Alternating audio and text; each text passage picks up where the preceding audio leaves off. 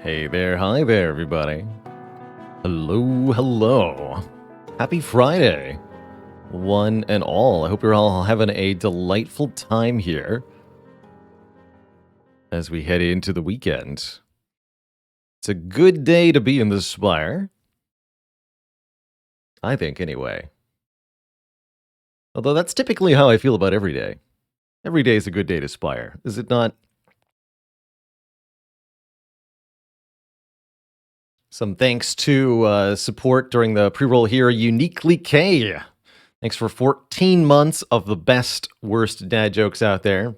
Would you say that my dad jokes are uniquely lame? Because I would. Allegonian, thanks for 3 full years. 3 years deserves a tier 3. The 3 cubed. Holy heck. Thank you, Telegonian, for the generous super tier sub. Please enjoy the extra special emotes that come with. Keller Duran, thanks for 33 months and the Prime sub. I think you also get super bonus channel points if you're a tier 3 sub, by the way. Wink, wink. So if anyone, you're looking to fast track that channel cutie listing, tier 3 subs where it's at. Magister Reich, thanks for 4 months and the Prime sub. Loving the YouTube content, especially Downfall. We got to do some more Downfall. I think it's time is due for more Downfall on our next community day in the Spire. There we go. Excellent. I do plan on playing something other than Spire in the second part of today's stream. I said previously I was planning on revisiting Civ today. I ended up not sleeping quite as much as I wanted to, so I'm not 100% sure I'll have the mental bandwidth for Civ, which means we might go to either Wild Frost or Against the Storm later. I'm not 100% sure where I want to go yet. We'll see when we get there. That's currently my thoughts. And if that's the case, then I'll definitely do Civ tomorrow if we don't do it today. Heligonian wanting to share a quick moment of positivity. The owners of the gym community that you've been in for a couple years are moving, and you're buying the gym. Well, heck. That's pretty cool. Clearly, you're passionate about the location. And I hope that turns out to be a great thing for the community there. That's really cool. Taz Midar, thank you for the Prime sub. Welcome to the Cozy Sub Club. Asriam, thanks for 11 months, closing in on the full year. Too many mods in the game to not get lost in them. That's true. How's it going, by the way, Frost Prime? Good to see another streamer hanging out. Phoenix, thanks for 4 months of support. Brotato's an option, too. Did we win the second Against the Storm run yesterday? We did, yes. It was looking a little iffy at first, but once we were able to string together religion and leisure, we were able to surge to victory quite quickly. We also had a pretty funny moment where I mismanaged the threat level going into one of our storms, and it caused 7 villagers to die instantly for the penalty of 7 hostility, which gave me 70 Ember because we had taken Blood Price Contract, so I was instantaneously rich as soon as they all died, and then we just bought our way to victory.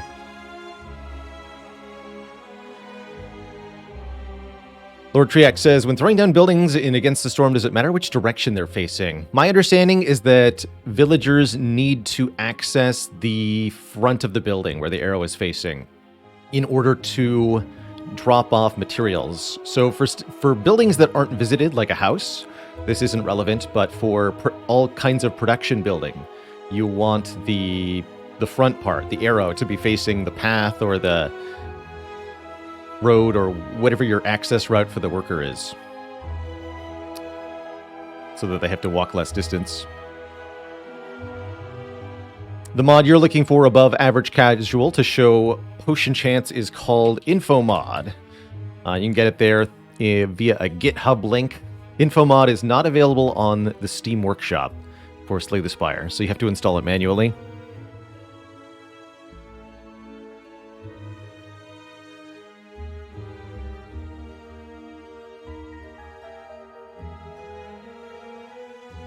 For woodcutters, you want it to face the trees because you want the distance between the tree line and the woodcutter camp to be minimal. The worker will go to the tree, chop it, collect wood, bring the wood to the woodcutter's camp, and repeat that until the storage of the woodcutter's camp is full, at which point they will bring the wood from the woodcutter's camp to the next storage depot. So ideally, if you want wood cutting to be as fast as possible, you need the distance of tree line to woodcutter's camp and then woodcutter's camp to depot, all to be as short as possible.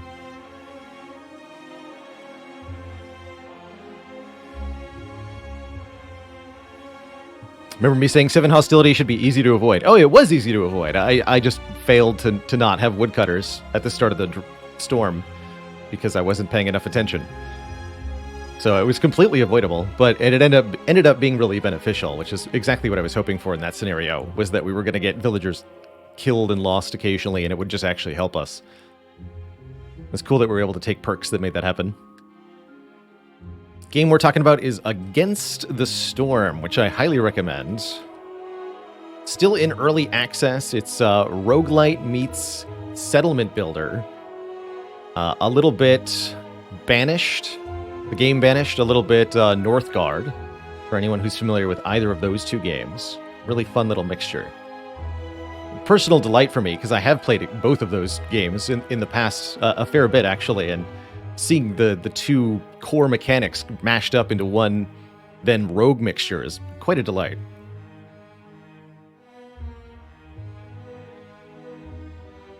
Enabling autopause is a big game changer. Yeah, I've really appreciated the Start of Storm autopause, Underhand Pluto. And there's so many quality of life features in that game. It really makes me want to keep playing and coming back to it.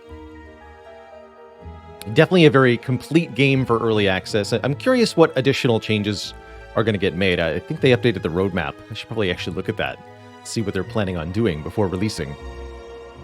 I'm also very curious what kind of post-release content Against the Storm we'll get.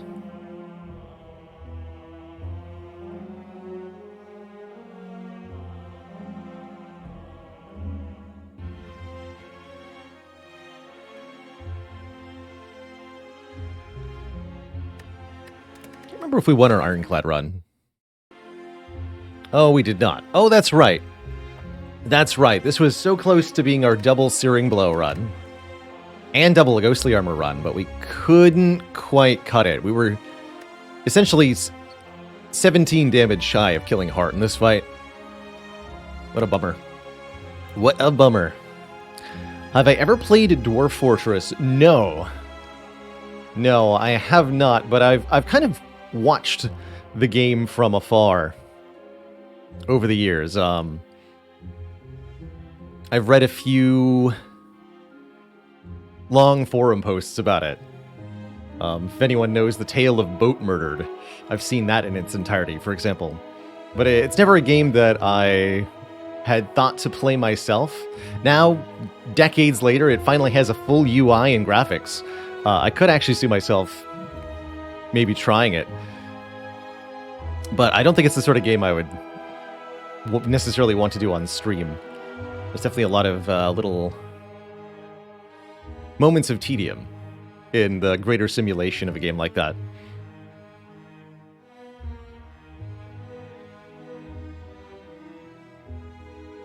Whimsy1 had an A20 defect yesterday where you got gold-plated cables very early. It really carried you to victory. It's quite strong. It's like a free orb slot with an orb in it. An extra 3 damage per turn or 2 block per turn, and that's before you even get focus involved. Have I played Dungeon of the Endless? No. I'll also head off nominations here. I do plan on trying Darkest Dungeon 2 this month, with no game vote required. We're going to check it out. I think I've said that in the past, but I wanted to reiterate. We will be trying out Darkest Dungeon 2.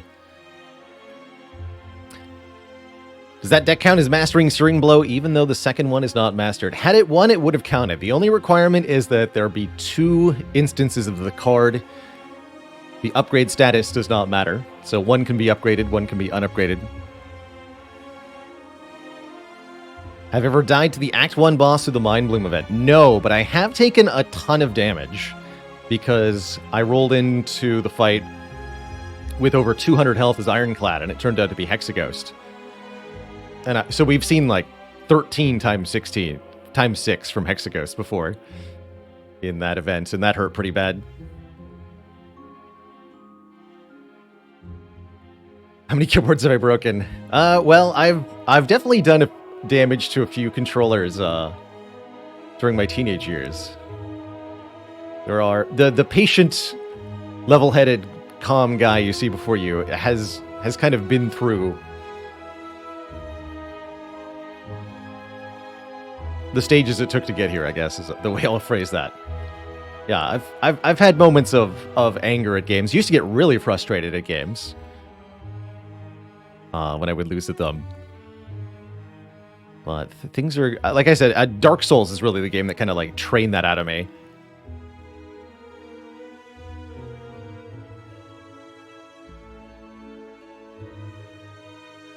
I guess Demon Souls was first for me, actually.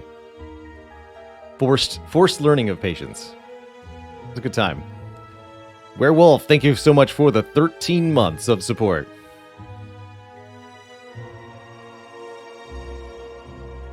Yeah, exactly. White Dog Studios. If you get mad at losing to Dark Souls, you ain't gonna stop losing. So in order to win at Dark Souls, you had to learn how to not be mad when you lost. Because you will lose. That's kind of the point. Any plans to play Elden Ring? Not on stream. Am I gonna binge the DLC as soon as it drops? Absolutely, yes. Definitely. I've already put 250 hours into Elden Ring off stream when it first launched in I guess last year.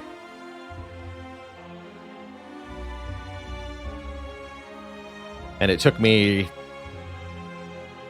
probably 15 hours of trying to beat Millennia the first time.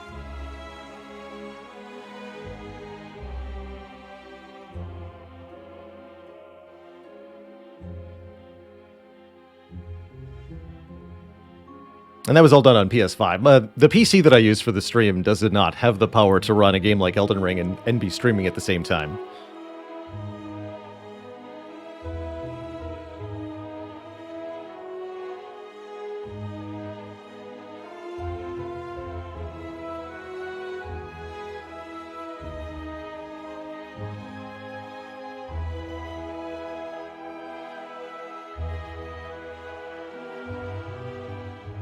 Hey, Kimball said, my dad would force me to go for a walk when I would complain about the computer's RNG cheating against you.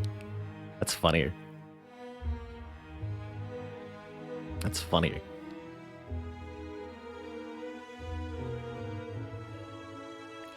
Going on a board game retreat this weekend. Any favorite I would recommend? Some quick faves. In order of least complicated, I guess, to most complicated. Some of my personal favorites are Seven Wonders, which is a really nice, enjoyable, competitive point-scoring game for anywhere between 3 and 7 people. Really good for odd numbers of folks.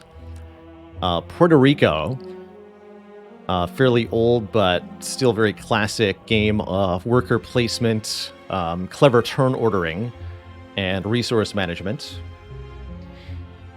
Kalis, my personal favorite of the worker placements. It's just kind of it's got a unique way of unlocking spaces as the game progresses, and some fun ways for players to lock each other out of actions if they don't plan their turns out very well. And Terra Mystica, one of my personal grand favorites. Sort of a mini 4X.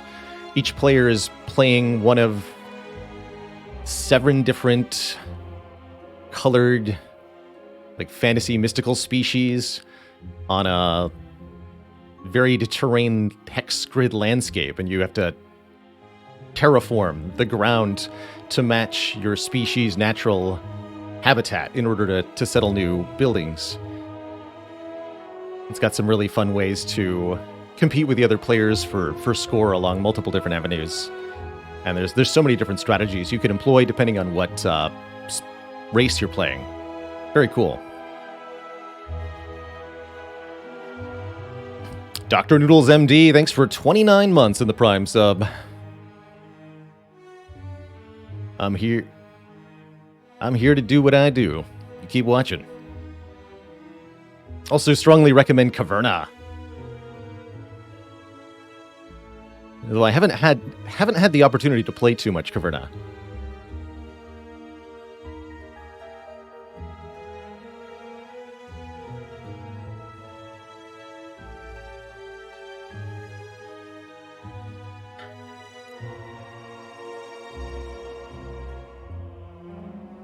Betrayal at House of the Hill, I've enjoyed a fair bit of. That's a really good, more of a social game than a thinking and strategy game. It's all about a mixture of chance and choose your own adventure, and sometimes one player gets to turn on the others. It's pretty cool. Gloomhaven is absolutely one of the highest rated if you're going to do something cooperative. Cooperative losing, that's Gloomhaven.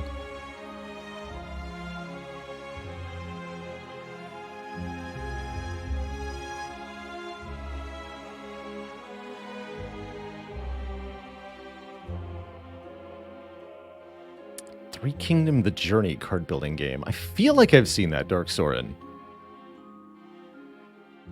Wait, no. I'm thinking of Total War 3 Kingdoms, aren't I? Yeah, I am. I don't know what game you're talking about. Crypto, thanks for 14 months of support. Just came out. Okay, yeah, I don't know that game. CN Johnel, thanks for 24 months in the Prime sub. 2 heckin' years? Heck yeah. Heck yeah.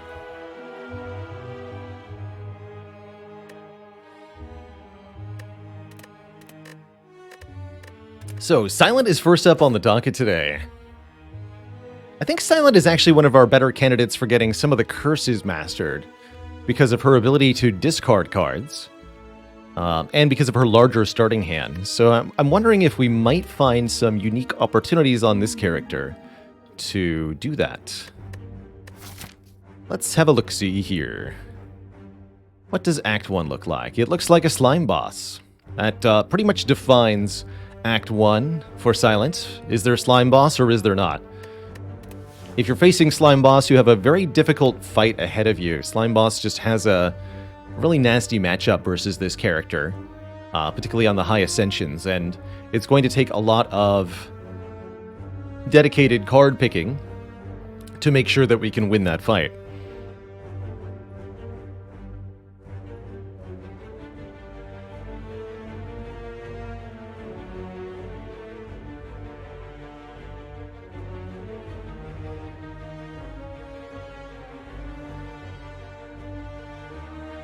What are the plans for the transmutation deck? It's pretty much going to have to happen essentially at random. I really can't plan to get 2 X-cost colorless cards. It's just going to... The stars will align at some point.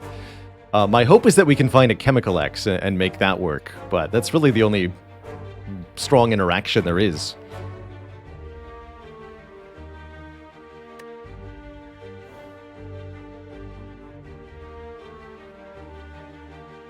Let's go in Realm. The starting options are kind of tough to choose between as well. I guess a regular card reward is a bit underwhelming, but decent. As far as paths through the act go, there's actually one relatively low elite path we can take. Interesting path here. If we're really afraid of the early elites, there is this line here. Don't know how I feel about this. It's just something I spotted. More traditionally, I would take a path like this one. Let's mark it in red here. This goes for 3 elites and seems pretty suicidal, although we could have optionality here. We can see what our first few card rewards are. Otherwise, we're going to this shop, right? If we go to that shop, we either face the Burning Elite. There's no way we go far right here. It's terrible.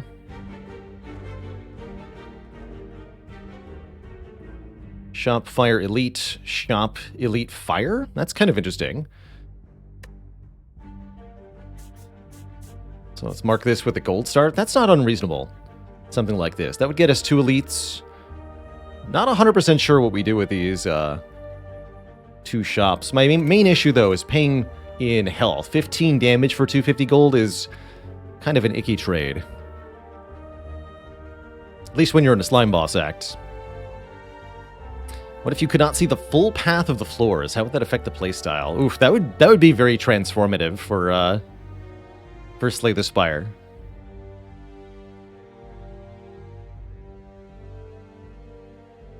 Just thinking about the implications of, like, can you even guarantee that you can get the green key on every run now? Interesting.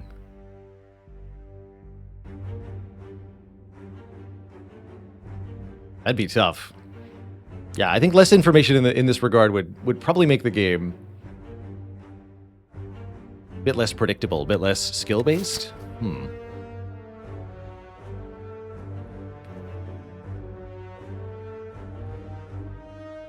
I feel like there either is or used to be a daily mode modifier that obscured the map.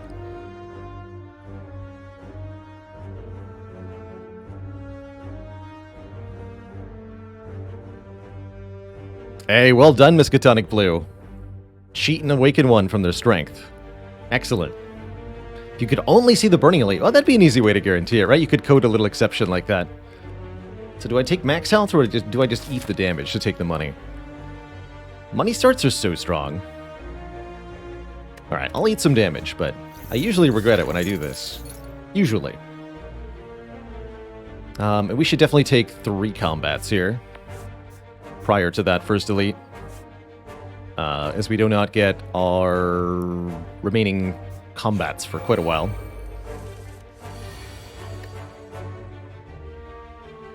Kind of a lousy turn 1. Yeah. Gotta come up with new jokes though, man.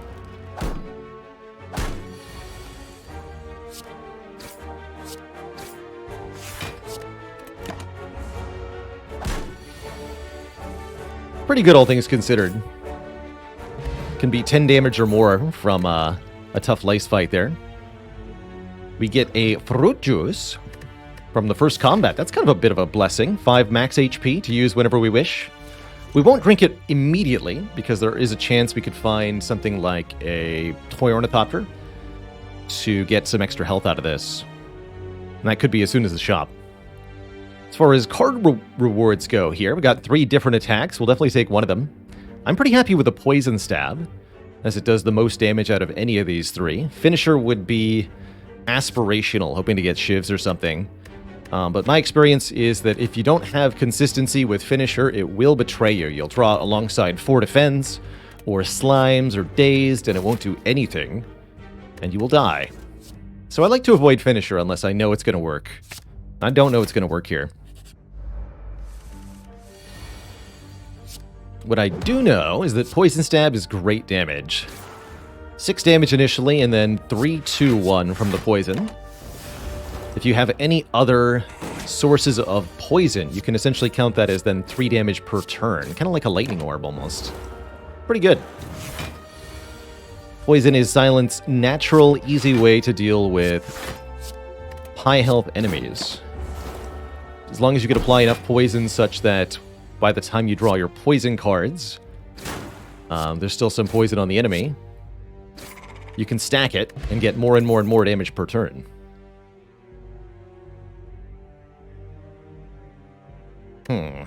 Not a great second card reward. I guess Cloak and Dagger is takeable. Sneaky Strike is unreliable, but actually not bad.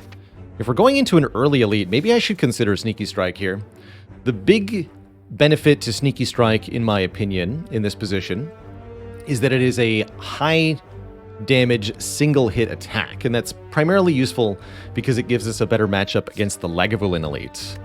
Lagavulin will debuff us with -2 strength, -2 dex after several turns of combat, but Sneaky Strike will still deal 10 damage under that condition, whereas our normal strikes will be only dealing 4. After 2 debuffs, they'll only deal 2, but Sneaky Strike still does 8. Let's take a Sneaky Strike. Hey, and we can take a generous heal from the banana here. I can't remember if drinking the fruit juice now will increase the heal from this. Let's find out. Is this actually going to be a 22 hit point heal or not? This should be a percentage of our max HP. So is it 22? Yes, it is 22. Had to know. For science. I think we just killed the spike slime here. So all that health that we lost as our starting bonus has returned to us now. We actually have more health than a silent would at the start of a run usually. And we have a lot of money. It's a pretty fortuitous start thus far.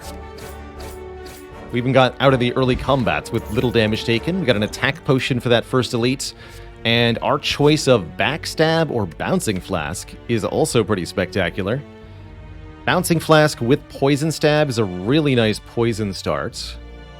Whereas the Backstab is no-nonsense, reliable turn 1 damage, and probably more broadly useful against Slime Boss. That said, I do like a Bouncing Flask. A lot. Just any 2 energy damage card is a really good investment early on, because it takes your starting deck so much further.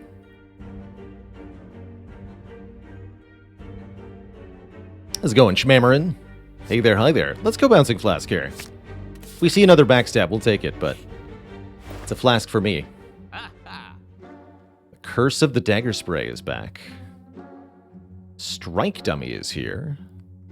Gremlin Horn is here. After Image is here. Interesting. Well, I'm not about to buy a Dagger Spray and curse this run. If I take that elite, we are going to another shop. Very hard for me to turn down a Gremlin Horn. This is one of my favorite uncommon relics to see. Makes some of the most troublesome fights in the game so much easier. It'll help against Slime Boss. It'll help against the 3 sentries. It'll help against gremlins or slimes if we encounter them later in this act. Later in the run, it helps us against slavers, gremlin leader, collector, Raptomancer. Especially Raptomancer. It's nice to have Gremlin Horn for. Nerd Birds. I'm gonna buy it. That leaves us with $101. How do I feel like our elite matchup is gonna be here? It's pretty good if I upgrade Bouncing Flask.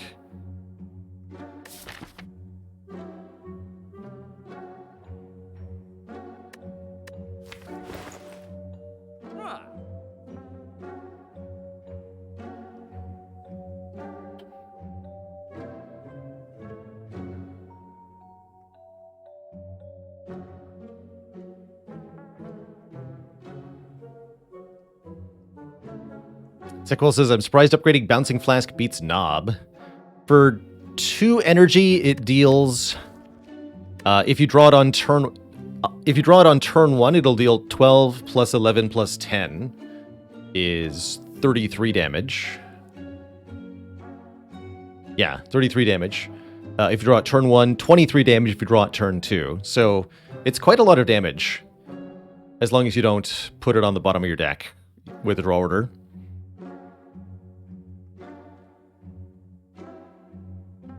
Ravaru, thanks for 16 months of support. Which Spire boss can tell the future? Hexagostradamus. Love it.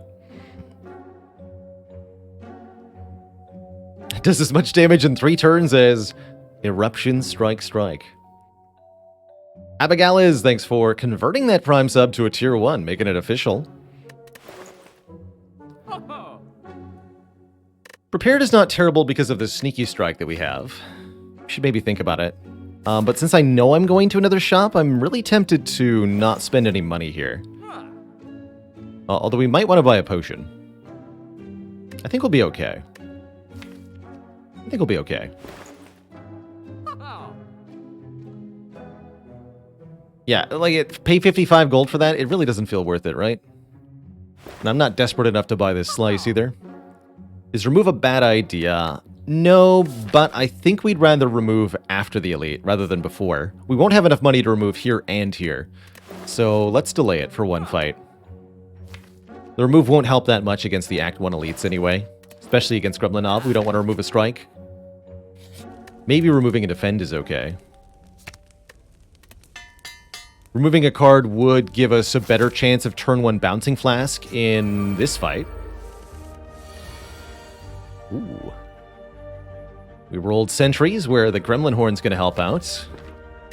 I do think we're going to have 2 relics for this next elite fight, and we get a shop. I think we should probably just spend the attack potion in this fight. And I'd rather do it now. We could get some really good value out of Dagger Throw.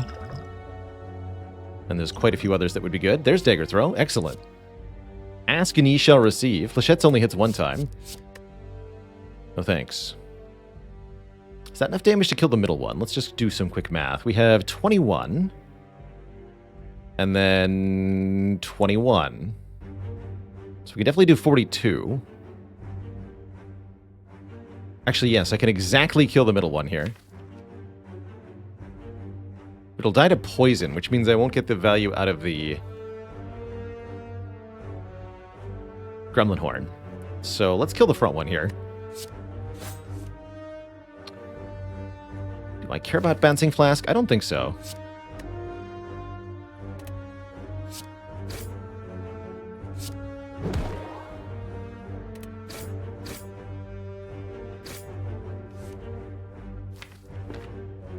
Block that. You can take the fight comparatively slow at this point. No idea who I'm targeting. Let's go for you. We both have the same health. It's 50-50 on which one's correct. Heck it. Do I want to apply weak or 3 poison? Probably 3 poison. Ultimately, we need to do damage to win the fight.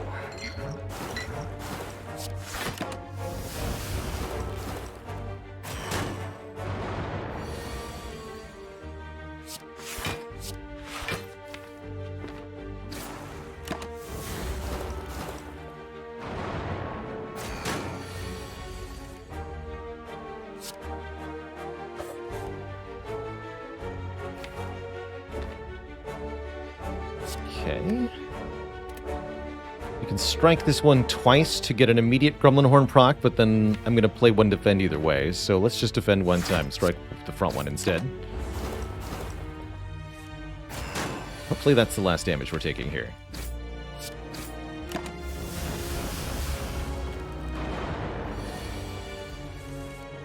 Nice. Okay, I think that went pretty well. Overall, quite happy with the outcome. We took 10 or 15 damage, and we get an anchor, a boat thingy, for 10 block turn 1. Love that on silent. And we're offered a doppelganger, an escape plan, and an endless agony. How fascinating. Endless agony is the most reasonable pick here, but I'm really intrigued by doppelganger. Doppel is one of my favorite cards. Kind of an unusual pick on silent, but really interesting. I like to call it a bad card with a really good upgrade. Doppelganger Plus gives you 1 more card and 1 more energy on the next turn than the energy you spend into it. But overall, Doppelganger is really about turning an otherwise useless turn into setting up a future turn. Night Owl, thanks for 3 months in the Prime sub. Finally got your first A20 heart kill with Corruption, Dark Embrace, Dead Branch. Well, that'll do it. Well done. Well done. No shame in getting your first heart kill that way. It was my way. That was how I did it too, was Dead Branch Corruption on the Ironclad.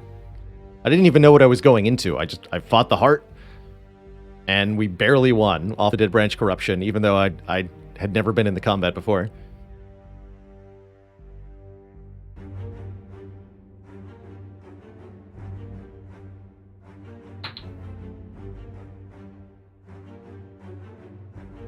And Zero. I'm trying to come up with a dad joke based on your username, but I think there's 0 chance that I'm going to be able to do that successfully. And 0 laughs in response to this joke. So I beat my first heart combat ever, yes. On Ascension 20, no less. But it was like a 100 plus max health Ironclad with Dead Branch Corruption. And 0 refunds. Deadbird Odor, thanks so much for Prime sub and 7 months of support. The See Right, thanks for the Prime sub. Never fought the heart while climbing Ascensions. No, because the heart was added long after I had climbed all the Ascensions. The content in Slay the Spire had an early access period, so the content wasn't all in at the same time. So we were doing rotating Ascension 20 runs for a couple of months before the Heart was added. So everybody tried to do Heart kind of blindly on A20, at least those who were streaming on Twitch.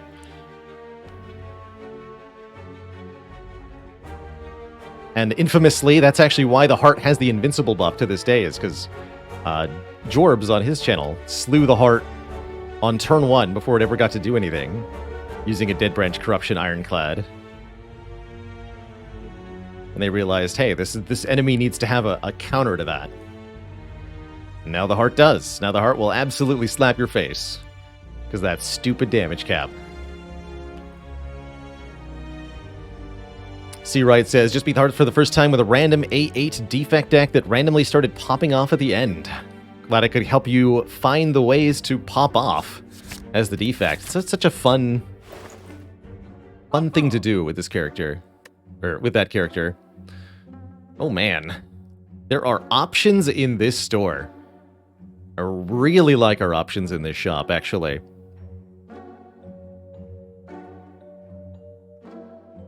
Two Fairy in a Bottle gleaming at me, and a Lizard Tail, and a Potion Belt. This merchant really wants to sell you an extra life.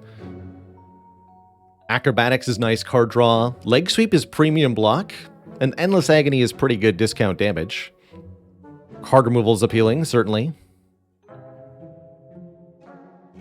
There's only one unmastered card we can afford here, and I think it's actually kind of good. Silent normally struggles with Sustain, but Bandage Up as a zero-cost heal card can be a surprisingly good source of sustenance for the Silent. I really like it alongside our high-cost cards as well. And I like that that's going to buy us some health for the Slime Boss. It's going to make it easier to survive in Act 2. Let's try it. I'm going to take a Bandage Up here. And if we're lucky, we might even find another one by the end of the run for our Mastery Challenge. What's in the box? The Toy Ornithopter. So we're actually punished for drinking that fruit juice at the event for the science. Could have had 5 more hit points. But I'm still happy with 5 hit points from every potion here on out. This is why you wait to drink the fruit juice, Twitch chat. This is why you wait. I don't really love this draw pile, but I'm not going to not play Bouncing Flask here.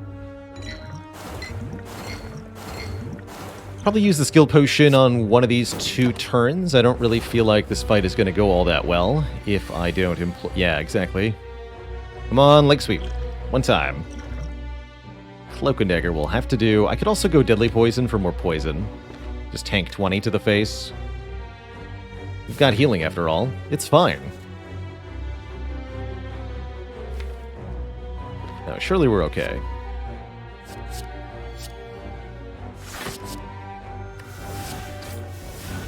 I'm going to employ the Doppelganger here. To its full effect. Draw me more cards.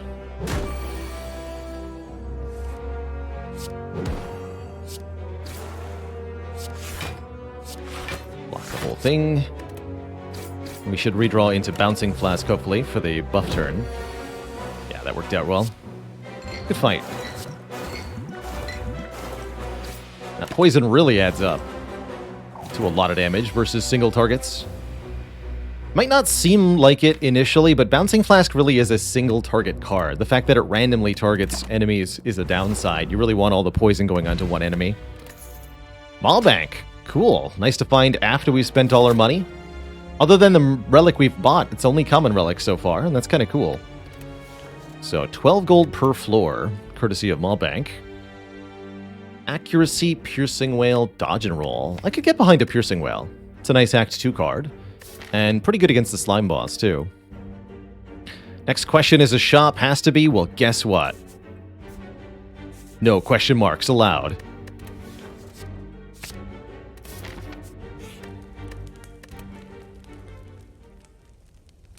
I think the Doppelganger upgrade is quite good, but I'm actually going to upgrade Bandage Up first, so that we can heal 6 by playing it. That's going to allow me to heal 6, heal 6, heal 6, plus any potions we find as we get towards Slime Boss. I really do want to have more health for that fight.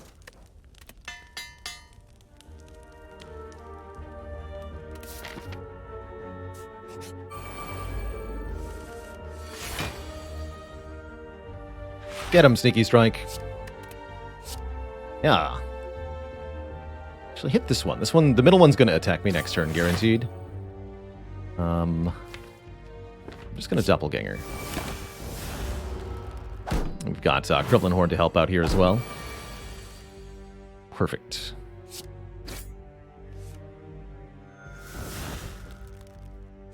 Can't full block with double defend, so we need to kill something. Perfectly balanced, as all things should be, but the problem is I don't think I can get a kill still, right? We'd have to do 10 damage to either of them. This only does 4 plus 3. And then they'll curl up. So, unfortunately, with that distribution, we take damage.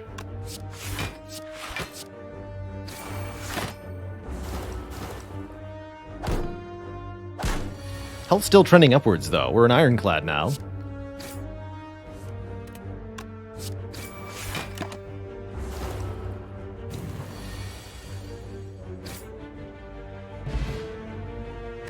Fire Potion is very good for Slime Boss. Terror is kind of interesting. We don't actually have that much attack damage. Bane is a good attack alongside these poison cards. Blade Dance is okay. But Terror is so broadly useful, I think we should just grab Terror right now. And then we can take any further attack cards we see and they'll be good. Big agree that Bane, especially with an upgrade, slaps quite hard and is not to be slept on. Okay, Terror's already looking pretty good here, actually.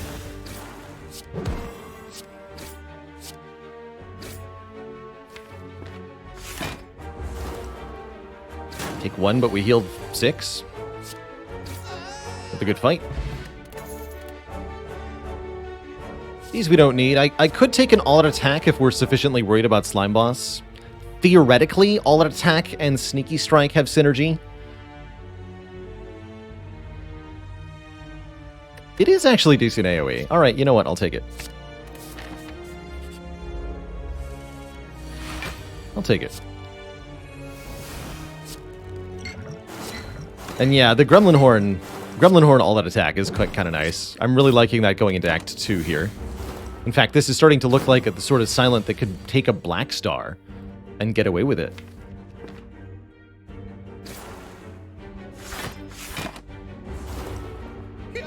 Feeling really good about this Slime Boss fight with over 60 health, accounting for the heal during the Slime Boss fight, and 2 potions. And I certainly don't need any of these. We could maybe think about outmaneuver, but already we've gotten probably too many cards into this deck. So let's skip. The boat thingy has definitely been carrying our hit point total in Act 1, giving us a lot of free turns to use. Is it time to upgrade Doppelganger? I like that more than the Terror upgrade. All attack upgrade's also very nice. But I'm a believer in Doppelganger, especially with the boat thingy making turn 1 less important. So let's get an extra energy and an extra draw per fight. We'll see how it goes. We'll use a potion during the Slime Boss fight, either speed to help us tank the Slime Crush, or Fire Pot. We'll see here. This fight's usually about doing enough damage before turn 3 to avoid this sort of nonsense, but here we are. This could be pretty bad, actually. If I play all-out attack and it discards defend, we're in good... Or strike, we're in really good shape here. I believe in you, all-out attack. What do you got? Nice. Good work. Alright, Fire Potion it is. Get wrecked, Slime Boss.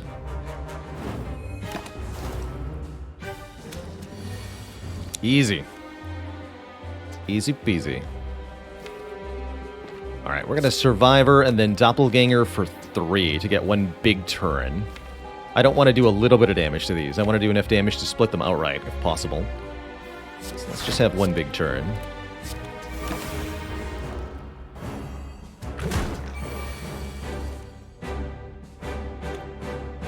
Do 24, so we can prevent this attack.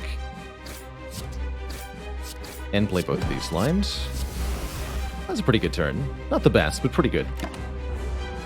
Getting weakened is kind of bad for the all-out attack, but we can hopefully use the Gremlin Horn to make up the rest of the difference here. Well, you're dead. Easy.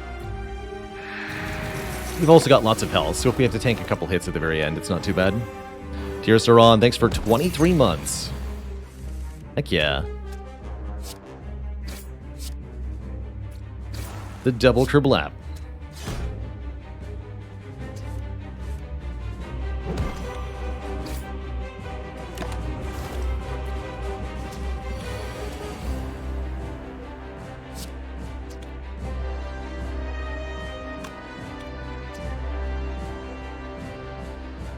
Let's play Bouncing Flask first, as long as it's not 4 bounces on the same one. They'll both die.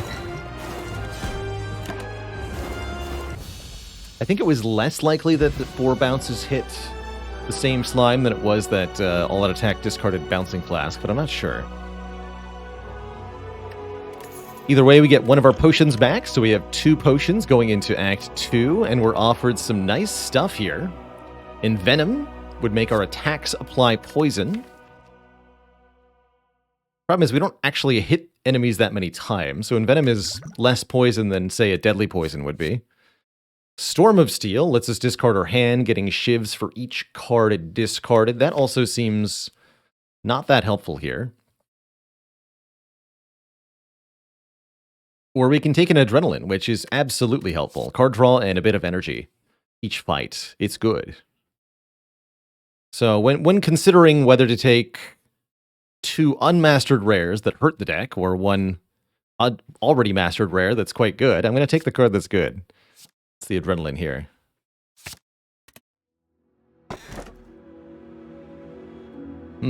Interesting. Very interesting set of relic options. I like these. If we want energy, we can take the Fusion Hammer. We can no longer upgrade our cards, but we have more energy per turn. Lack of upgrades would definitely hurt the deck long term. Don't love that. Ring of the Serpent replaces our starting relic, so we lose the 2 draw on turn 1, replace it with 1 draw every turn. That could be quite useful. I like Ring of the Serpent in decks with low-cost cards.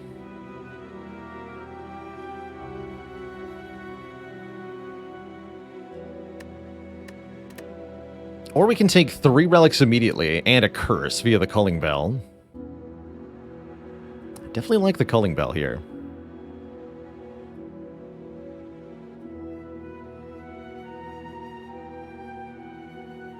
Some insight on the cute nature of your puppy. Sounds adorable, Ghostbanyat. What a horrible night to have a curse. I do like me a Calling Bell here. I think Ring of the Serpent is also acceptable. It's nice with cards like Bandage Up. If we upgrade Terror, it'll be good. It makes it easier to draw Adrenaline.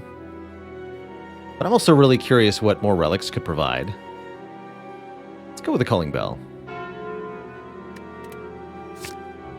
Akabeko Kunai and Stone Calendar.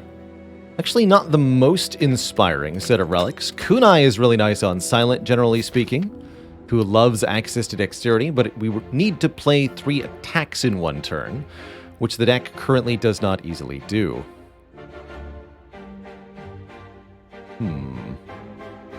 This is the most convenient shop to go to, but I don't have to.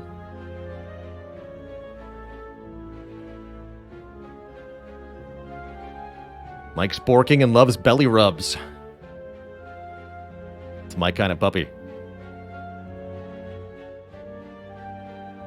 Time to go for 4 elites now that the bad relics are out of the way. What, Akabeko and Kunai? The bad relics.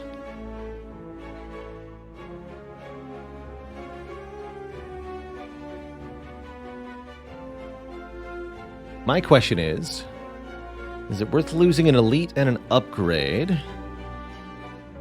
to get 1, 2, 3, 4, 5, 6, 7, 8, to get 108 gold?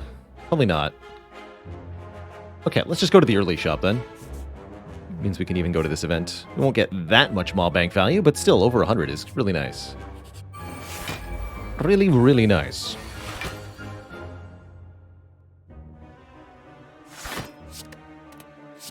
Bonk.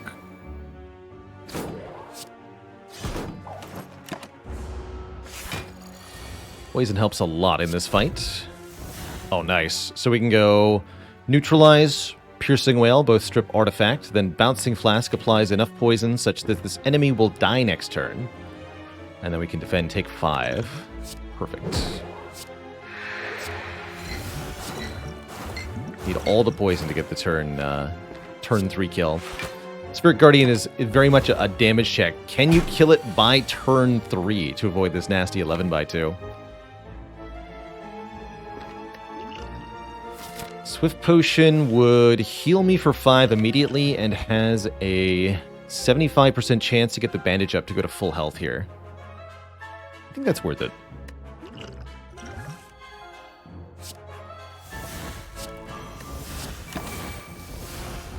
Especially because there's a 40% chance we get a new potion. In this case, a fairy in a bottle. Anyone for an acrobatics plus? Anyone at all? Seems like a good card draw card. On 3 energy, it's a little bit less good. I mean, it helps the sneaky strike already, which is going to be a nice kunai interaction. But just the sheer amount of card draw is so useful here. Didn't know poison went through block. It does. Most certainly does. We want to strike this back one here. This is definitely a fight where the Gremlin Horde's going to help out a little bit. Piercing Wail might also help a little bit. This is a horrifying turn, though. What's with the double 14s? Ouch. Why's it gotta be like that, though? Defend, alt attack, neutralize, or do I dare bouncing flask?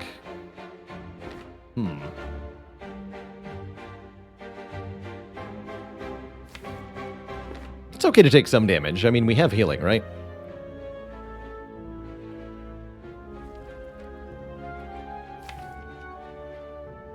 Poison might be the smarter line, but I'll do this.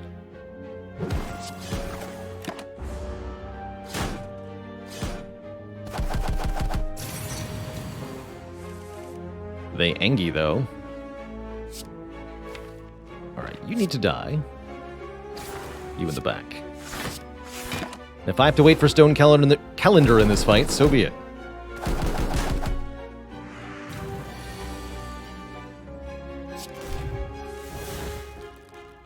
Can be patient. Alright, well, this is definitely a good use case for acrobatics here. What do you got, Acro? Well done.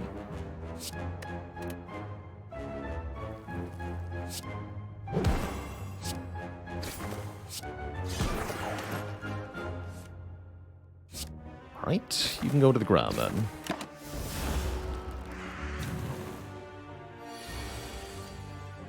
Anything that gets you off of my case here. One more turn till Stone Calendar. It's gonna happen, Twitch chat.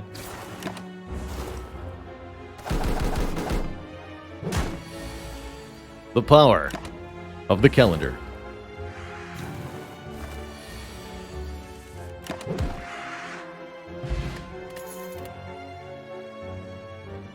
Upgraded Sucker Punch. Nice supplement to the weakness. I think Deflect is also good in a deck with relatively little energy and lots of decks from the kunai. So I think I'll be taking this Deflect because of the sheer amount of card draw we have now. And I'll take an event here. Remove a card or upgrade all of our strikes and defense. We have 10 unupgraded starter cards. Upgrade them. Really like upgraded defense with a kunai in particular. That's going to make us a lot more impactful through Act 1 here. Really improves the average card quality, which is not the most important thing, but it definitely helps here. Nothing in this shop really is exciting. Well-laid plans is good enough. Card remove is good enough. Nothing zero cost or multi-hit, though.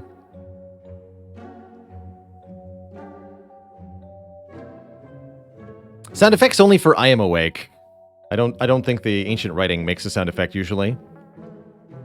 Clockwork is nice with the speed potion. Works really well against a few of the enemies in Act 2. Our Act boss is Champ. It won't help much there, but it helps a little bit. Champ we should already be able to beat with kunai, but well-laid plans will make it easier. Ever correct to save money for Maw Bank here. And just go into Act 2. Just skip this shop entirely, maybe, or we could route into a late Act 2 shop. That could be a possibility. We'd have to be pretty confident in beating the whole of Act 2 without taking too much... without losing. And I think that's pretty doable with what we have so far. We should be fine against elites. I'm a little worried about Act 3 with no card removes.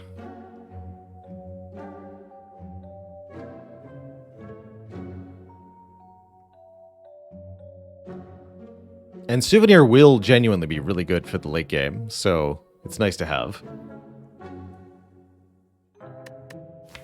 No, I think I'd rather get ahead on the removes and such.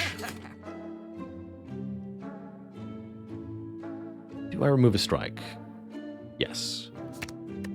Even though we upgraded them. Piercing Whale? Piercing Whale, and well-laid plans immediately justifying its existence in this deck. If you had any doubts at all whether that was the right pick, let this moment show you that it certainly was. Please and thank you.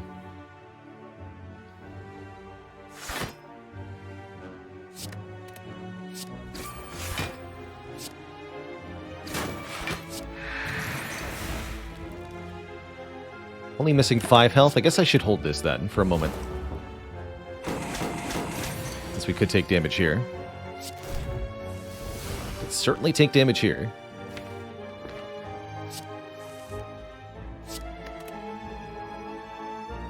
It looks like we won't be.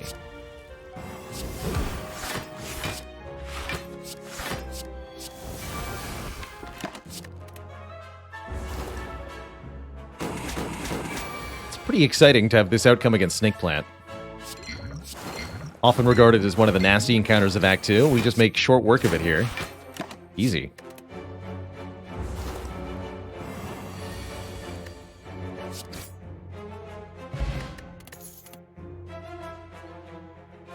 Second Acrobatics, not really affordable here. None of these cards are upgraded. I don't think we take them. Choke certainly not doing much here. We can't play very many cards per turn. No thanks. So do we go for 4 elites? Didn't actually parse this path.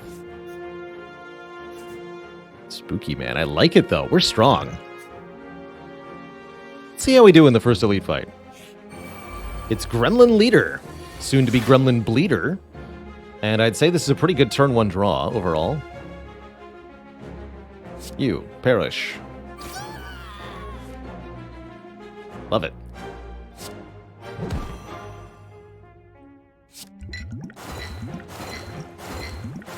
Fortunately, all the poison going onto the Sneaky Gremlin is not ideal there, but we do full block this.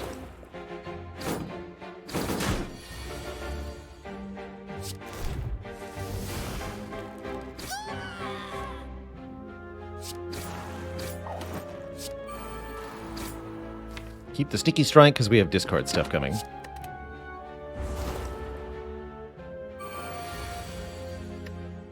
Should have upgraded the all-out attack.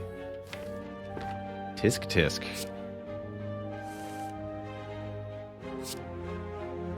We don't need the bandage up right now.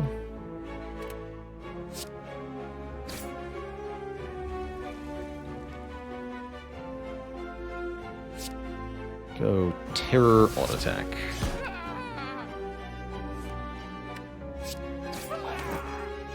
Nice. You'll be alone next turn. Let's hold Bouncing Flask then. We get attacked, that'll be a bit bad, but at least we have bonus card draw and energy to work with here. Good.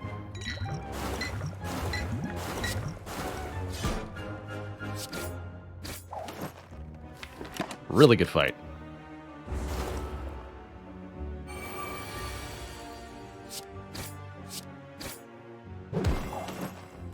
Okay.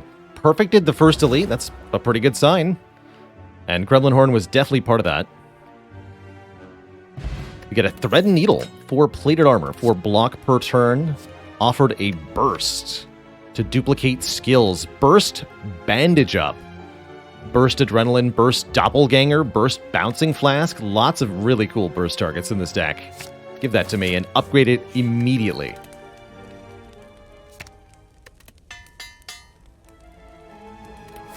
All right, let's do another elite fight. I feel good. Burst Terror. Burst Blurst. There's no limit.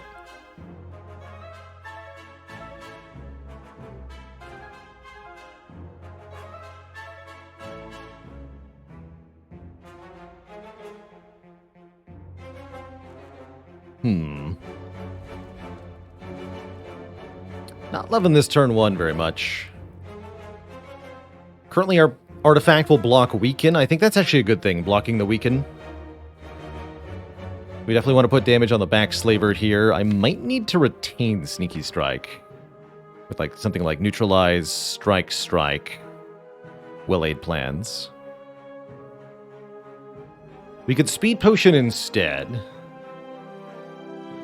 Don't know that I love that option. The idea would be to try to hold out for Stone Calendar.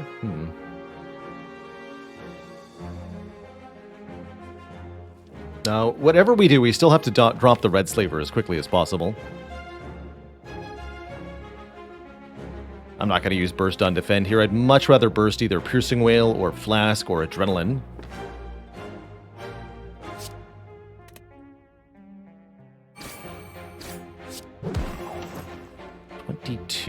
Yeah, that makes me think we should keep the Sneaky Strike. All right, I'll keep Sneaky Strike. We need damage for this guy.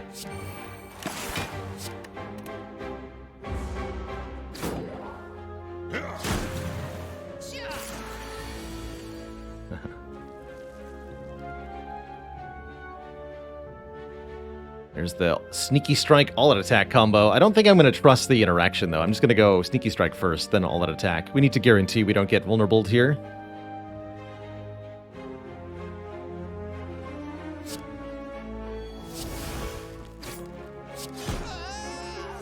It's fine.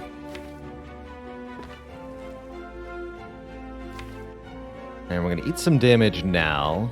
It's a bit unfortunate. But we have lots of healing in this run. 60% chance for potion, too. Worth thinking about.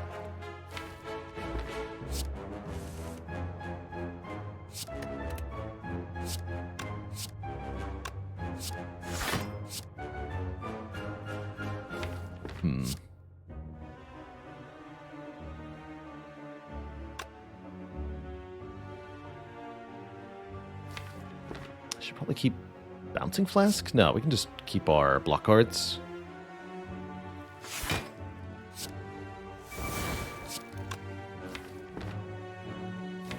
Keep Survivor here.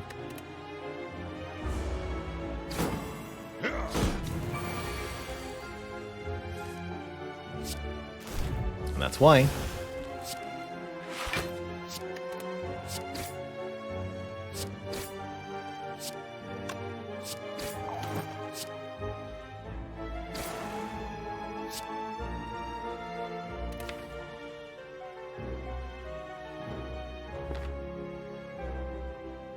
I'm gonna keep this. Costs us 1 health this turn, but might save us 6 health next turn.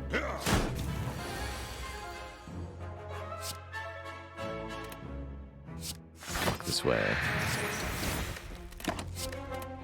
And this guy we can kill with Stone Calendar.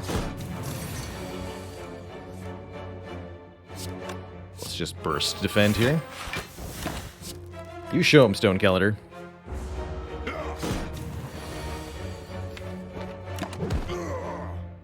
Alright, that wasn't too bad. We didn't even get a potion. I'll definitely use one of these, the speed pot in the next fight here. Get an ink bottle and catalyst with burst and poison. Or an upgraded prepared. Probably catalyst, though. Burst catalyst is very strong and will just instantly kill the champ. So, yeah. Click the catalyst. Catalyst doubles an enemy's poison, so it's extra strong when you multiply it. Because you're multiplying your multiplication. Quadratic scaling.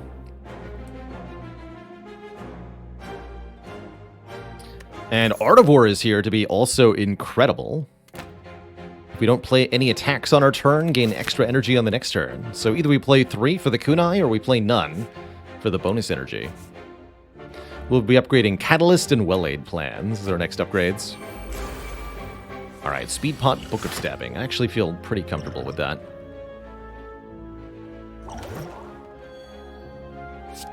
Just gonna go Terror Double. Plus Art of War. Now that's what I'm talking about.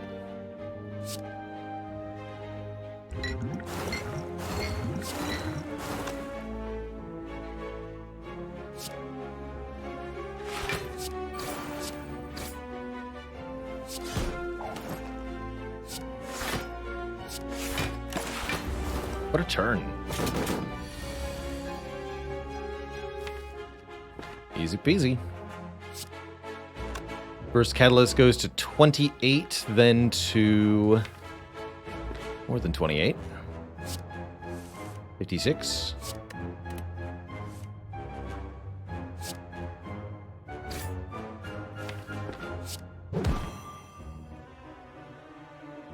So we want to go Adrenaline.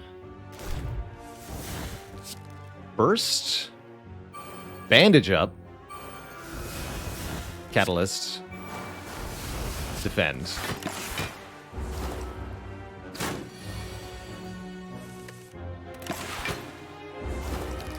Look at all that healing. Get a bag of preparation. 2 more cards turn 1. Definitely welcome. And another doppelganger. Yeah. Give me a double doppel. Now give me a Chemex. I want it. Just bandage up twice. I love it. Get an extra card remove. See you later, Strike. And our last opponent, the Slavers rematch. Let's go. You nerds won't. Ooh, we did get all-out attack with Ekabeko. So let's all-out attack first, question mark, see what gets discarded. Sure. Strike got discarded, good.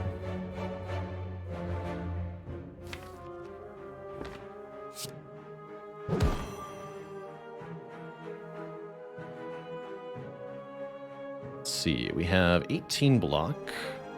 Incoming damage is 30. So I think we defend and then doppelganger. This is not really a fight where Well-Aid plans matters that much.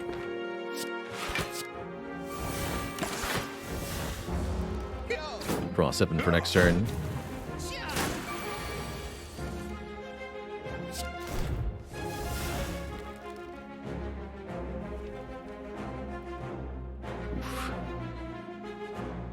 It's a little worrisome.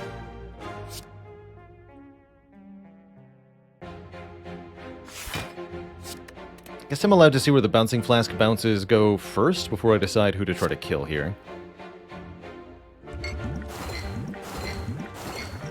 Good.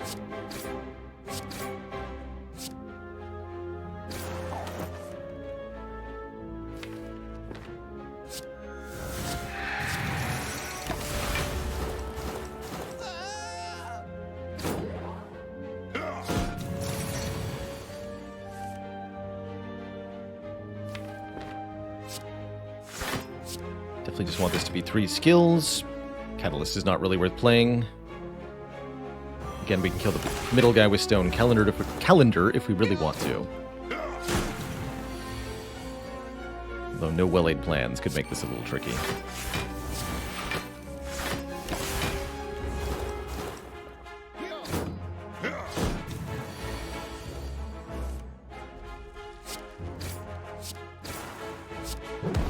Got him.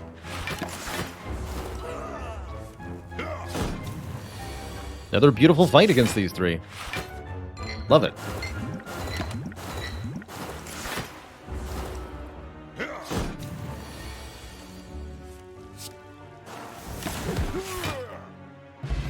Blue Candle. That's actually not too bad, because now it means we can play the Curse of the Bell. We'll take 1 damage, but because we have plentiful healing, that's nice for fights where we're drawing through the deck multiple times. It also counts towards the ink bottle, so it can draw us a card sometimes. Backflip seems basic, but really effective in a deck like this. We want card draw. Fiona Gray, thanks for 34 months.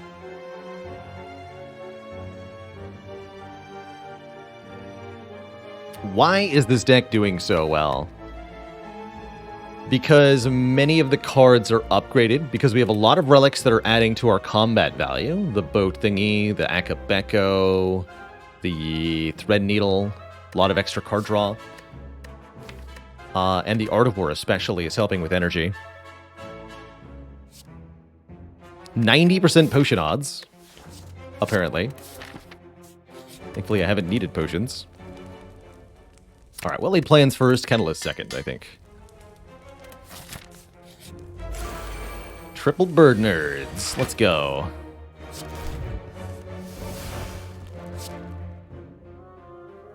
Caw.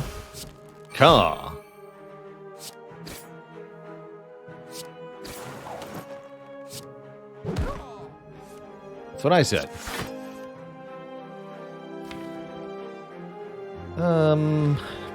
I guess we can just stop here, huh?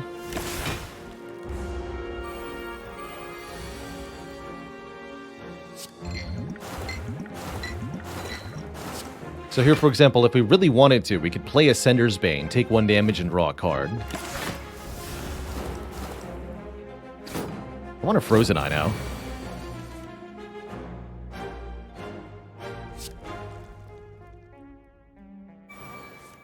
Double Defend. Double Doppelganger.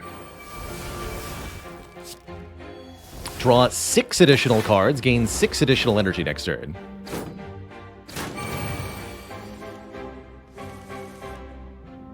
Don't mind if I do.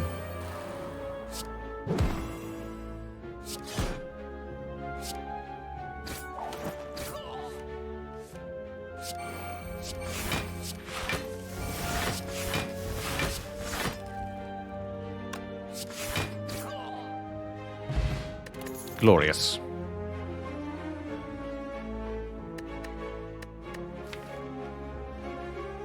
Unupgraded Acro is kind of whatever. Eviscerate is...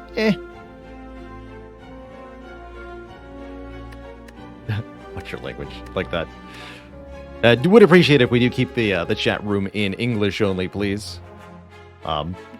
Primarily for purposes of moderation. Myself and the moderators can't understand a non-English language, then we cannot filter it to make sure it's appropriate for the chat room.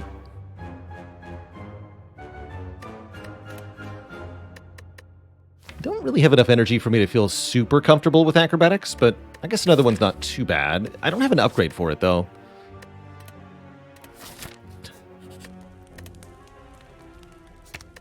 Thanks, Switch Chat. Thanks.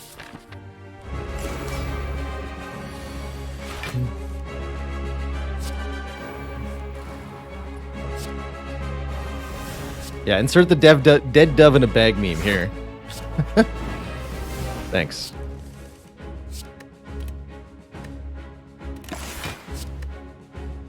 Burn Stromberg, thanks for the 2 months in the Prime sub. Heck yeah.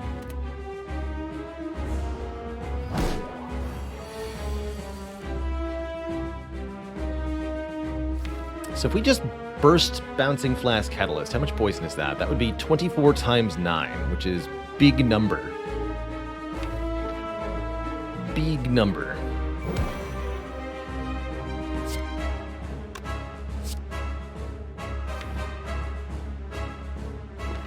Let's try something else, though.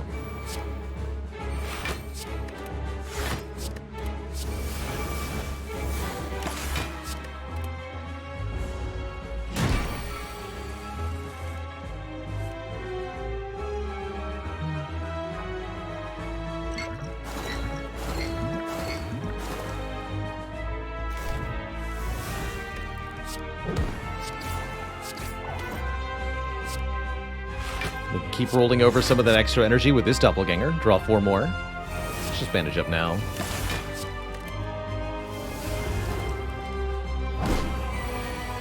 Super big turn. Simply doing one bursted catalyst is not enough.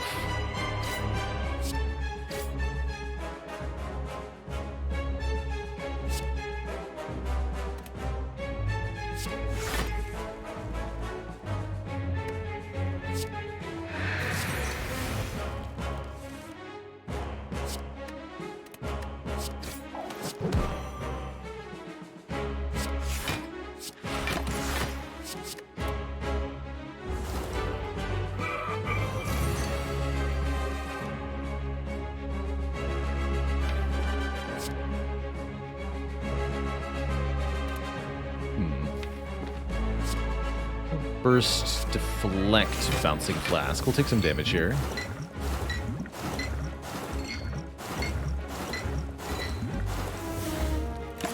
That should set us up pretty well.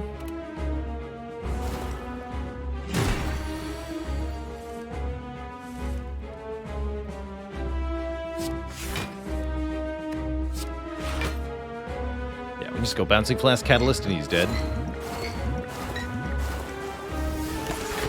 GG, Monsieur.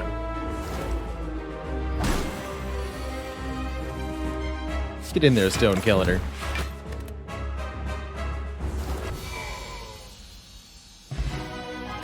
GG.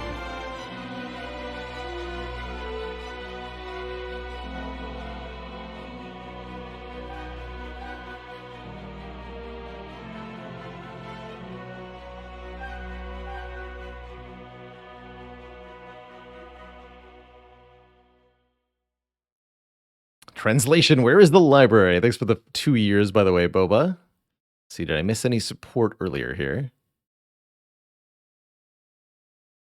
Third place is not first place, but still very good place. Here you go, Tort. All right, now Envenom looks a little better. That said, what about Nightmare? Nightmare definitely does things not just with Catalyst, but actually also with Bandage Up. Nightmare Bandage Up could heal us to full health from almost any position, which is pretty cool. Means we'll want to upgrade the Nightmare, / get more energy by any means necessary. But it's doable, and the burst makes it all the more silly, I think. Let's take it. We can do quite a few silly things with that. Go Cunning Pot over Flex Pot. With well-laid plans plus, we should be getting a pyramid, says the Bafla. Here it is. But does this deck actually want a Riddick Pyramid? When we have Coffee Dripper with Burst Nightmare Bandage Up for healing. Seems like a pretty free source of energy. We said we wanted more energy. This helps a lot. Very importantly, actually, Coffee Dripper, 4 energy per turn means we can do Burst, Bouncing Flask, Catalyst, even if we played an attack on the previous turn. So, I like the Dripper here. Had we taken an Energy Relic from the Act 1 boss, Pyramid would be a lot more reasonable here.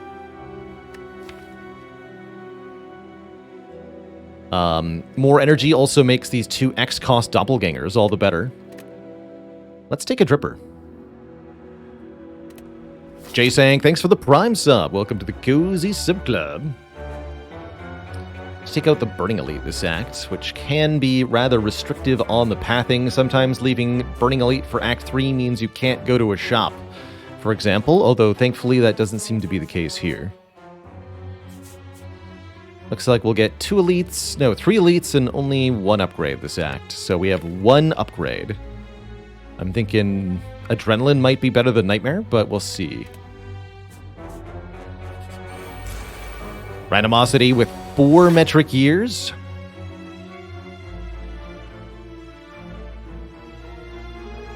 Well, heck yeah.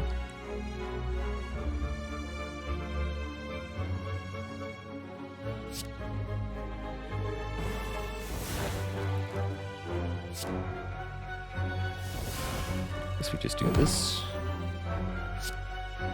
Nothing to burst here. Okay, now we have something to burst.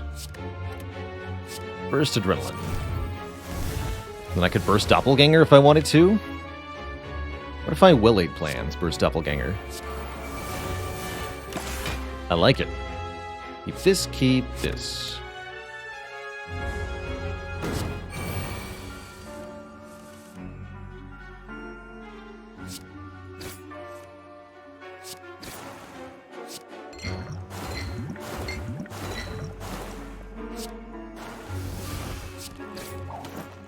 Good talk.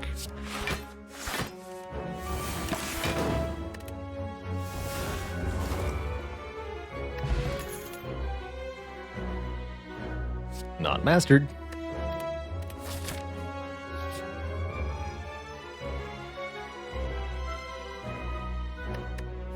Don't completely dislike a Writhe. We don't have that many chances to get a second one. But it's really not bad with the blue candle.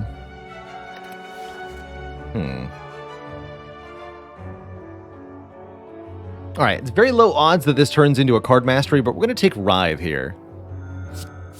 Takes up one of our turn 1 card slots, but not the biggest impact, thankfully.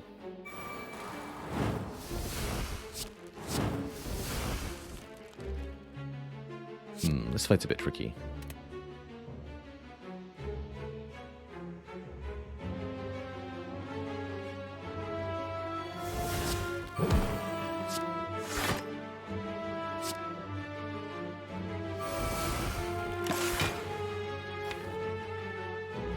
The Nightmare for the moment.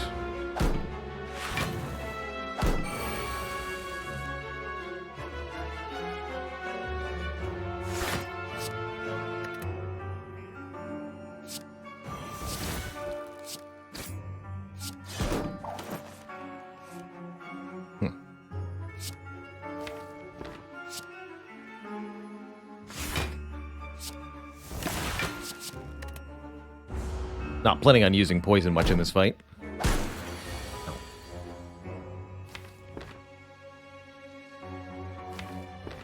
So what is this? Burst Nightmare, targeting Adrenaline. Burst Adrenaline. Play Piercing Wail. Here we go. Just do that, forehead. 6 Adrenalines, please.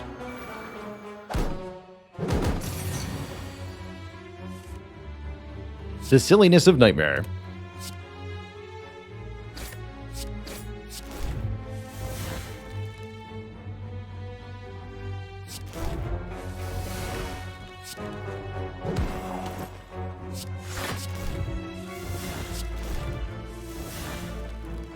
Burst them. Burst them all.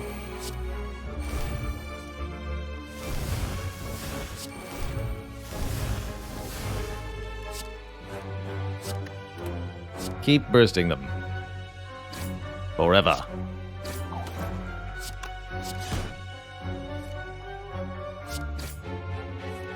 And burst this. And this.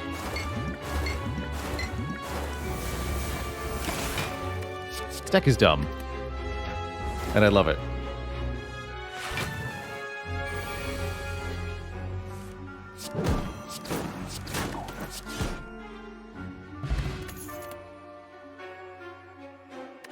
Escape Plan is okay.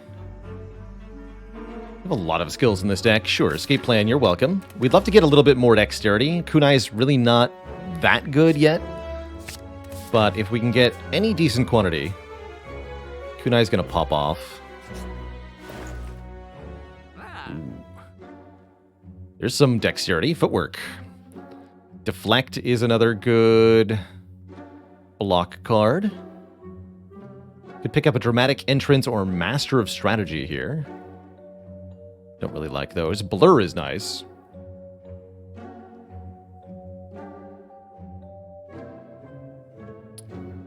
We can afford card remove Ghost in a Jar if we want to. That's pretty tempting.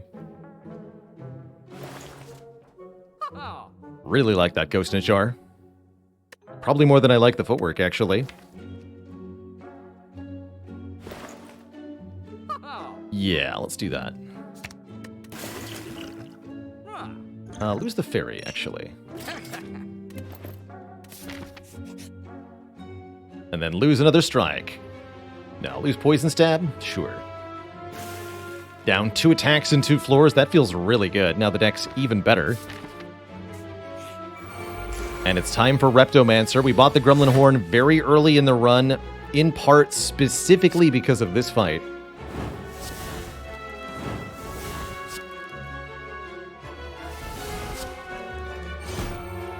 Bouncing Flask discarded is a little sad. Oh, it's definitely sad. Do I Shiv here and now? I'm thinking about it. Actually, let's not yet.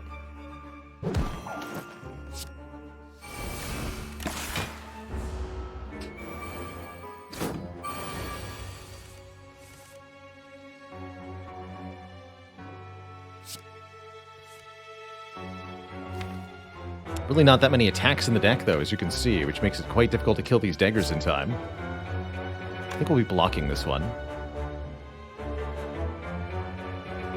In fact, this would be a good turn to block entirely. We'll think on that.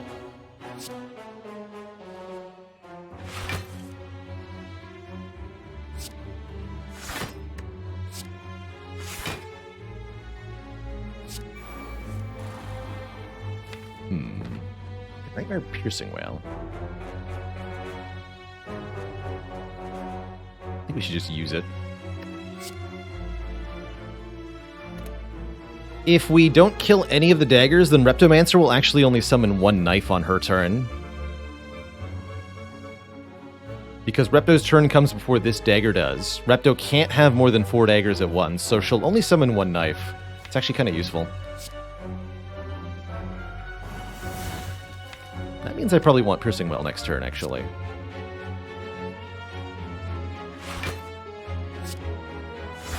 Do I dare keep Nightmare? No, I need to keep Sneaky Strike and Piercing Wail.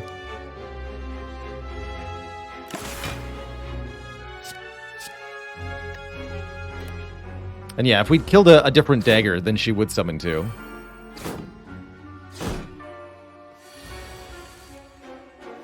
It's funny how that works.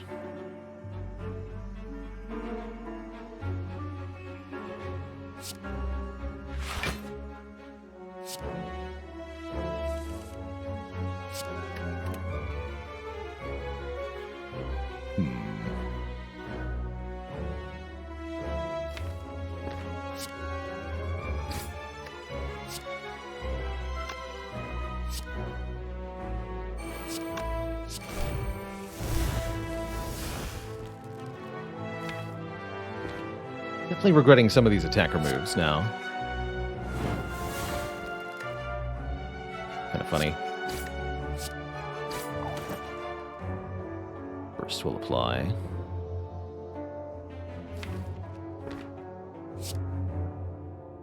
Double this.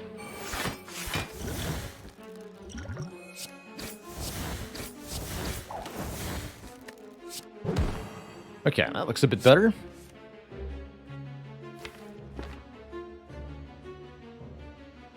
Just a little bit, though. Screw that dagger in particular, I guess.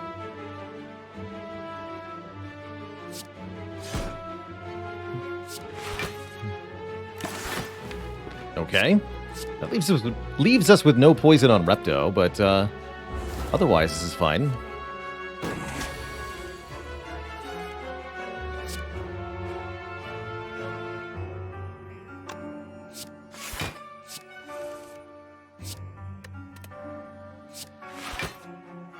Alright, I can burst the catalyst to my heart's content. Good job.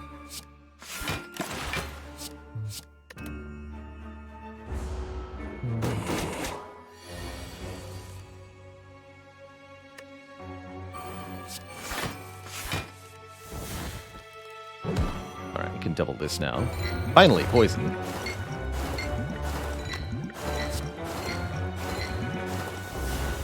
That is most certainly good enough. Whew. Thought we were gonna have to wait for Stone Calendar there. I guess we still can. Stone Calendar, get in there.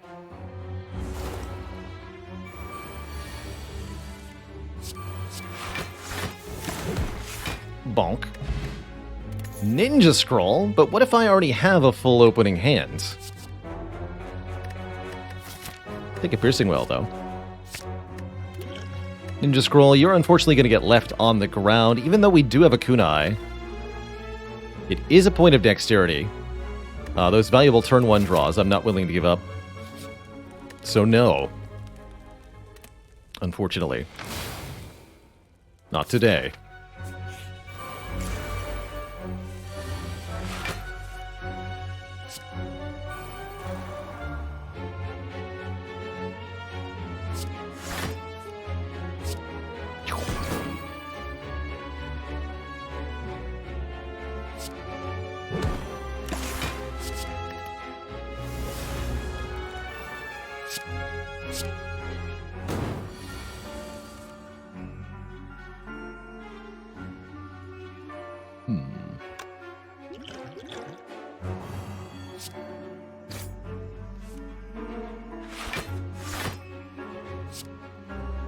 Sure.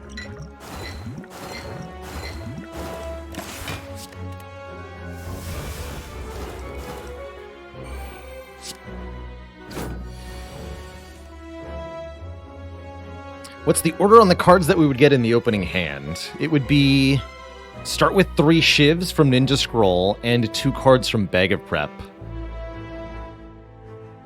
And then draw 5? Something like that? Usually your Relic Supply before your base hand for the turn kicks in.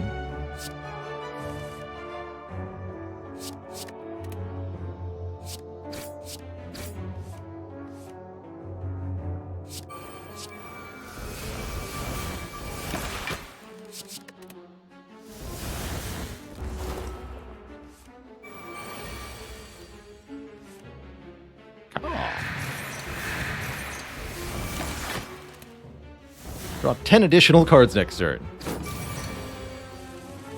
My hand is full.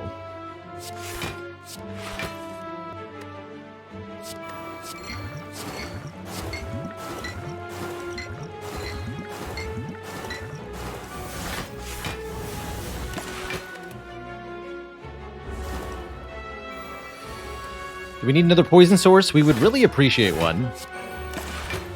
Even if just a potion would be helpful. Blade Dance is pretty tempting, though. To give us the dexterity we need and more attacks. I'll take that. Gotta take Sapphire Key over the Prayer Wheel. Not that there's that many combat rewards left in the Spire anyhow. Did we toss the Fairy in a bottle? We did, unfortunately. Poor Fairy didn't deserve it.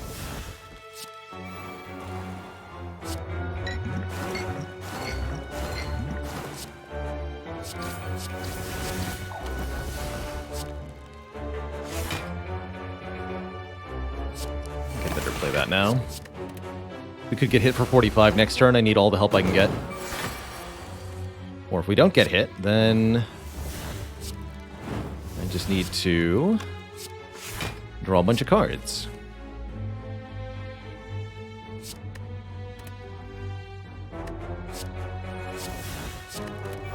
That'll do it.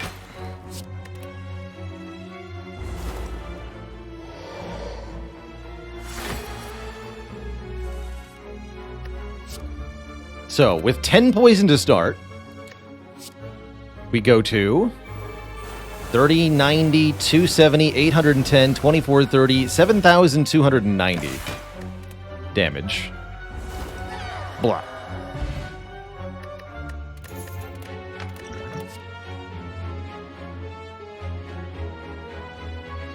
Footwork. Footwork. I know Fumes was another poison source, but footwork.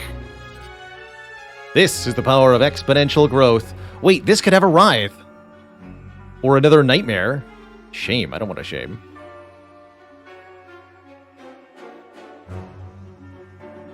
Double Nightmare. Now it's shame and normality. But I'll take another Nightmare, sure. Now we have Nightmare shenanigans, which, well, does stuff, certainly. Certainly does stuff. Order. Exclamation point order. Don't even bother playing this. Good talk.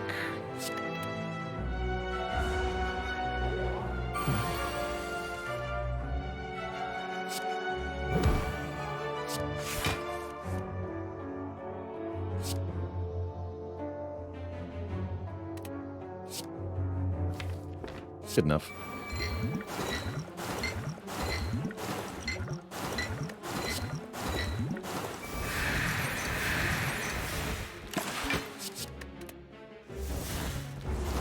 It'll constrict us again this turn.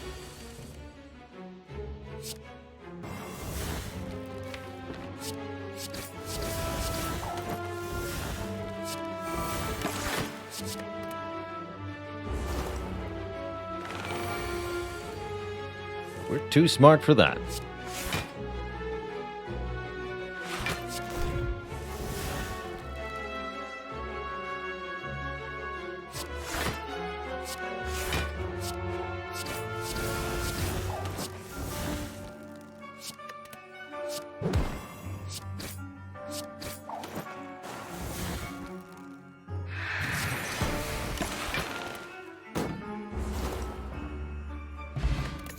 Gambler's Brew's not bad.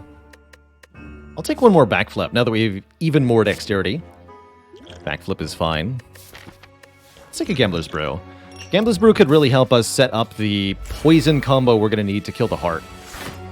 I'm actually a little bit worried about Shield and Spear now that I think about it. We don't have any easy way to deal with those two because of our limited poison starting sources. That seems like it could be a little bit of trouble, actually.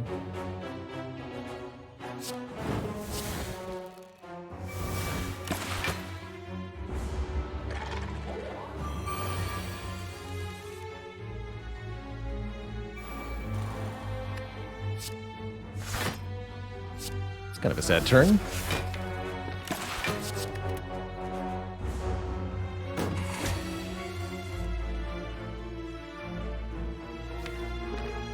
First, Bouncing Flask.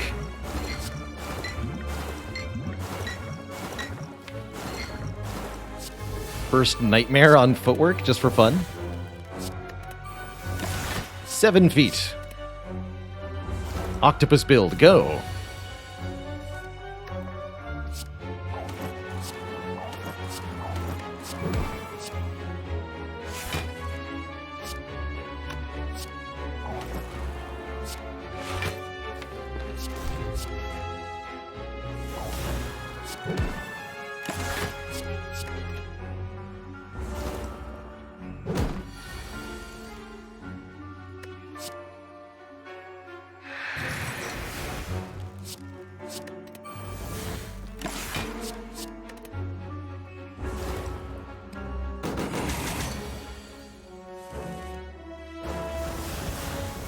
And then a casual 1700 poison, also. This deck's great. Okay, now we can take Fumes. I don't even think we need to upgrade it. We just want artifact removal and a little bit of extra poison. Speed Potion's pretty good with the Souvenir. Might take that for Spear and Shield. Over Gambler's Brew.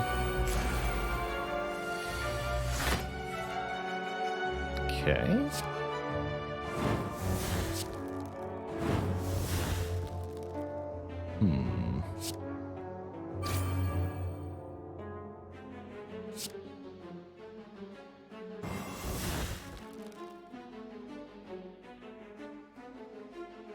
First Blade Dance.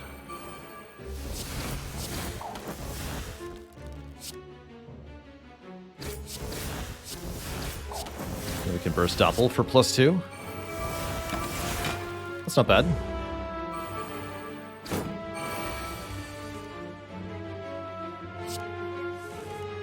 Ooh, still no attack, though.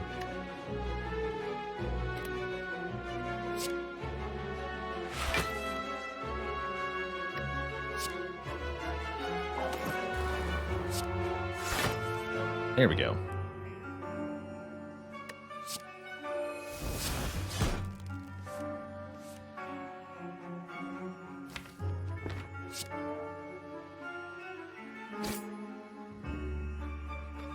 Oh, we discarded plans, so we can play Fumes? Probably don't care about that. Play Doppelganger.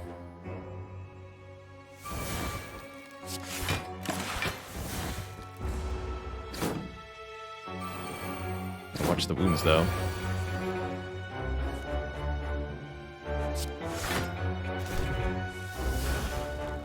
Oh boy.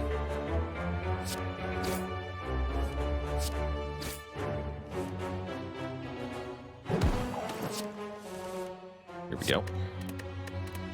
Stuff is happening. Blade Dance is back. I think we're ready for Blade Dance yet.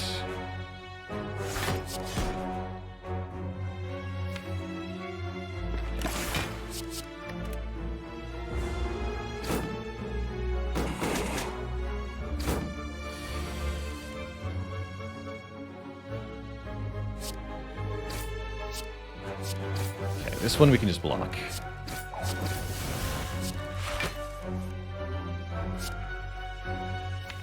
Now I can play Fumes. Now I can play Fumes. Keep Deflect and Bouncing Flask.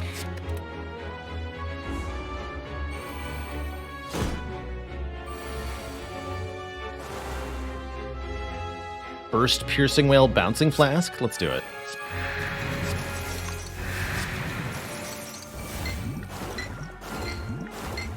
Get everybody here. Okay, that's enough poison on Reptomancer. We can actually win, eventually. Hopefully she summons again on this turn. No luck. Dang. Would have been really convenient if you'd chosen to do that, Repto. But I get it. Can't be on my side all the time.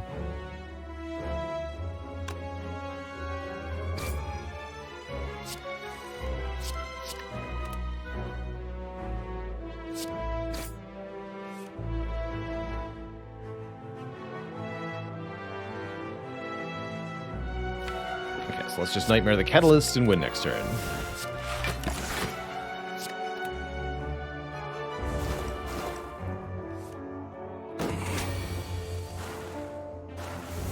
And I'm only going to play 2 of them out of respect for Stone Calendar. Beautiful. 1 more energy on turn 1. Definitely welcome with all these cards. We want 1 more poison card. Deadly Poison is pretty adequate here. I'm going to take it. We're going to take it. And we are going to probably upgrade Adrenaline. Yeah, let's do that. A little bit more energy. This deck is very energy hungry with so much card draw.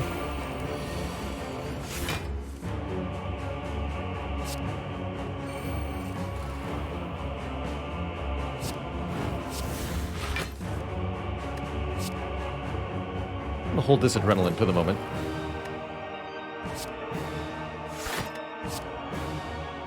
Keep Adrenaline Piercing Whale.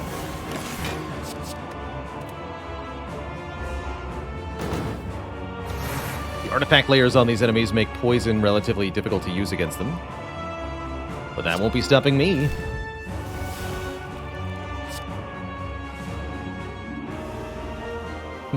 What's the play here? We could Nightmare Piercing Wail. We could Nightmare Noxious Fumes. Kind of dig Nightmare Piercing Wail here. Hold on. If I'm going to do that, let's just draw one more card. Cool.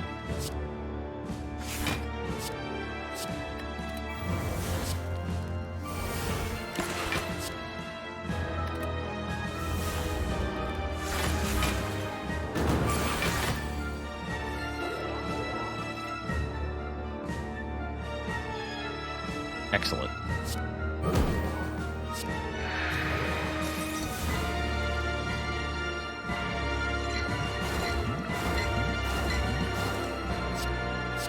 Nightmare Catalyst, one more Piercing Wail.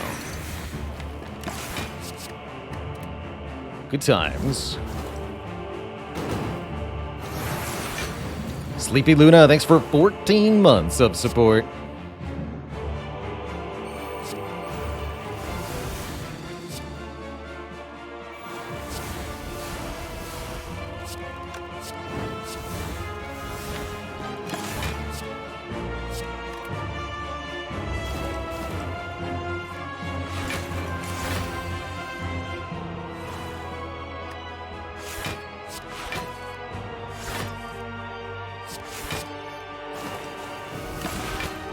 GG, you nerd. Easy peasy.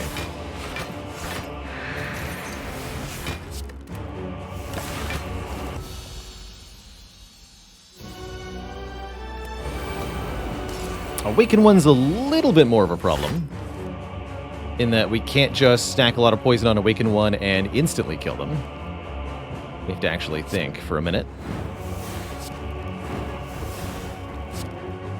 Play this first. I'm looking for Nightmare or something here to use on the footwork. There we go. Yeah, let's Nightmare footwork. Good talk. Of course, the Awakened One does get stronger with each footwork we play, but super worth, I assure you.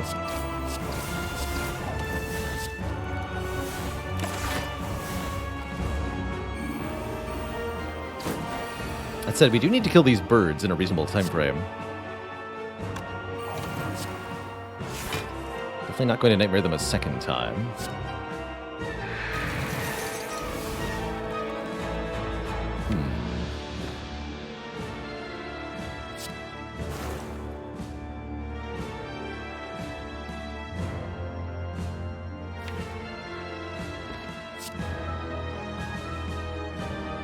Take a slight amount of damage to gain one more energy next turn. Could lose one plated armor, but I think it'll be worth it.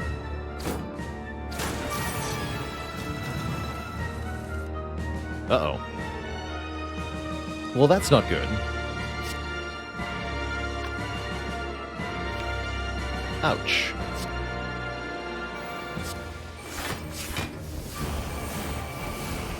Just you wait till next turn, though.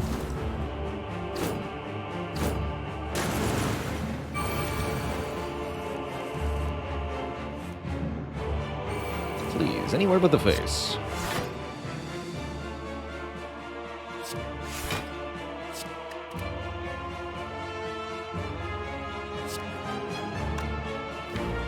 This is too random to be worth overthinking here. Chain the doubles together, good.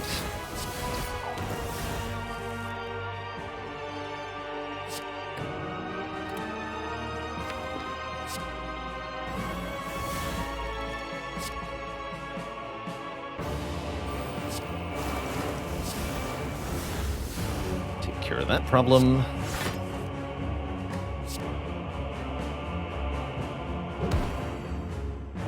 Full blocking, play this. This and this.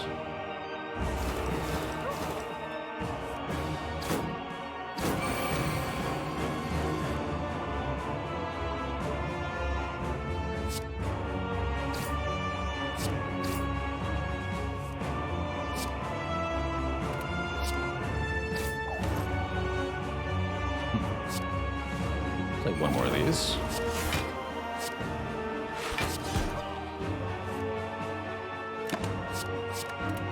Keep the remaining powers until after the first phase perishes.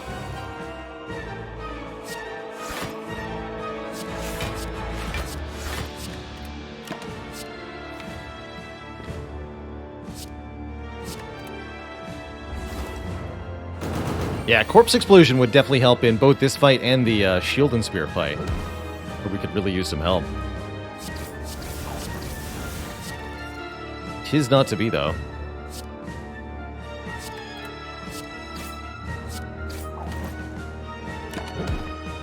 Perfect Stone Calendar lethal.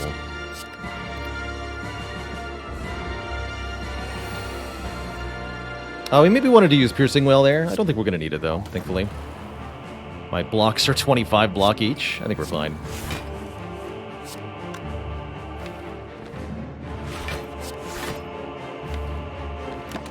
I think we'll be okay.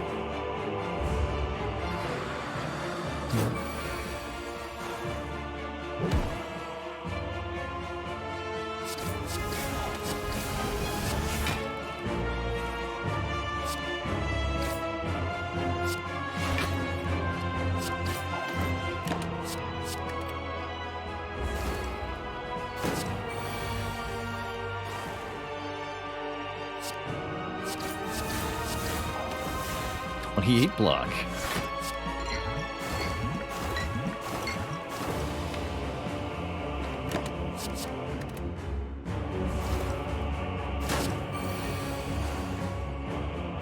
It's a little scary though.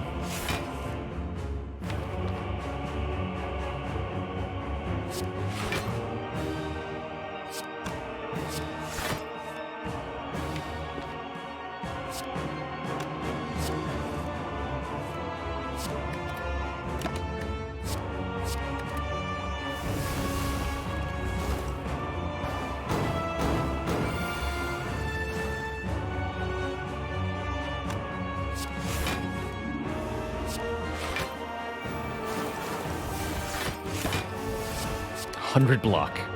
Easy.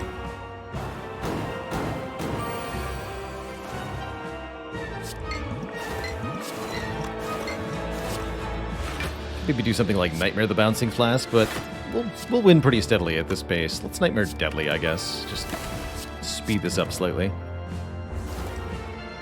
Since it was in my hand at that literal moment, why not?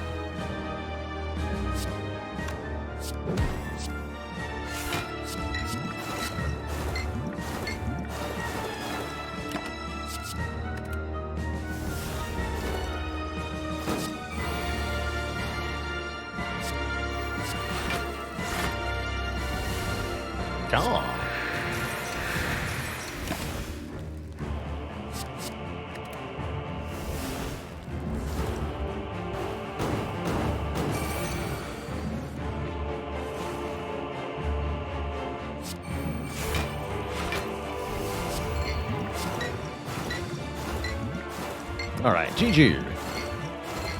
To the Bird Nerd. We're on to Act 4 with a very strong deck and some really good potions. I really like our odds here.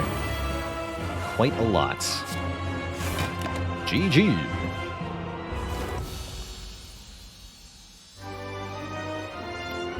Two thump, two thump, two thump. A deep pulsing dread can be felt throughout the room. Is this the heart of the Spire, the source of all of this dexterity? You prepare your feet, stepping 24, 60 times as you ascend the Spire. Burn your calories for the day. My highest score versus the world record. Well, the highest score that I know of is a seeded run done by Forgotten Arbiter. Or wait, what is it? High score? There you go. That's the highest score run I know of anybody doing in Slay the Spire. Acquiring it by using 2 Nightmares and a Wish via Prismatic Shard to get unlimited money, and then buy essentially all of the cards in the game. Our highest score is apparently 39.22. It's pretty good. Missing a full 10 health. It's not the world's worst rest. But I think we're going to get that health back anyway, so we might as well upgrade this. Do you have Courier? Yes. Oh man. Chemical X. No second bandage up for us, unfortunately. We can either take a Blade Dance, a second escape plan, or we can simply remove one more strike, which is, I think, what I'm going to do.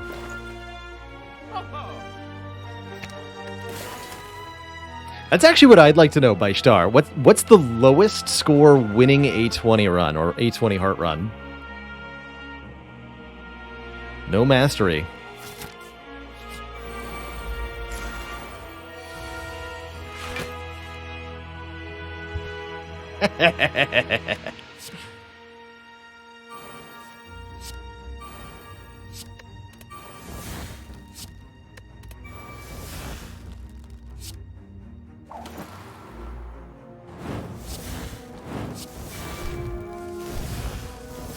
Oh my goodness. What a draw.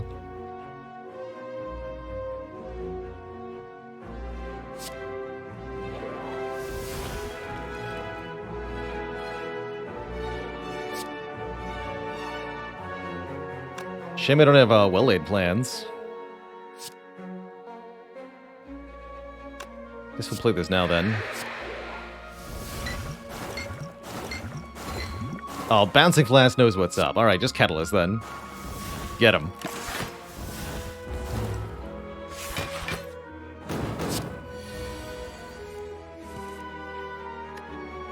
Totally normal collection of cards.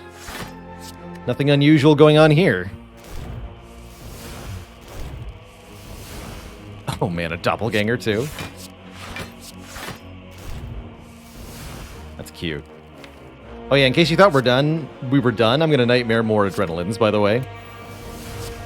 For next turn.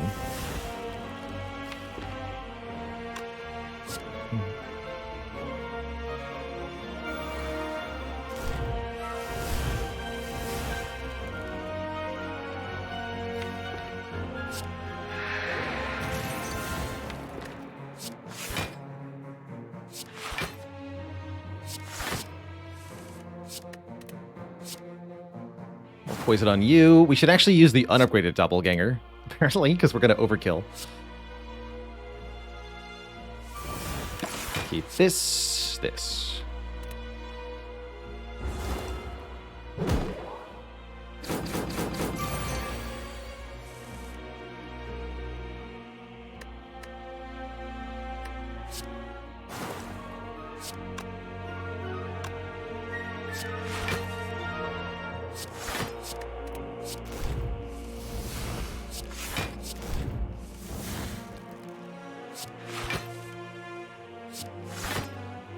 Love it.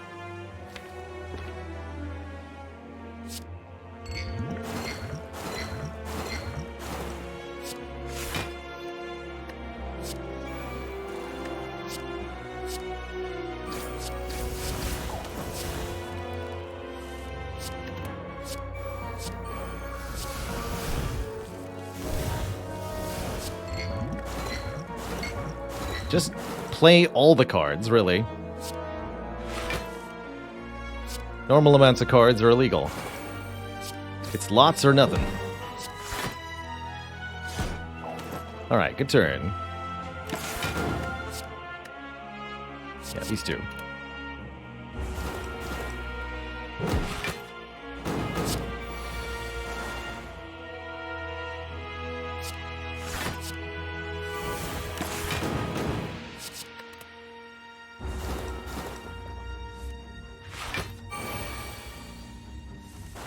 Well, this went far better than expected.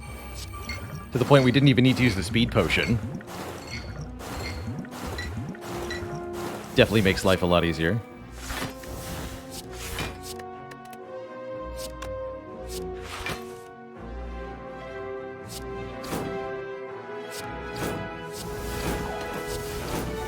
And you're dead next turn, too.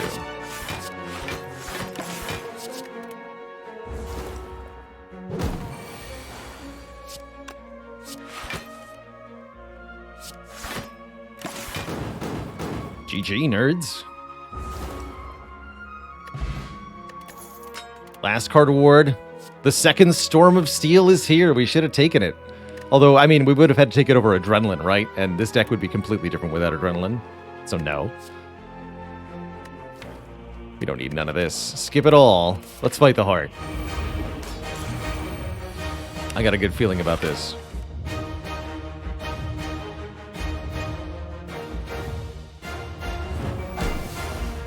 Turn 1 Adrenaline is here. I think we'll just Speed Potion immediately. Forget the...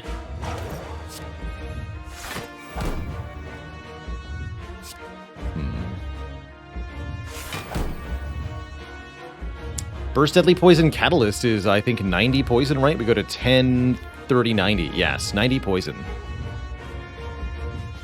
That's a pretty good start.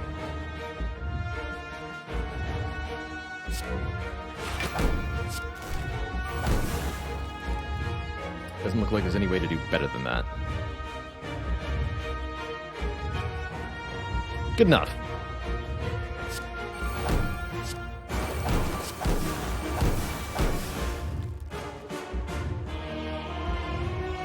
Then I can either Blade Dance or Doppel. I think we should just Doppel. Leave that unplayed. No, just get rid of it.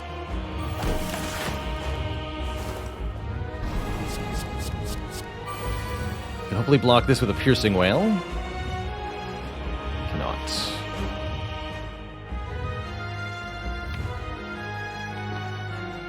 Okay. Guess I'll be Nightmaring Deflect.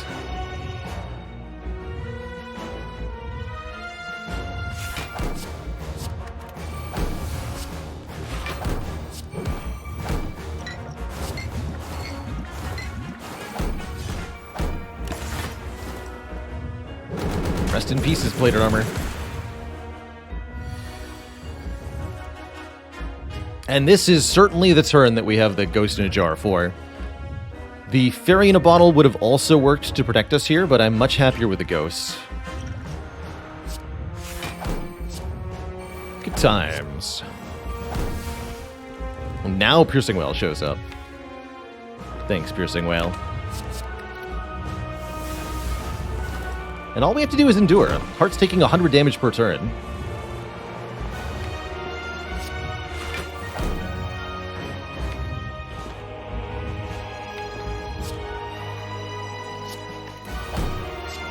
Continue to Nightmare Deflect, I suppose.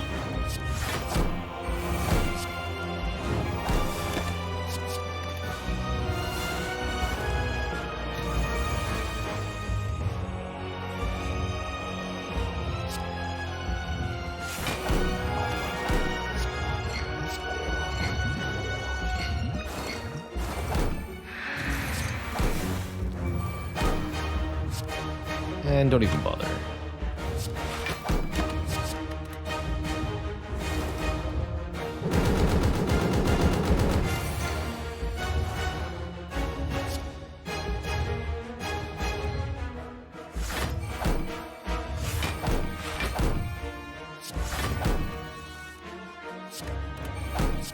GG, Mr. Hart.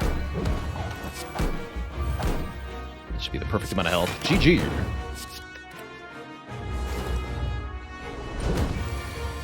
The Stone Calendar Poison combo. Kerblam.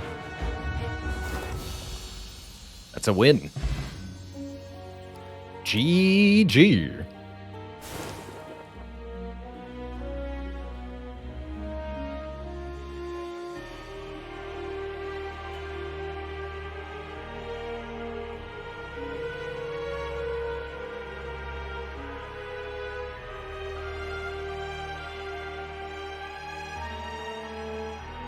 What did we master this run? Unfortunately, nothing.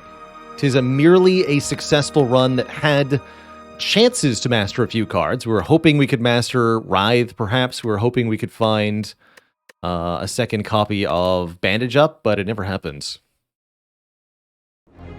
Nor second Catalyst either. GG.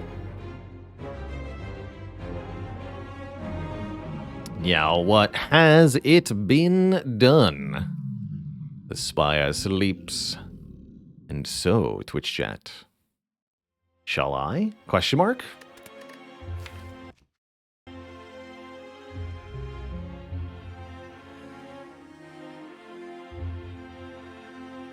Scotino says, after 2 weeks of 16-hour days to meet work deadlines, the cozy, heart-slaying vibes are a nice thing to come home to on a Friday evening. Good stuff. Don't forget to sit back, relax, rest and relax after some serious work like that. Stukes, thanks for 3 months. First 820 heart kill for you yesterday on Defect. And you've got the content to thank. Well, you're heckin' welcome. We're definitely going to be doing a Defect run next, but before that happens, I need a quick break. Got to refill the legs, stretch the water. I need some tea. I'm sleepy. So back in a few minutes, Twitch chat. When I return, the robot strides forth. BRB.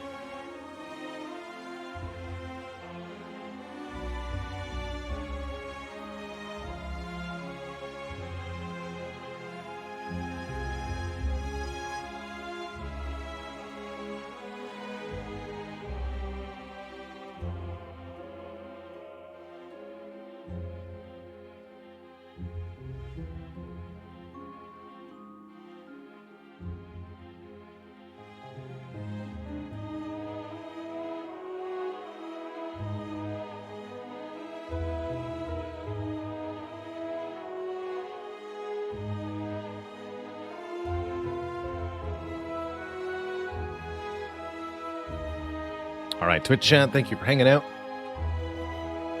Got some vanilla tea with a touch of honey. Delicious. So, the Defect. Computer turned creature thing. Spire, hello? Where's the map? I do see a very, very easy Niao's Lament to get a free elite. Although I don't know if that's actually worth it. Very strange looking act layout overall. I think we should go left. Yeah. Doesn't seem like there's much left of the map.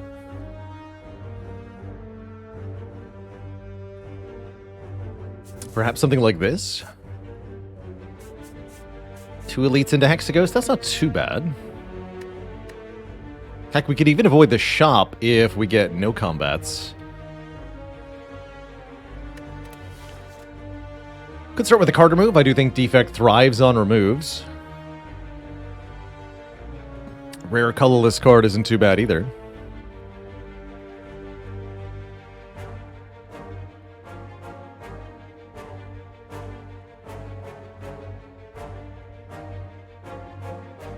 No right choice here. Yep. Unfortunately, this is all that's left. Alright, we'll do the Niao's Lament start. I don't mind a free elite. Could also maybe consider boss swap. I'm feeling Lament today. Be the head start on that run. Give him a zip zap. Floor 1 Glacier. All the more reasonable if the first elite will be killed instantly. Hell yeah. Early Golden Idol, also spectacular. You know, we haven't mastered the Injury Curse.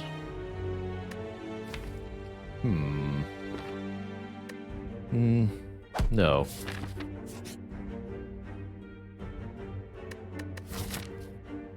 Alright, I'll pay for your remove, Cleric. Fighting Hexaghost?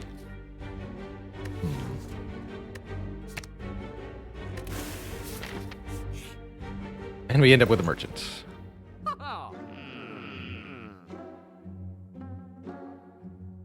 Fair enough. Well, the good news is we can avoid this shop. Go here or here. Andy Snorts Fun Dip. Thanks for the Prime sub. What a name, what a player. That Andy, man. Crazy dude.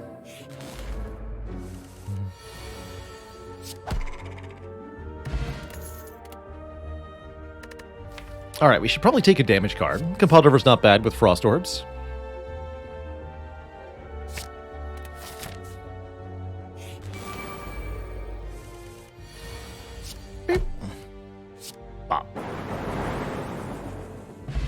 Should try it with the vanilla tea. Oh man, that sounds hot. Turbo is actually better than normal with Compuldiver and Glacier. We got card draw and 2-cost card. Fusion's interesting with a Compile Driver too, although not a card I advocate for very strongly in the early game. Taking a Beam Cell to amplify our attack damage is not too bad here either. This is definitely worth considering. Good upgrade also. We pick up 1 or 2 other decent damage cards going into Hexaghost. We do need to keep Hexaghost in mind as we pick our cards here. We don't have very many more card rewards, and we have a lot of damage to deal to that boss.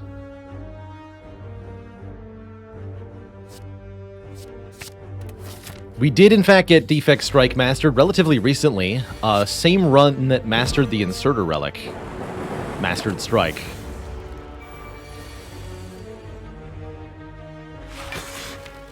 Bunch.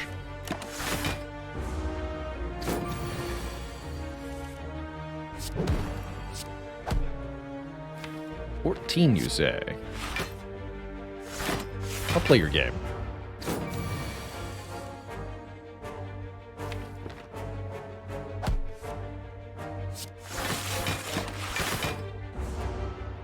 The power of block.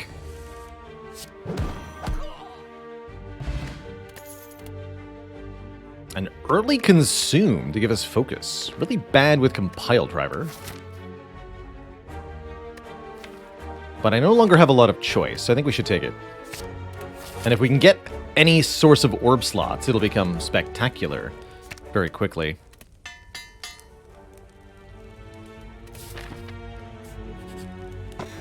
Oh, Symbiotic Virus. Okay, so Hexaghost is Hexatoast. We start with a Dark Orb, which we can charge up and then dual cast to dish out a ton of damage. Very, very good. So let's upgrade the Consume then.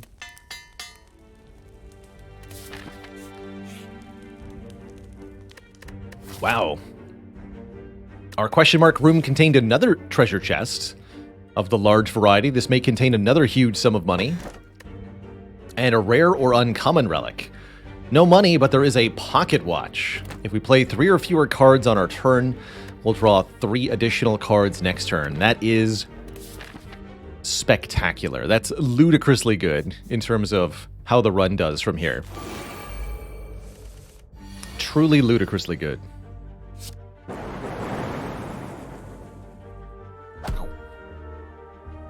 Take our first damage of the act? I guess so.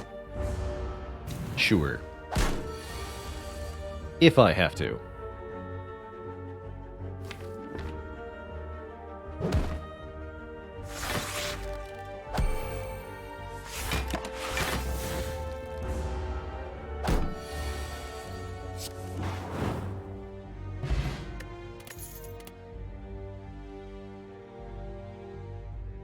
Probably would like the attack.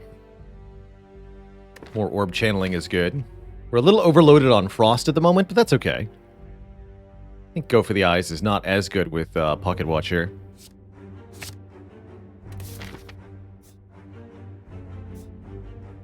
So I could actually opt out of an upgrade to take more stuff. Don't think we want to do that. I might choose to upgrade Zap. It's nice to have a 0-cost card. We can do a 0-cost card, a 1-cost card, and a 2-cost card, and still have Pocket Watch go off. Dual Cast was a good upgrade also. I think both of them would have been fine. Beam Cell Strike, or do we go Consume?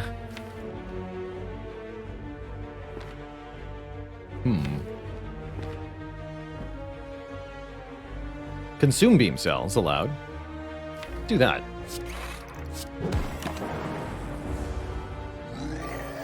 Rourke.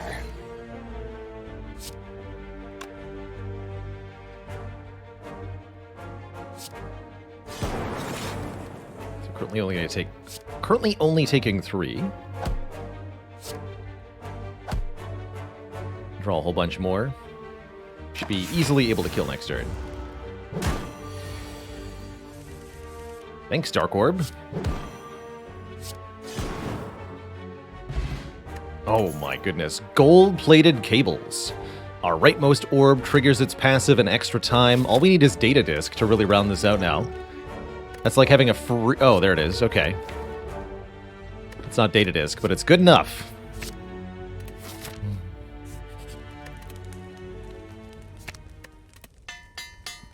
And then we get a Core Surge from the boss, right? Don't play this turn 1. It's not a good idea. All we gotta do is get the Dark Orb into the front here. Actually, easier said than done.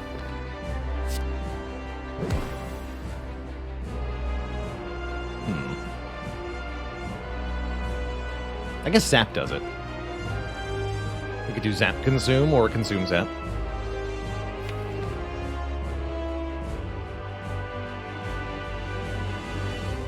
Means we don't get to block very well.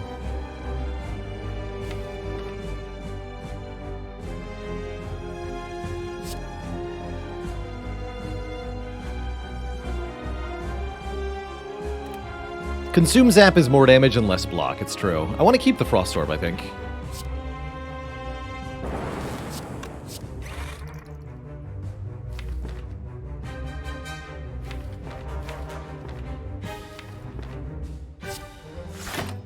Okay, this should be good.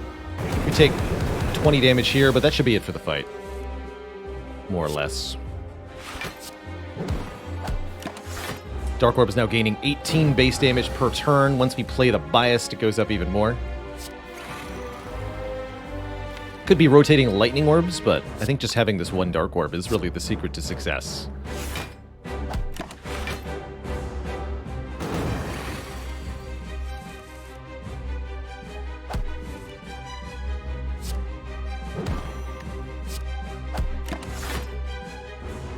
GG. It's a fast kill on Hexagos. Very fast kill.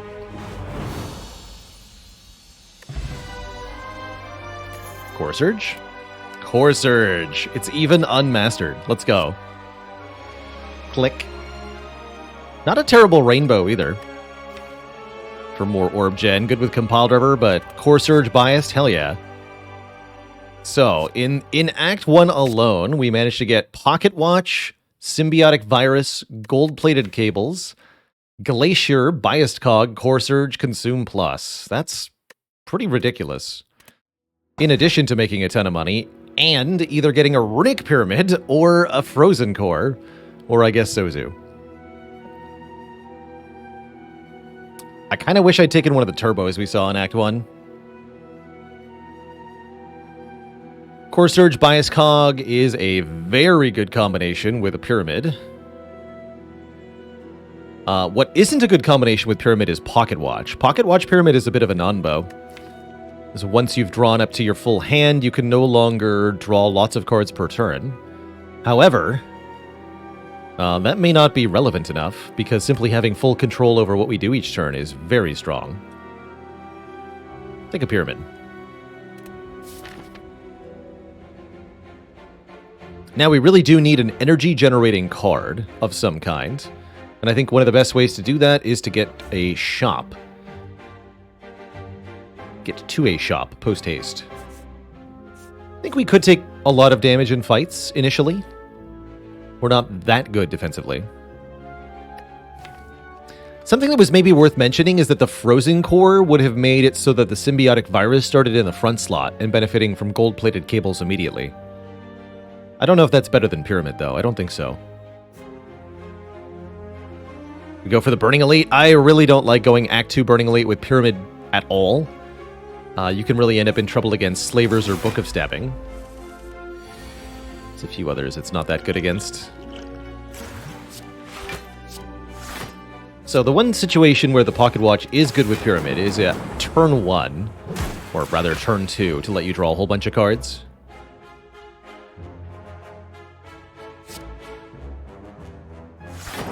Smell you later, Dark Orb. We got stuff to do. Currently blocking 8, 12. We need to do that. And then once I Core Surge Bias, you really can't do anything. Now we get 28 passive block. Parasite can never do that much damage. Poor thing.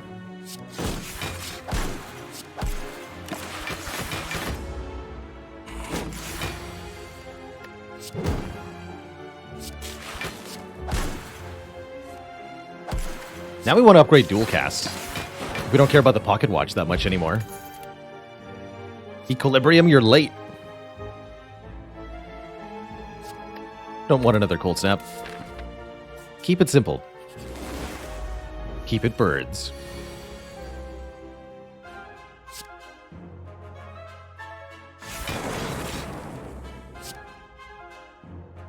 Alright, you can die next.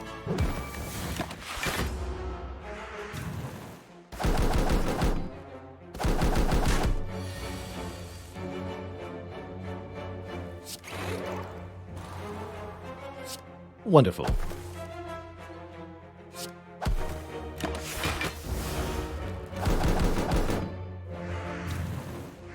Just strike and then dual cast.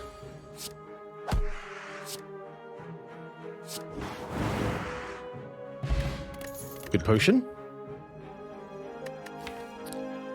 Streamline's not awful as a damage card. We do want more ways to hurt our foes. I'd rather have a Sunder, but Streamline could suffice.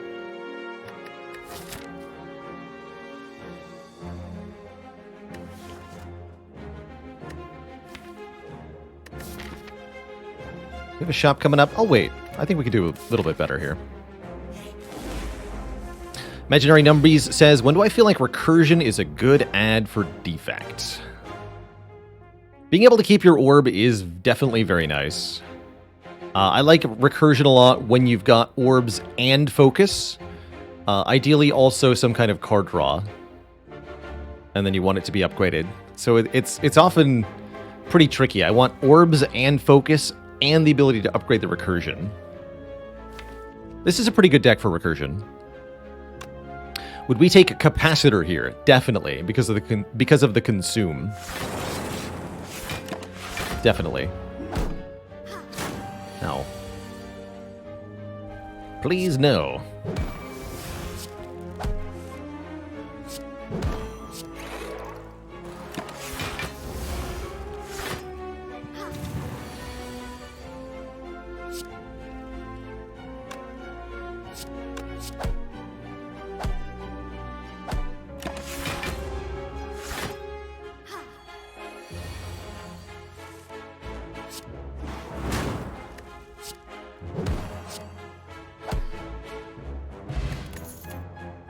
Zero cost orbs, very valuable. Hologram is pretty good too. Had I taken that streamline, this hologram would be excellent. But I think chill is more valuable. 1 frost per enemy in combat at 0 cost. Really useful for any multi-enemy fight.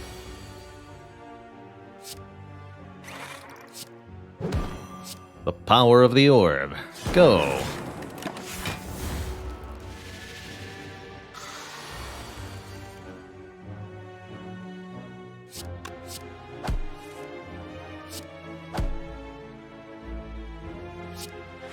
Just Core Surge. That won't block the Bias, though. That's fine, though. I think just play the Biased, honestly. If we play Biased, I'm pretty sure Dual Cast kills next turn. Yeah, it does. DJ Funky Muffins, thanks for 2 months of support. This is a very good potion. Although not a good potion for getting through an Act 2 Elite, unfortunately. Charge Battery and Steam Barrier are not bad with Pyramid. Somebody know how you can find the Normality Mastery run? Yes! Exclamation point Mastered, and the name of a card, Mastered Normality, gives you a link to the run history file. If you want to actually watch the run for real like, then what you want to do is look at the date listed on that run history file and check the archives channel. The full stream archives, the Bannerlord archives on YouTube, for that date will have the run you're looking for. Pretty cool. Pretty dang cool. Proud to have a truly functional and semi-searchable archives that lets people find runs like that. And I gotta say, no credit to me for this organization level. This is big credit to Faley, our community manager slash bot coder slash website backend organizer, and also design for the website from Olivia 5K, who helped out as well. So all thanks to Faley for making that command interaction with the VOD date work. Faley's also the one putting the videos up on the YouTube archives. So those daily archive uploads, Faley's doing.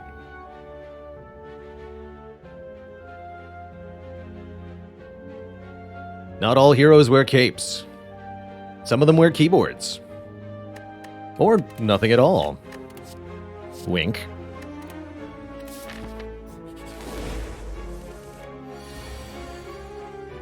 Alright, Burb, you must die first.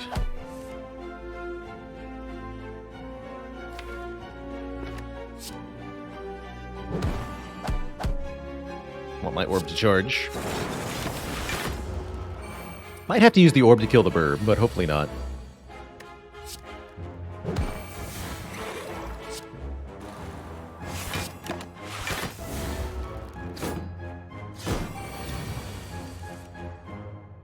We didn't, technically.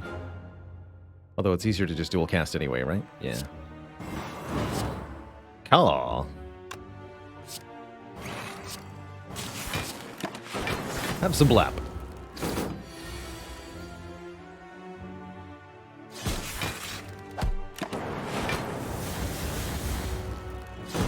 Even a single lightning orb hitting twice per turn is pretty strong here. Defrag is more focused. Do we need more focus, though? Yes. FTL is actually pretty solid for like the next few floors. Just a little bit more immediate damage to do stuff like kill gremlins. But that's what the explosive potion is for. Give me a defrag and upgrade it.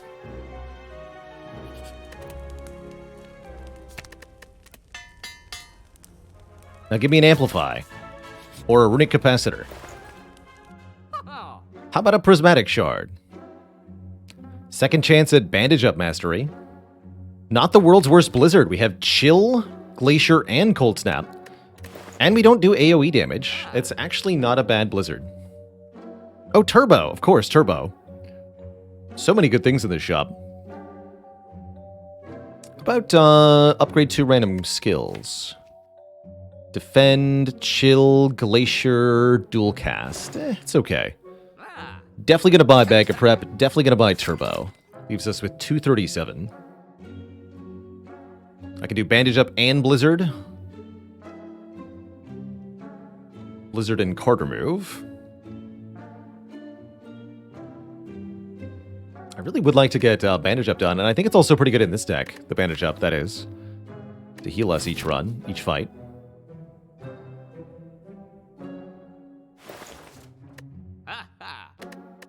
Not being able to upgrade Blizzard before the next Elite fight's a bit bad. We could upgrade it here, though, if I wanted it to do a thing. I think I do want it to do a thing. We have Beam Cell, which makes Blizzard a lot better.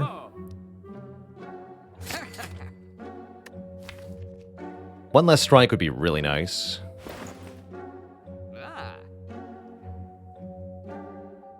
I'm going to go for the card mastery, though.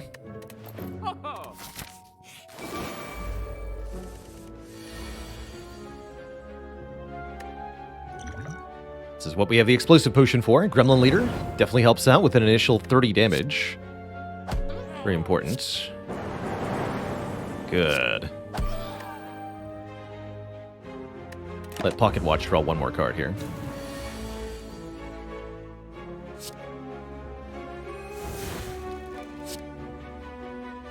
Probably going to use the Dark Orb next turn, as I'll be playing Chill, and then Blizzard.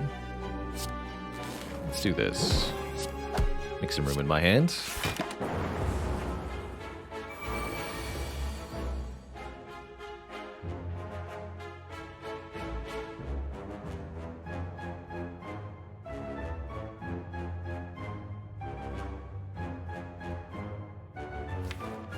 Yeah, there's realistically no way to get this Dark Orb to do important things, so that's fine. Go. Core Surge. Biased Cognition. And Chill.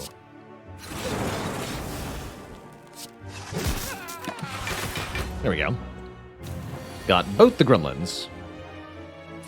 Gremlin Leader dares to attack me. Well, guess what? I blocked for 67. Try again.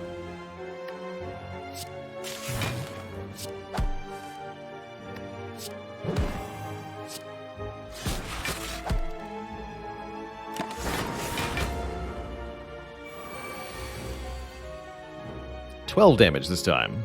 It's not a ton of AoE, but it's actually just enough to keep these gremlins off the field, which is pretty important. In fact, if I Glacier first, it'll definitely kill the fat gremlin. Oh, that works too. In that case, don't even play the Blizzard yet. Or perhaps do. Do it this way. We're so close to a kill now.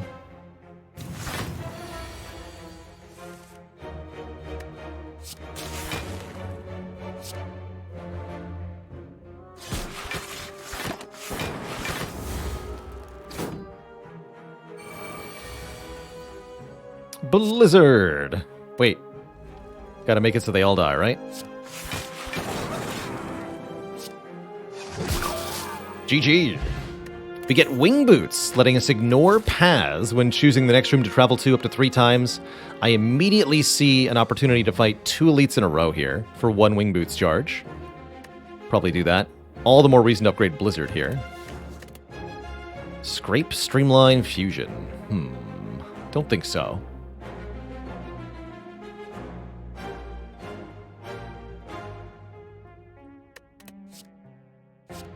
Don't think so. This ain't the run for double fusion, that's for sure. It is a run for Centennia Puzzle. Yet another source of card draw. First time we lose health, draw 3. I'll definitely take that. One of my favorite common relics. And we'll upgrade Blizzard. Yeah, poor pocket watch. Choose one of 20 cards to add to this deck. I'm hoping Capacitor, personally. There's a few other really good ones we could find. Loops, almost like a Capacitor. White Noise could be a Capacitor. The rest of this isn't really that good. Aria, thanks for 3 months of support. Much love to you too.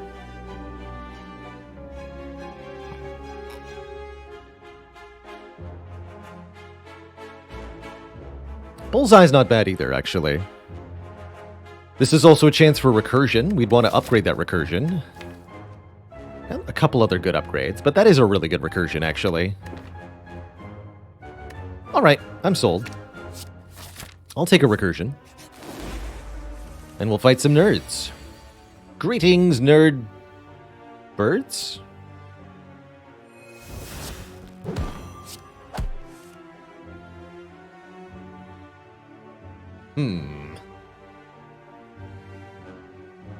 Defrag Chill is too much block to ignore.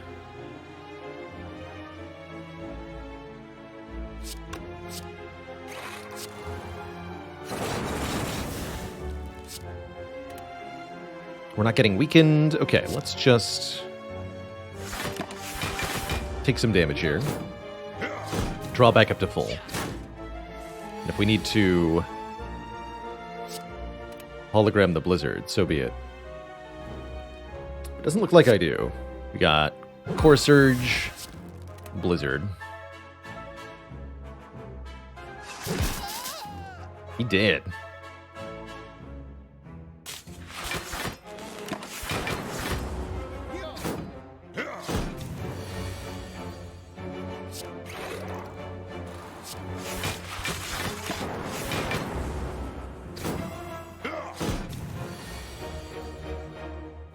Now we can just sit back and let Mr. Lightning Orb do the dirty work for us.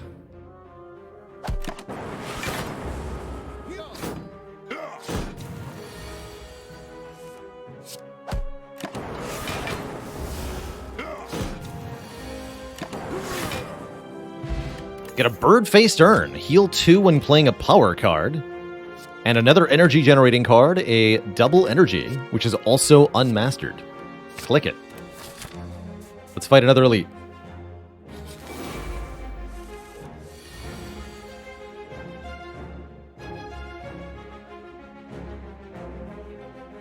Alright, so we're super duper overdrawing here. Guess we might as well just do this then. Double, consume, defend, zap, strike. Still go up to 8 cards. Draw 8, rather. Go up to 10 cards.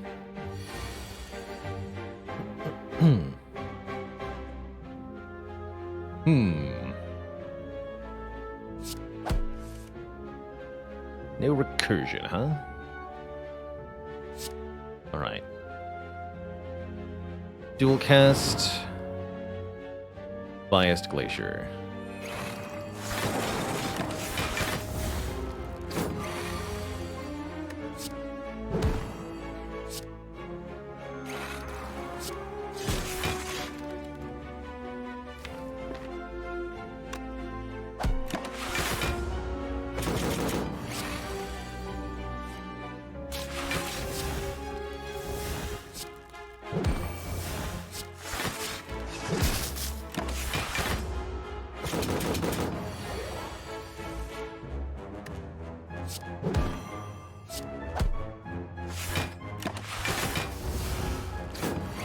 So much block. Potion Belt means we can accumulate some resource for the end game. I really like this as it's making us a lot better at Act 4. Overclock's a bit weird with Pyramid. How about All for One? Works on Turbo, Beam Cell. If we upgrade Recursion, it'll work on that, as well as Zap. That's not bad, actually. Sure. I like All for One quite a lot with Runic Pyramid. Although it can be problematic in early turns.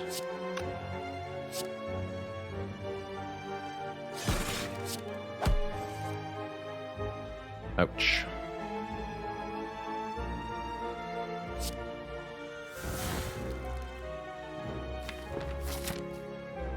We do have a Regal Pillow in case we need it.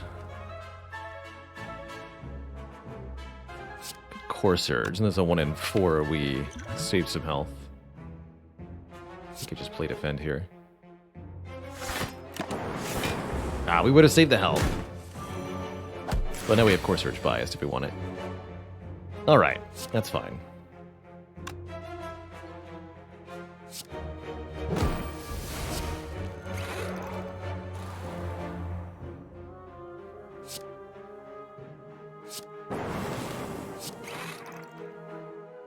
Oops. That's not what I wanted to do. Oh. I very much would like to play Defrag if possible. Okay. Make sure that happens.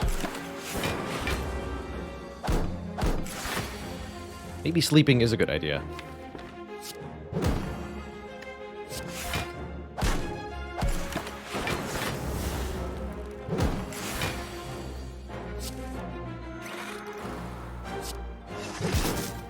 For damage.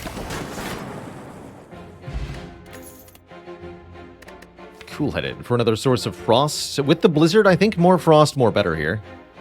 Like that. I'm not that afraid of Bronze Automaton. Maybe I should be.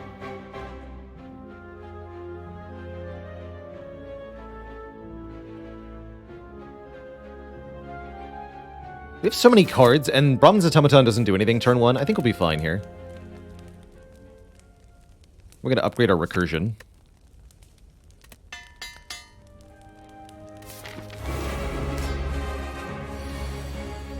Yeah, I think we're fine. Seems like a good turn 1 to me.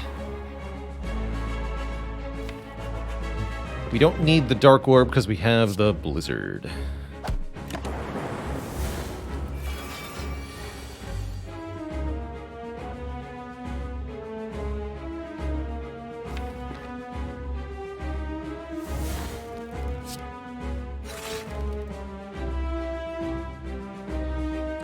Do I want to consume in this fight? Let's go with yes.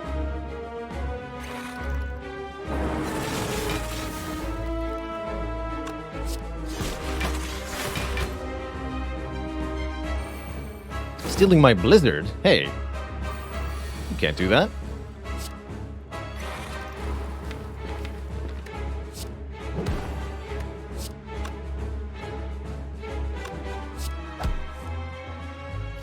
You can't do that.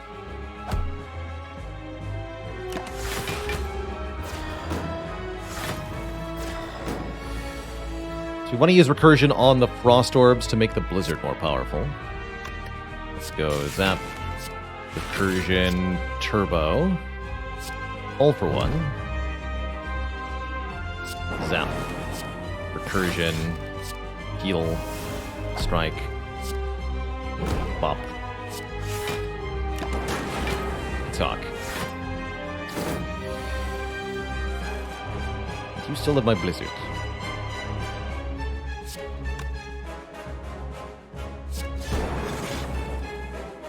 $24.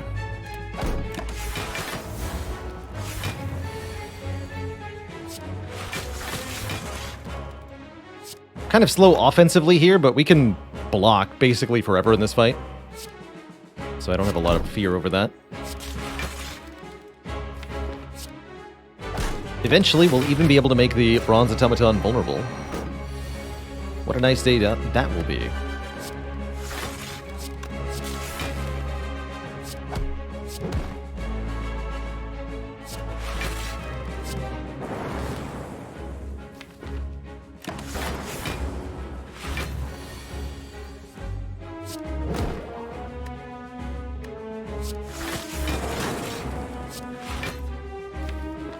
Set of my hands.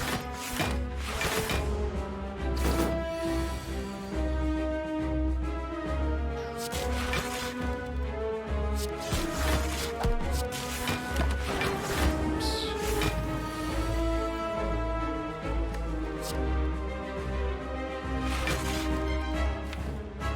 Just beam cylinder turbo.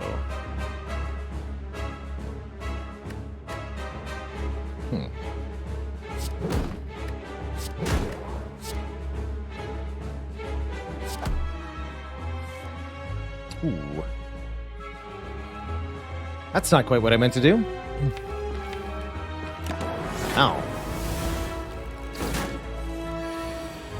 We're okay, though.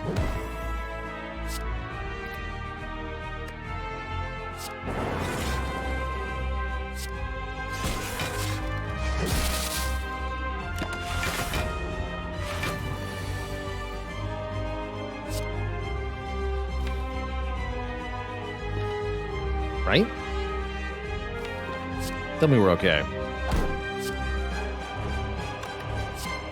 This is 15. We have liquid memories. Yeah, we're fine.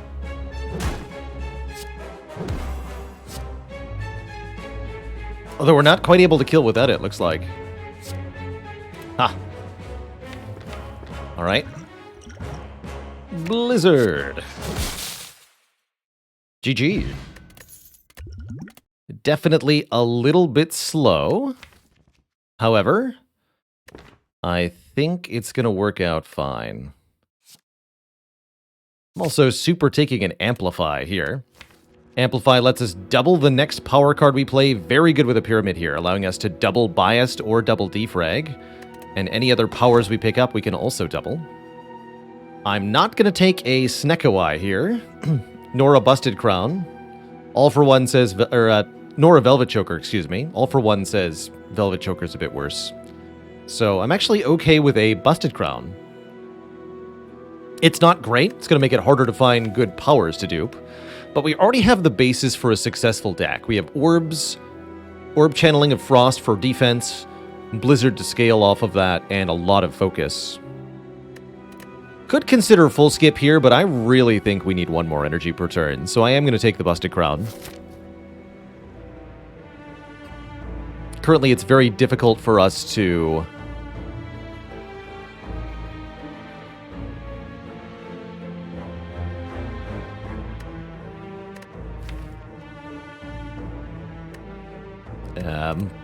play all the cards in our hands. You have to draw 5 more.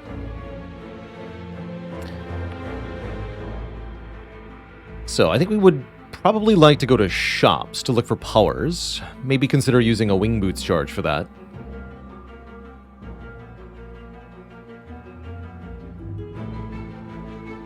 We do have 2 charges on the Wing Boots.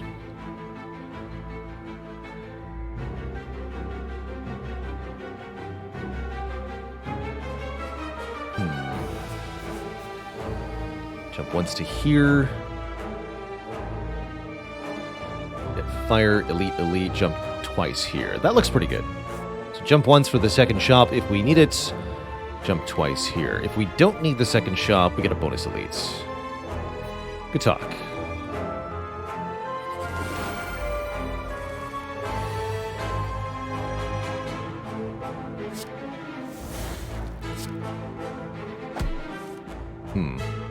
Ow.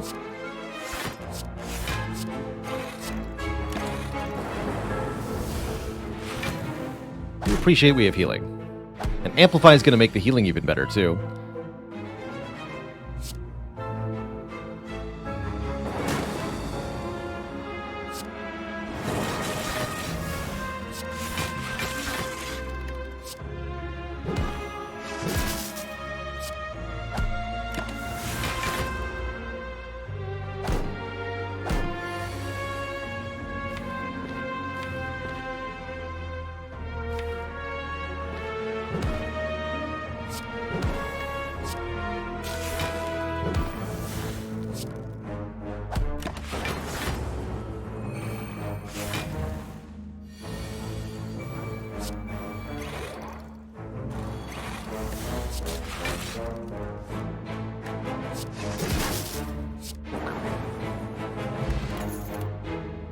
Upgraded algorithm. Gain 1 block and permanently increase the block by 3. Even though we're late in the run, this is still a very good card. So I'm happy to take it. Defrank is not the power we wanted. I mean, sure, it's fine and all, but we could do so much better than another defrag. It is really nice with Amplify, though, so I'll probably still take it. Bronze Scales could help with our damage dealing, especially to the heart.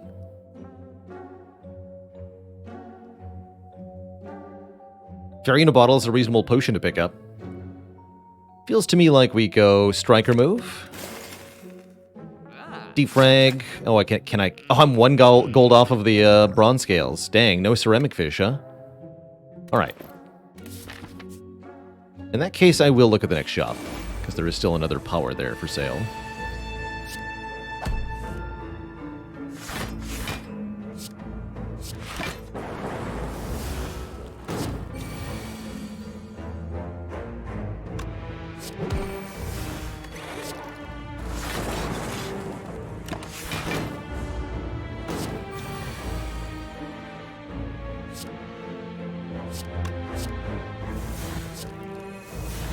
Wait, I don't want you to die yet.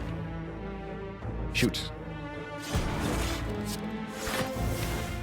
No dying.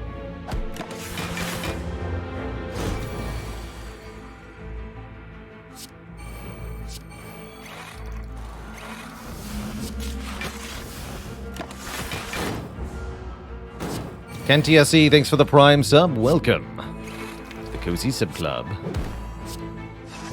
There we go. Look at that healing power. Liquid Bronze, just as good as a Bronze Scales. And if I felt like I needed some non-Bronze Scales damage, I could take a Ball Lightning, but I don't think we're going to need it. So, I shall not take it.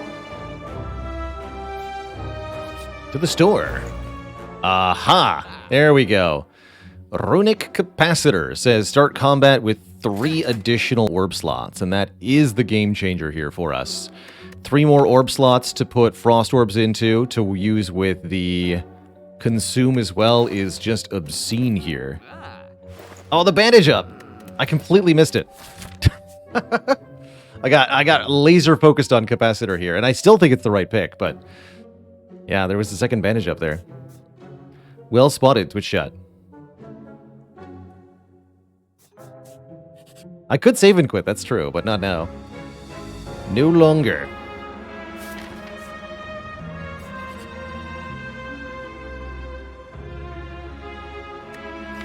No longer heal, huh?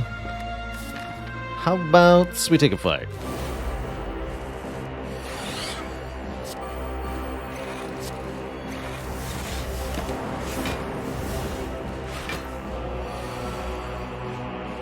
You and me, we're fighting now. Wait a minute. That is not enough damage. Ow?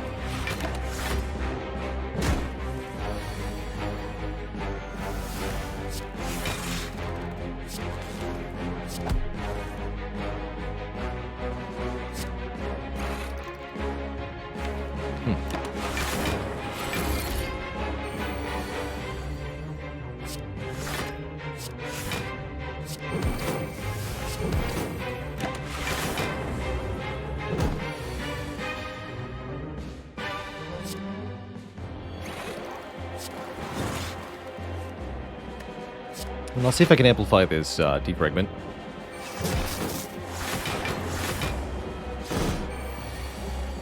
Yeah.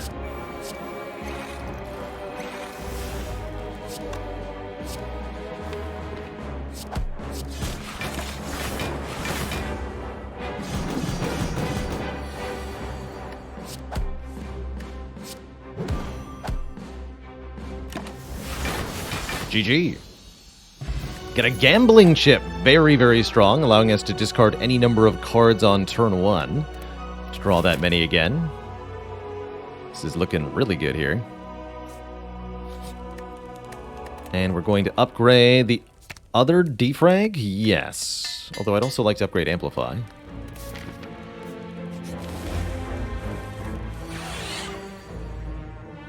Excellent.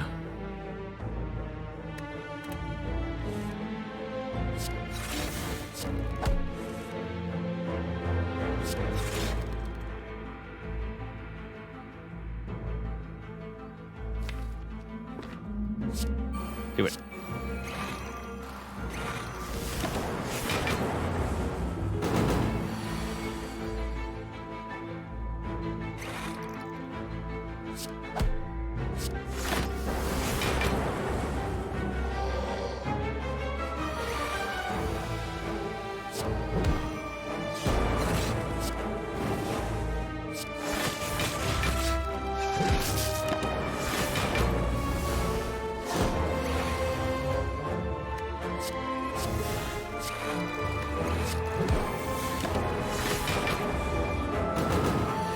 Simply beautiful.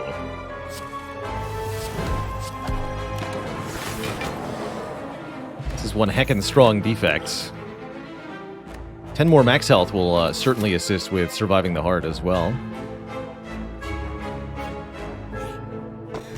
Gotta take the blue key over the molten egg. Still need our red and green keys also.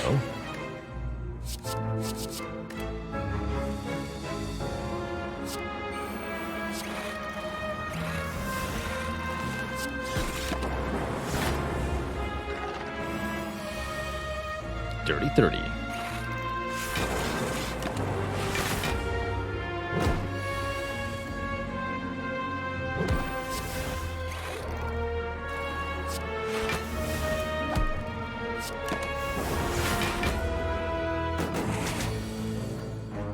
Already played Algo. Yes, yes, good.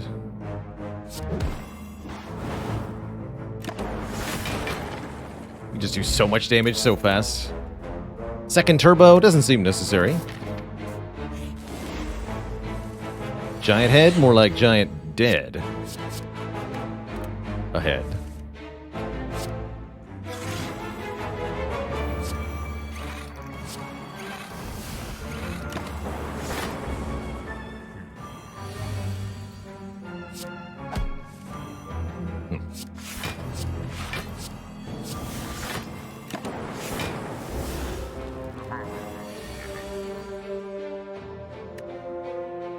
He's been best. This is indeed an insane run.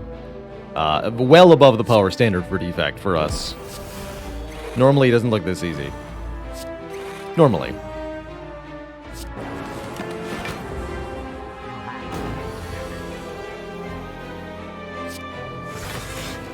The Blockination. Defect really does it all, yeah. Unlimited defense, unlimited offense. There's seemingly nothing that can stop them. Just too strong, man.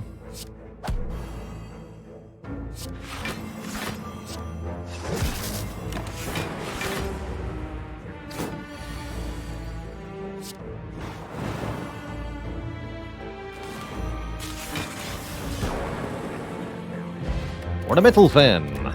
Block for playing 3 attacks. Probably won't do that much, but sure.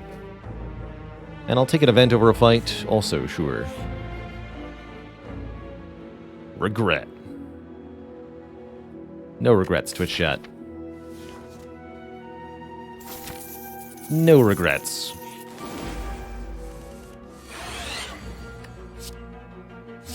This algorithm has started to become kind of decent.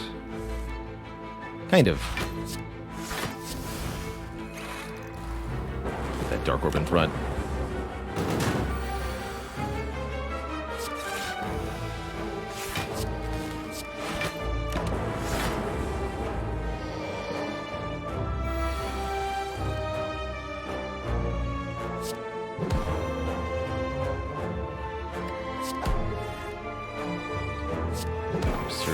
Biased Glacier.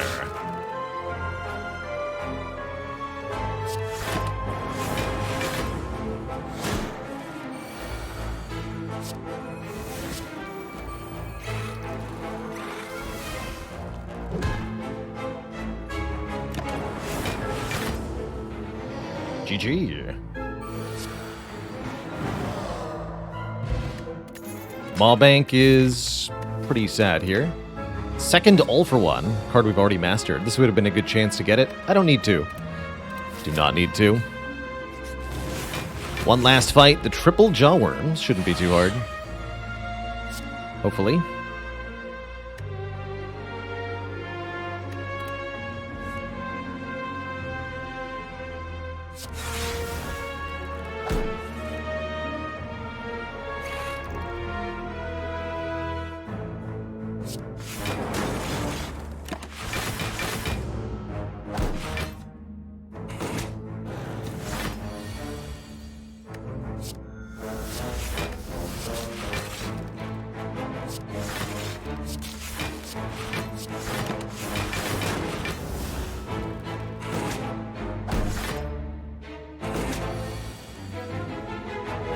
Here we are.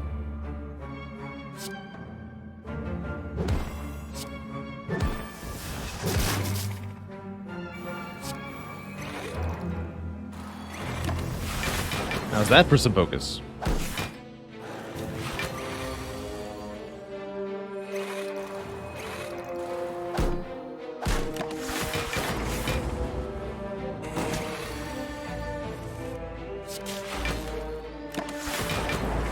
Blip blap. Recursion counts as making a Frost Orb. That's right, I'm Rando. It increases the count for Blizzard by 1. Sure does. Alright, well, once again, we haven't managed to actually get 2 copies of anything. My bad for not buying the second bandage up. But, overall, pretty high hopes for the rest of this run here. We're very strong, if nothing else. It's pretty sweet.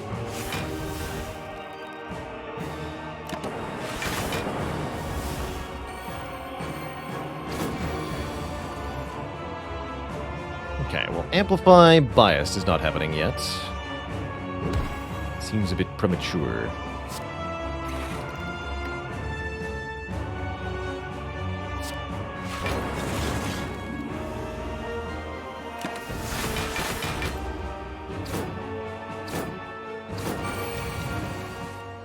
Here we are.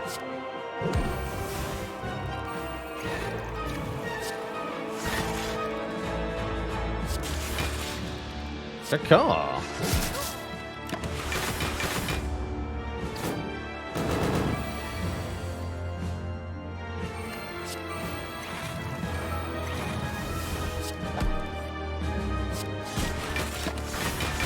We get more block per turn from the defragments than the Awakened One gains damage per turn, so they're worth amplifying. Why not, after all? Why the heck not?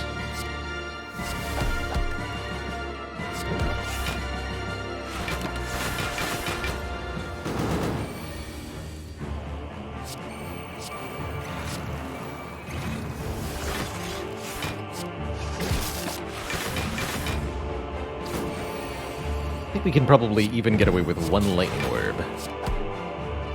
Might as well.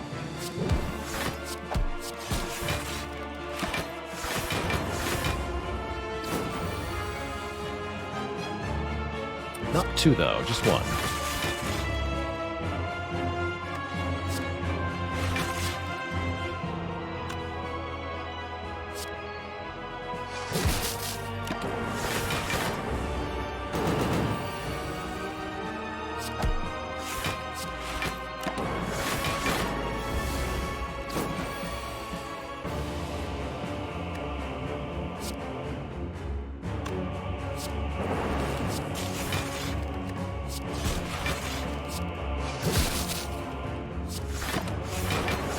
Almost.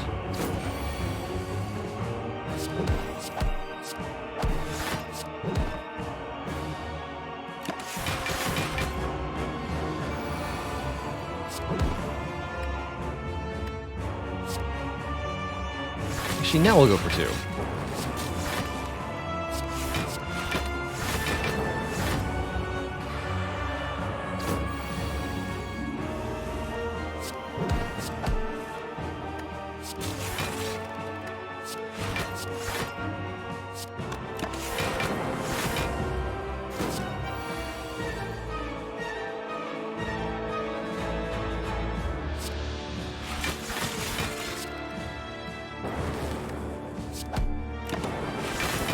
Little Johnny Tables, they call him. Yeah, Ranted Lad, has it already been a year? Thanks for 12 months of support.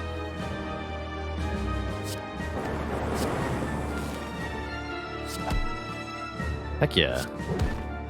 More zaps, please.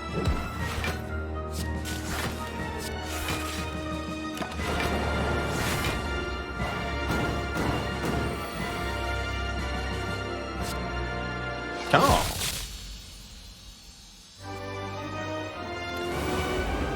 Alright, second set of bosses are these nerds, who are less threatening, for sure.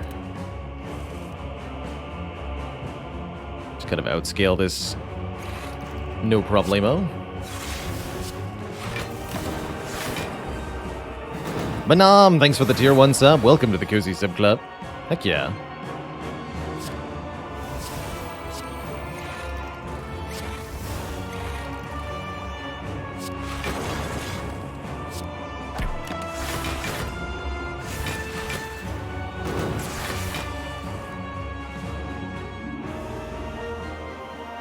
Sure, just recursion that. Easy peasy.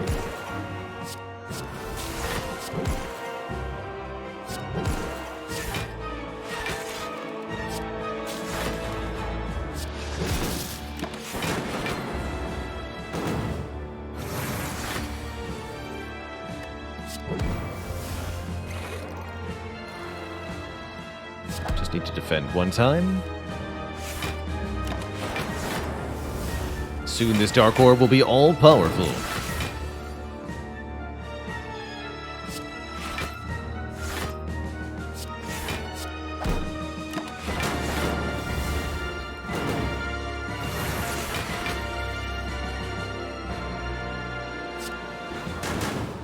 Good work.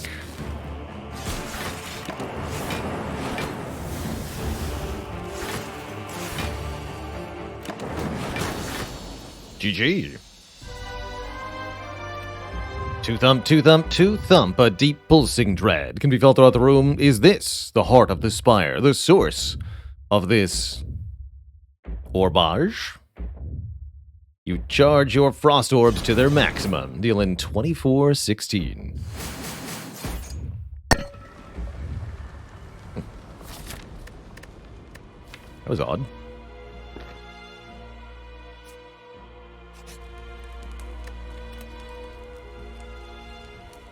Upgrade. Yeah, the clink was loud for some reason. I have no idea why. Artifact. This is nice for biased. Second Thorns Potion, genuinely pretty good for heart. Probably buy that over the other stupid nonsense. Hologram is pretty good too, although with no upgrade it's not that good. But once again, we've failed the masteries thing. Dang. Still cool with that overall. Yeah, discard this. Oh wait, I can't buy this. Buy this instead. Good talk.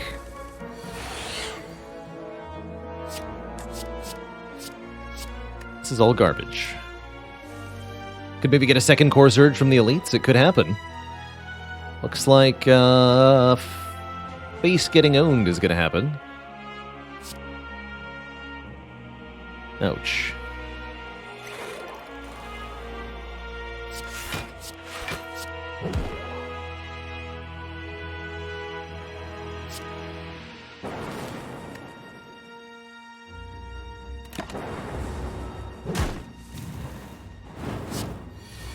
Fortunately, I have access to healing, but... Ow. Regardless, ow.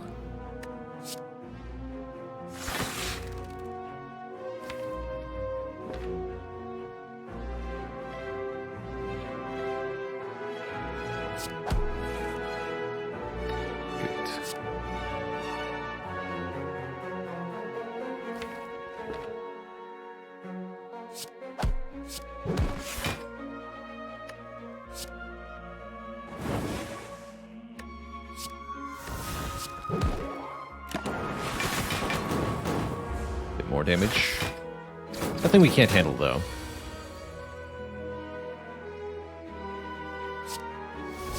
Amp double defrag. Again. Alright, that's what we needed. 1 million focus.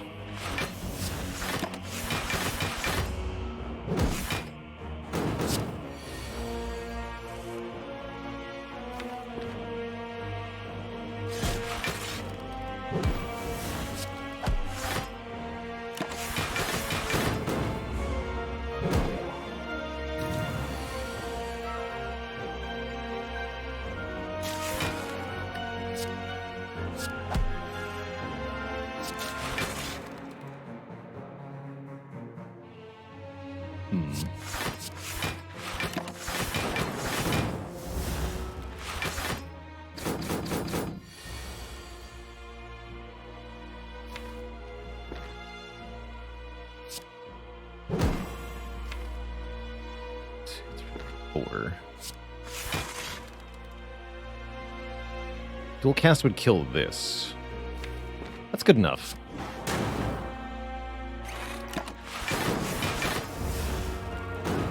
Remaining 1 dies to Lightning Orb.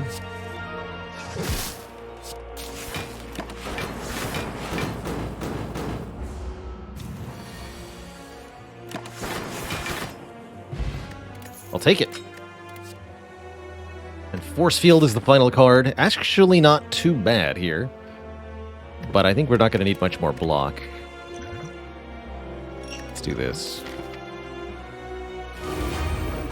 Alrighty, no masteries are candidates here, which is a little sad, but overall, I like our chances a lot in this fight. So that part's nice.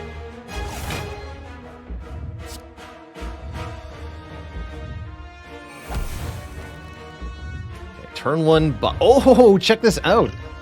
I don't have Curse Surge, though. I can't amp the Biased, huh? No, I can't. Okay. Dang, I was hoping we might be able to use double Artifact on double Biased. That's not a thing, though. No worries. We can either do Speed Potion... Yeah, we can do the Speed Potion separately later. Or we could try to block the Vuln. I think I'd rather not do that. Okay. Maybe Turbo Consume was also good.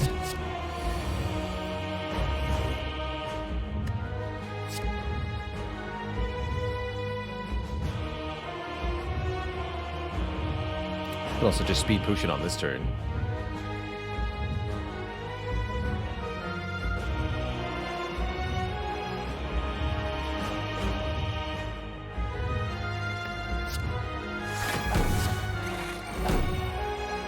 Zap Recursion, have a Frost Orb in front.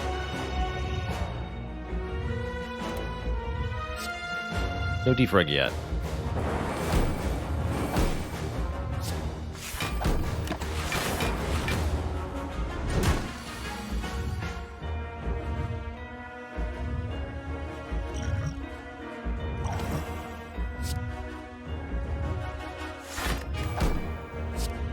There we go.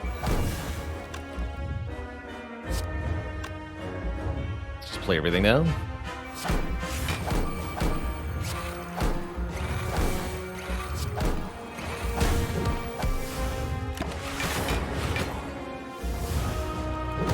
Beautiful. I meant to use the Thorns Potion, though. I am tired. Use it now.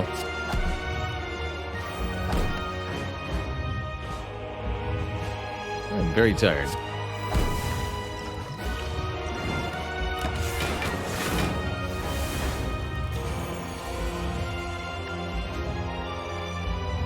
Most of our damage will be from this Dark Orb anyway. We definitely don't need it. Which isn't to say that it wouldn't be nice to have.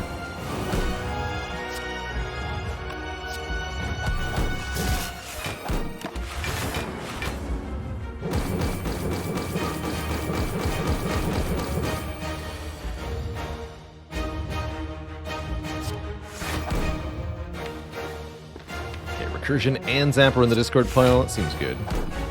Excuse you.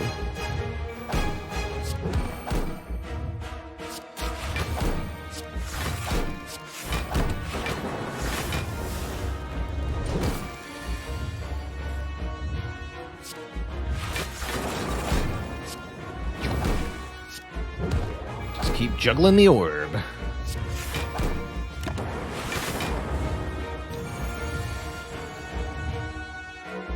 Uh-oh, Beat of Death. No.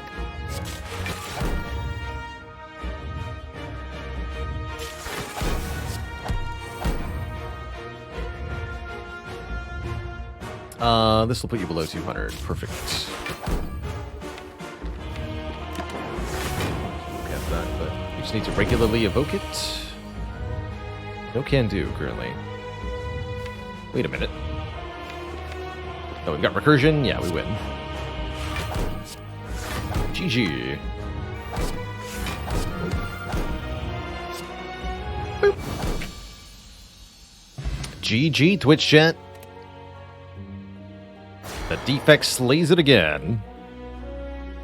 What a heckin' run.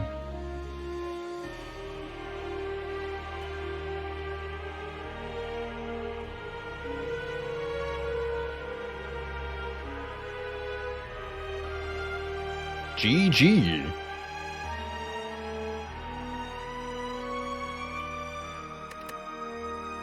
GG.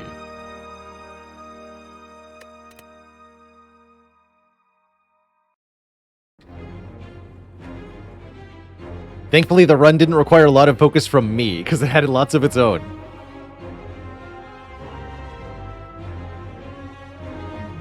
Now, what, Twitch chat, has it been done? The Spire sleepeth, and so shall I. GG. When even a half-asleep Baylor can out-slap the Spire. I don't think I've had enough headspace for Civ. I know I did originally plan to play it today. I think we might do some more Against the Storm instead. That's kind of more the pace I'm feeling. I've been really enjoying our Against the Storm. Highest rotating streak during the Mastery Challenge. I want to say we got to 7 or 8 at one point.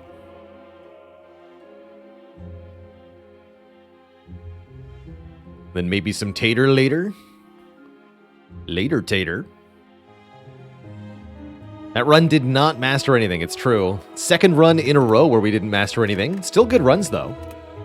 This will be more and more common. It's inevitable that we'll have some runs where we try to assemble pairs but don't manage to get any.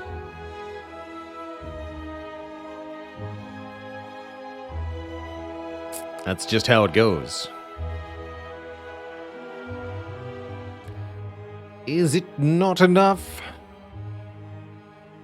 Tis. Gonna end the day with 0 masteries? It's not a great feeling to make no progress in the year-long challenge, but that said, I made some good content. We had really good runs. I have no complaints. We mastered our expectations. Next year, master 1 card only per run consecutively, 352 runs in a row, giving me 13 days off next year. Just 1 card per day, 1 run. Easy. The real mastery was the friends we made along the way. So, here's my plan, Twitch chat. We're going to play some Against the Storm today. And then tomorrow, we'll be doing some Civ, maybe some more Wild Frost too.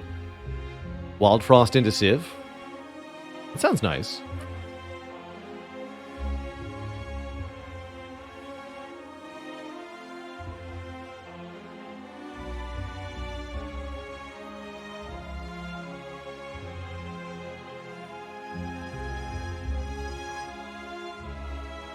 Would I try Age of Wonders 4? Yes, I'd be pretty happy to try that, especially if it wins our game vote this month. Nominations just opened for our game vote in May through the Discord. Community voting channel in our Discord helps me pick a game to play on stream each month.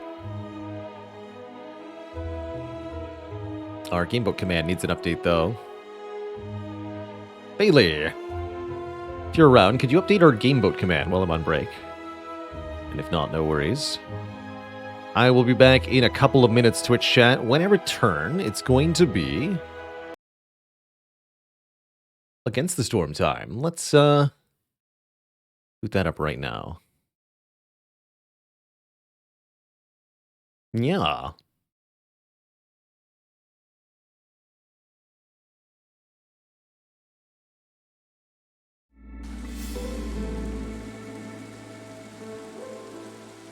I do both coffee and tea, Wet Lotus. Usually one coffee in the morning and then teas through the rest of the day.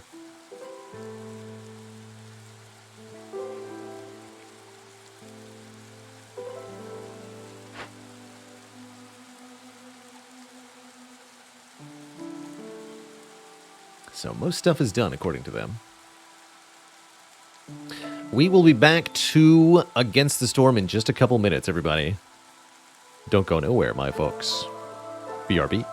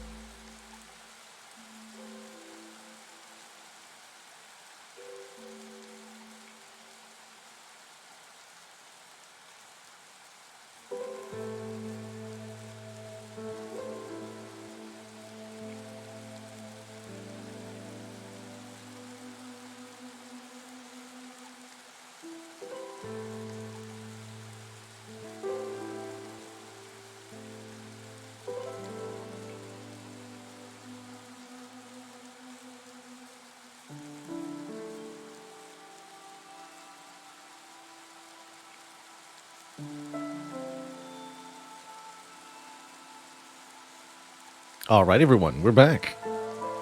I'm excited to dive back into a little bit more Against the Storm here.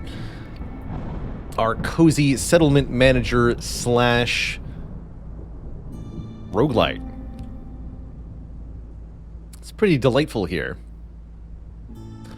On the overworld, we choose a new location for our next settlement. This is going to get us various rewards and now, I guess, points. What is this? A royal outpost. Order choices increase.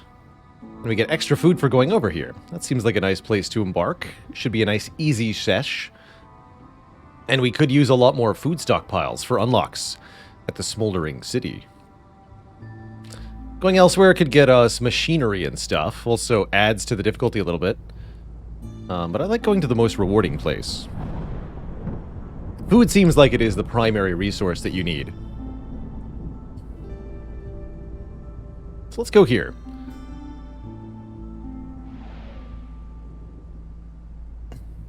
Okay, so it is 4 points for the herbalist camp. I was wondering. Still worth considering. So when starting a new expedition, we choose an initial caravan. An arrangement of workers that will start our settlement for us. There are currently 5 different types of worker in the game. Lizards, beavers, humans, foxes, and harpies. Each with different specializations And penalties. Speaking of penalties, we're moving up to Prestige 6 here. Higher food consumption.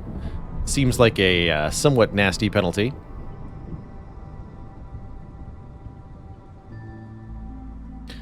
I definitely can't get away with running as low food as I have in some of the previous runs, then. Which makes me question if extra villager start really is the right play.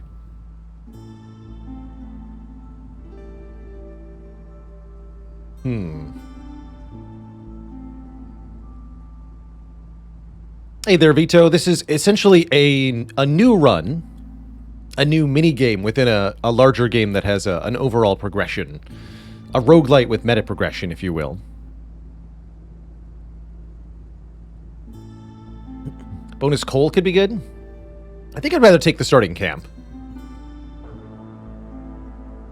I don't want to run into the issue we had last time with parts. So let's try an herbalist camp. 50% additional food consumption, huh? That sounds tough.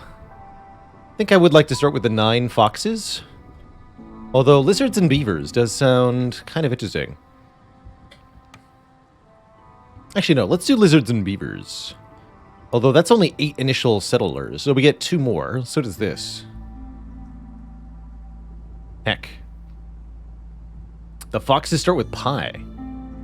Delicious, delicious pie.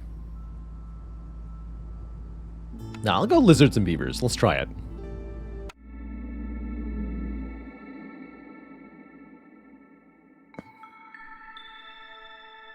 Does this game take a while to learn? It's definitely a little bit complex in terms of sheer number of mechanics. But once you start to pick it up, I think it's not too bad. Biome effects.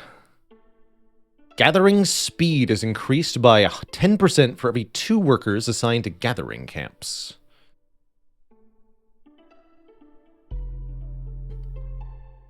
And Forbidden Glades have giant resource nodes, which are kind of cool. Yeah, 50% chance of eating twice. We also have a Forest Mystery, 1 bonus. When villagers have their complex food needs fulfilled, they get 20% chance to double production yield. So we'll want to make it a priority, and this is only during drizzle, apparently. We'll want to make it a priority to get some complex food going. Horrors from beneath are storm penalties. Penalty to resolve in mines seems pretty minor. Get it? Ha, minor? It's a minor penalty. Anyway, fog. Slower villagers if they don't have housing, so just have housing. No problem. Hunger storm. Missing even a single meal in this harsh climate can be deadly. If villagers don't have anything to eat, they will gain 2 stacks of hunger. So if we fail to keep up with the increased food consumption, this will be a huge problem. And if we have hostility 5 or higher, we get an additional minus 20 global resolve during the storm. That's brutal. We are definitely going to have some trouble on this one.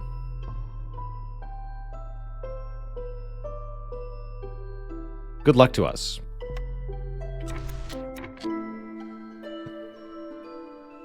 So at the very beginning of a game of Against the Storm, you have a starting warehouse, a starting hearth, and a collection of villagers of different species.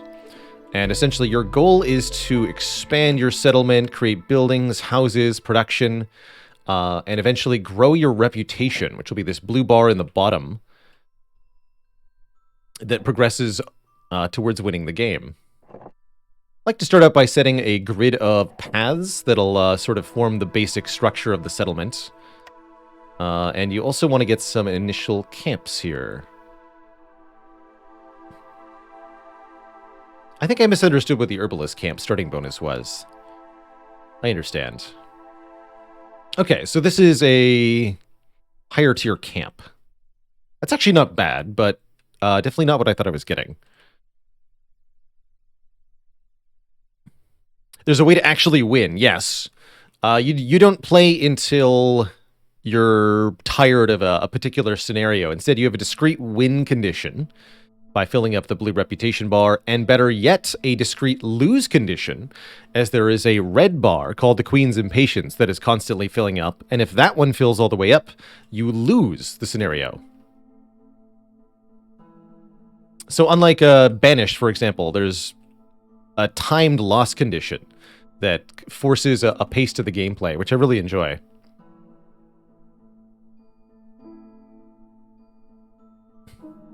All right, we want double woodcutters camp. Let's see. We've got some dangerous glades here that we can get into pretty early. Not a whole lot of non-dangerous glades, so I think we'll need to break into a dangerous glade pretty early. That's a little risky, but I like it.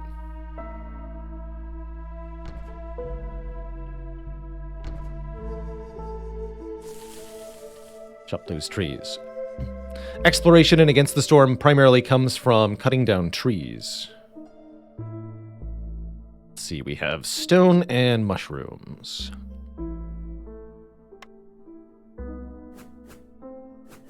This is the fastest. And we'll want some houses.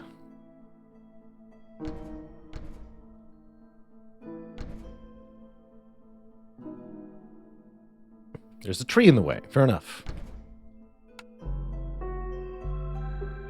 I also tend to forget the initial decorations, so I'm going to queue those up right now.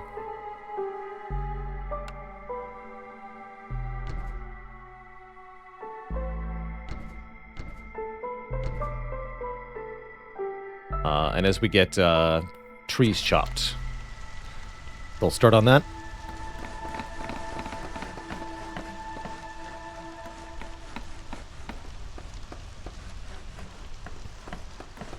Any worker who doesn't have a specific job will be a builder. Let's see. So what are the needs of beavers and lizards? Every villager has a different set of needs that you need to fulfill in order to make them happy. Lizards like jerky, skewers, and pie. Beavers like pickled goods and biscuits. Brawling, religion for lizards, education and luxury for beavers. There's essentially no overlap between beavers and lizards. That's kind of worrying, actually. We'll have to see what commonalities they have with the other species that we pick up.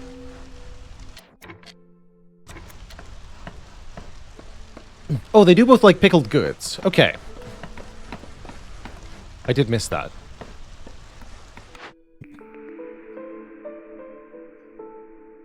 Two farms in our initial pick is pretty good. I also do like the clan hall. Camps produce twice as many yields. Is a very powerful building, but very expensive to create this. 30 planks and 12 bricks.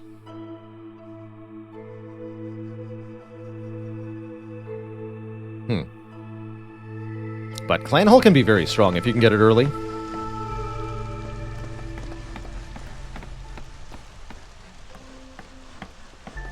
You're given 3 initial building picks, and then you earn more as you get reputation.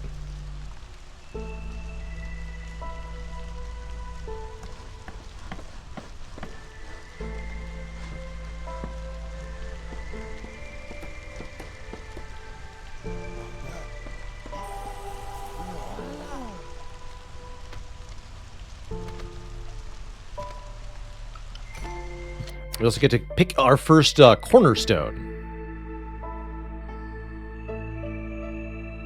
Dye extractor is very interesting. 5 pigment for every 10 insects we produce. Trade logs makes trading faster and easier. We should probably use trade routes. And an extra trade route slot is nice. Additional villagers with each group can help us get more stuff going early, but the additional food consumption will be a problem.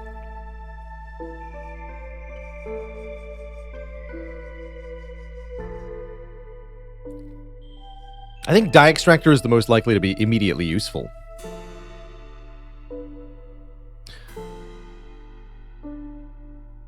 What is the icon with teeth in the bottom right? That's corruption chance for blight rot.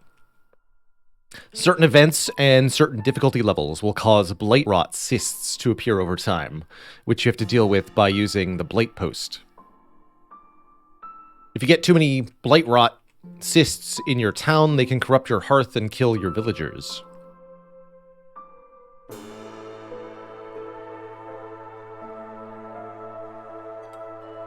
See, mushrooms have insects, do they not? They do.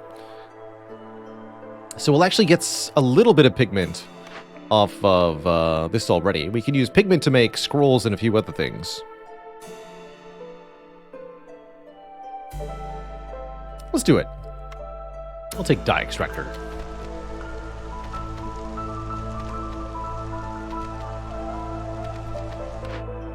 And I'm still not going to choose until we cut into a glade at least here.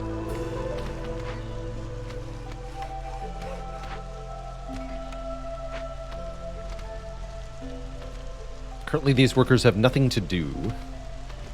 I guess I could build... Wait, what are we not building this for? It still takes wood. Got it. Prioritize this. Here's our new glade.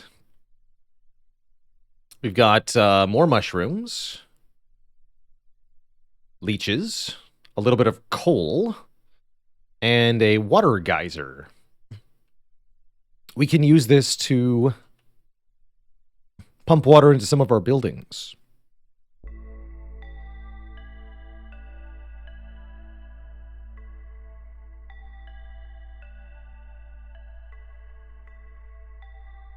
All right.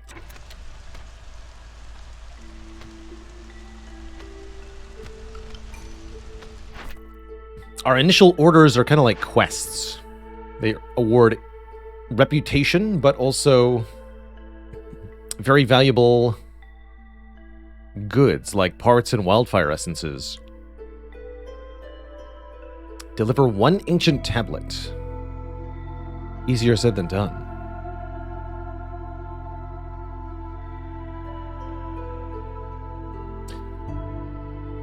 Let's see. Stonecutter camp, harvester camp. 10 bricks. This is a lot of bricks to give up. I think I'll take the ancient tablet quest here. Complete any 2 glade events to get 3 people and some tools. Deliver 5 tools to get 5 parts. Parts are pretty hard to come by, so I like that. Or 2 geyser pumps to get 2 villagers. Now that we have rain punk enabled, the water mechanic is starting to make a more frequent appearance. I like the 10 fabric and 10 bricks here. I'm going to take this tool quest. And we have 20 tools already, so we can actually deliver that right away to get 5 parts, 10 fabric, 10 bricks. That's great.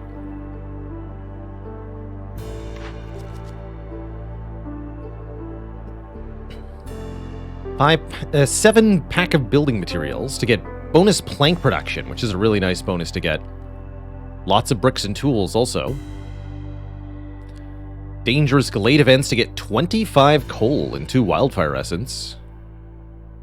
Or deliver copper ore to get bonus copper bar production. Let's take bonus plank production. We'll have to deliver 7 pack of building materials. Good reason to pick up a rain mill or tinkerer. But likely we'll have to make them at the makeshift post. Seems fine.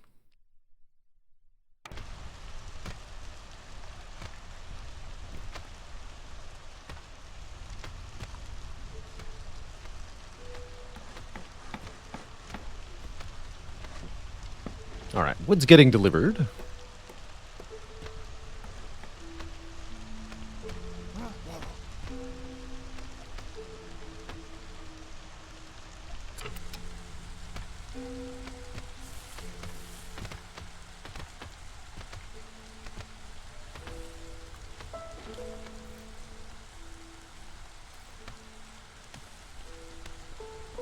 Don't want to quite cut into that glade yet.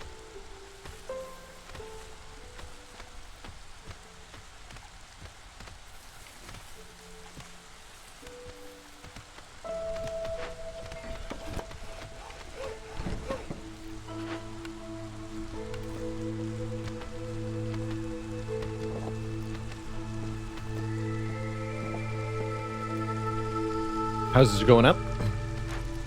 Decor is going up. Was there a Spire today? There was. 2 really good runs.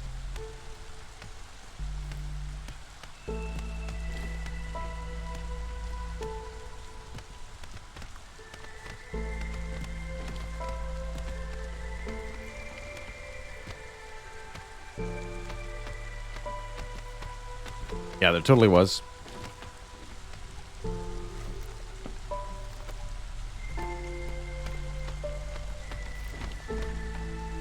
I'm very tempted to open the Dangerous Glade early, but it's hard to do that safely. Get a trading post.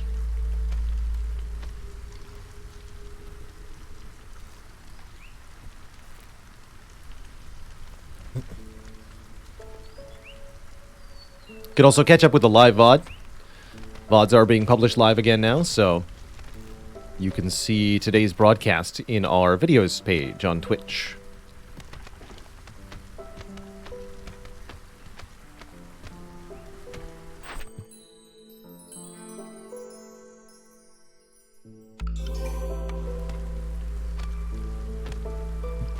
All right, we should pick some buildings here. I want the clan hall. Ale, wine, and pigment. Supplier can make flour planks and water skins. That's one of our new unlocks. Smokehouse can make jerky. Jerky's pretty good. Lizards like jerky, right? Yes, they do.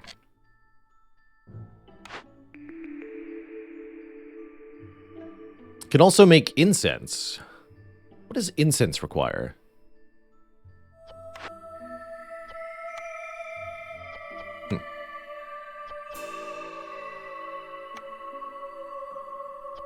Jerky is going to be meat or insects and fuel.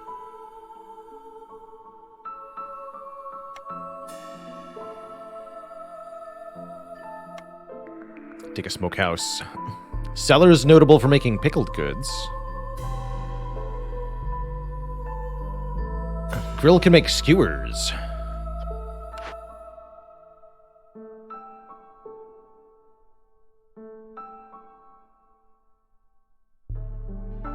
If you feel confident, Oakart Monster, I found starting on Viceroy was quite reasonable.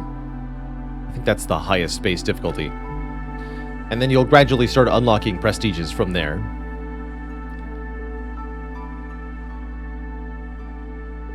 You've got familiarity with the game or similar games. It's not too bad.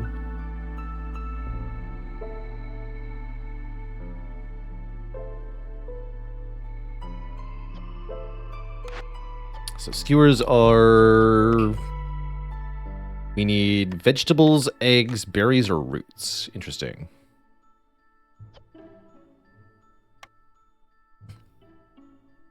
I do like getting the complex foods up. Actually, what does it take to make pickled goods at the cellar? We need wineskins.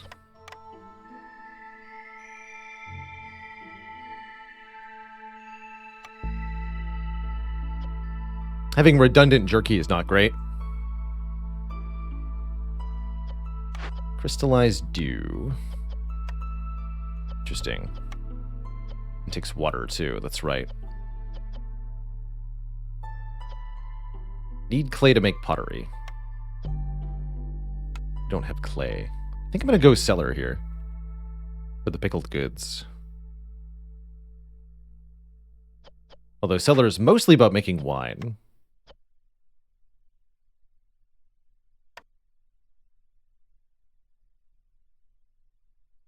We should really be appealing to the lizards, because we have more lizards currently. Makes skewers rather appealing. Oh, we're unpaused. Hold on. Okay, I'll take grill. And our last pick, supplier's back. Smithy can make tools and coats. Weaver can make fabric.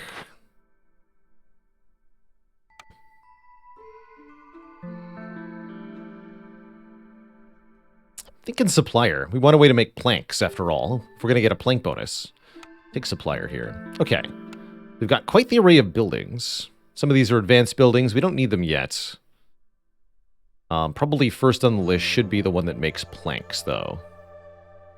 Which is the supplier. Wait, where'd that go? There it is, supplier. We need 3 more planks to make a supplier. So we're probably going to need the crude workstation.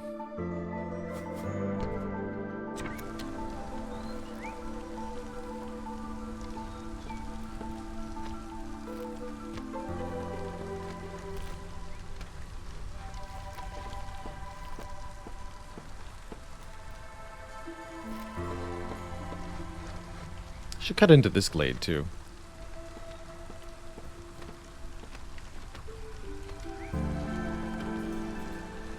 Let's see, how are we doing on wood?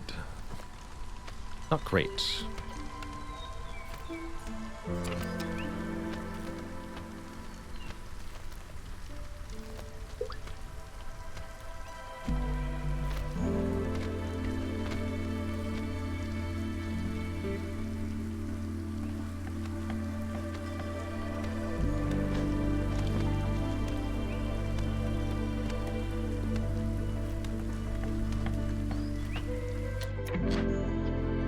Alright, we should adjust these woodcutter camps.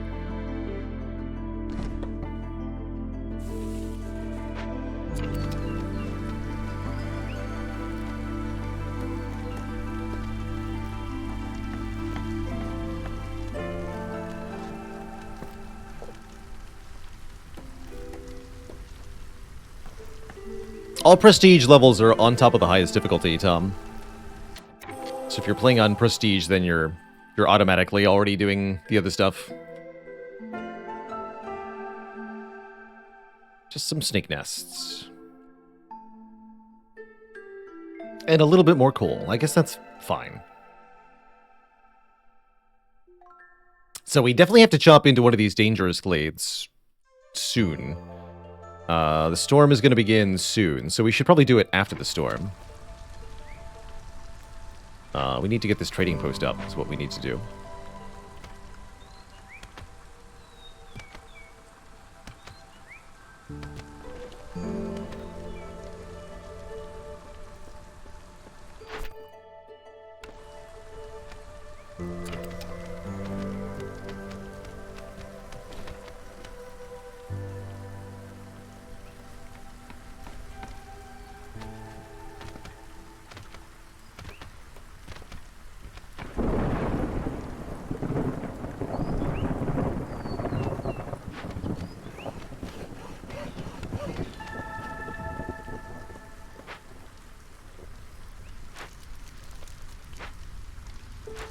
Still waiting on that last decoration. Come on. We should be able to run most of our woodcutters through the storm here. Which will be quite nice. So at the beginning of the storm, penalties become applied to a lot of people.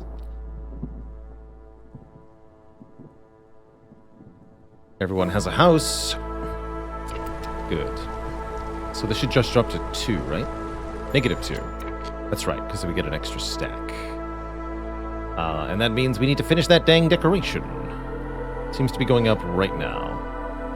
So Lizard Resolve will stabilize in a moment. As the Hearth will level up.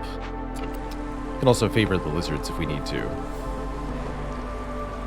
When the Resolve, the happiness of a particular species drops below 0, or actually down to 0, members of that species will start to leave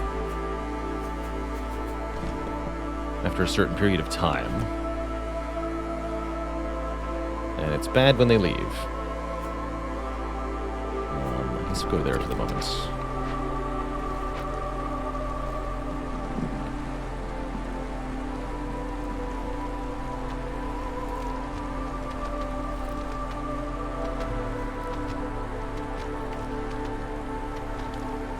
Definitely something I haven't been doing often enough is getting the decorations up for our Hearth level up during the first year.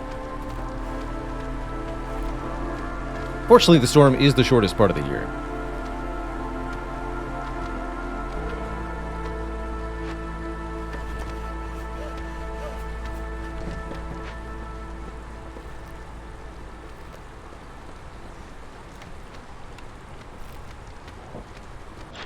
So a trader will arrive soon. We're going to try to chop into this glade essentially right around the time the trader arrives, and we can hopefully leverage some deal with the trader to do.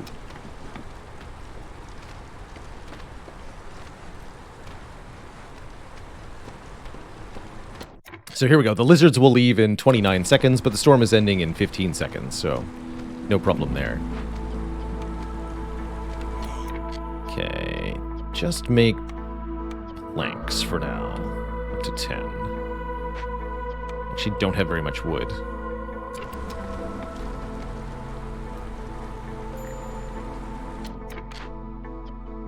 And we've already chewed through those mushrooms, unfortunately. This didn't last long. I want them to go this way. Okay. Storm ends, and that means a group of newcomers arrives, and we get a new cornerstone. Gain insects whenever woodcutters cut down a tree during the storm. That combos with our other cornerstone. Rich glades. Newly discovered resource nodes have more charges, so they'll last longer. Actually, I think rich glades is going to be very powerful.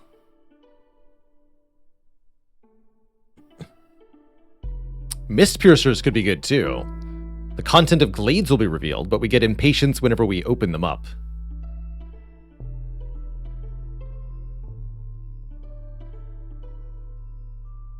All about the bugs. I want rich glades. We have the clan hall building that we're going to make eventually. That's going to double the production of camps, and camps are all about using resource nodes. We're also about to break into a dangerous glade, which will probably contain a large resource node. Speaking of, let's get the woodcutters to work.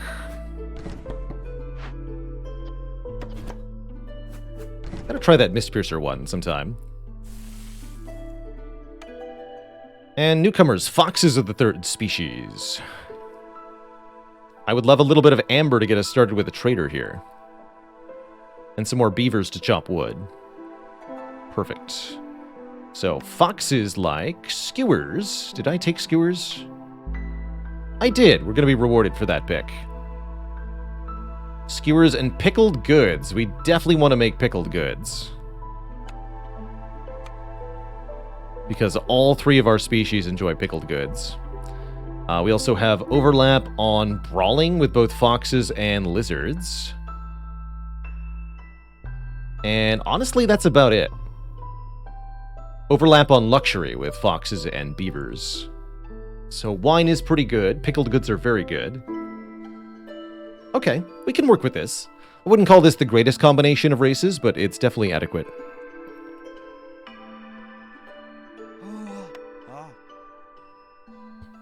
Alright, we have 3 workers available to do what?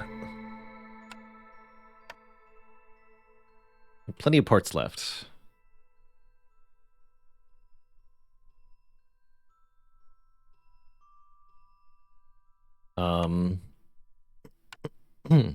Oh yeah, we need to build the supplier. That's our next build. Right here.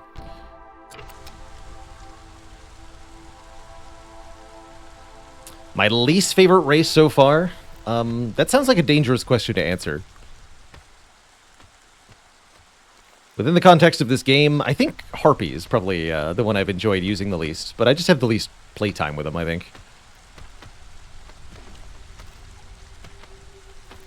They're very hard, seem so difficult to keep happy. Ability to have a Fox Firekeeper for later is going to be quite nice. Alright, we have a Forsaken Crypt. This is a dangerous glade event. Wow, 5 ancient tablets.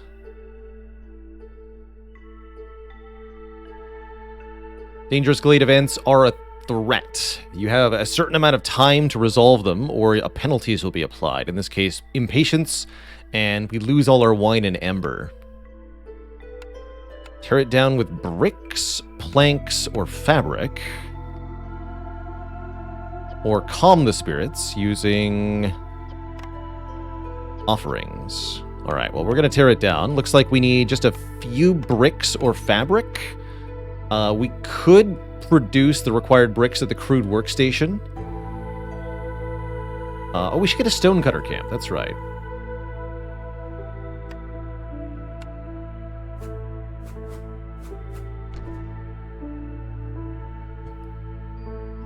We can turn those into bricks.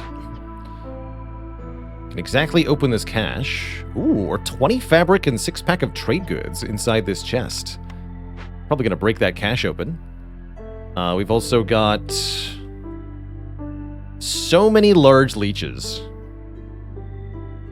So Trapper's Camp is an upgrade we're going to want, because it's an enormous amount of food here. Look at all these leeches. Okay. So that we can deal with. Do I want to chop into another dangerous glade? How much time before the trader arrives? 15 seconds. Seems iffy. We're already going to need help with the one. Seems iffy.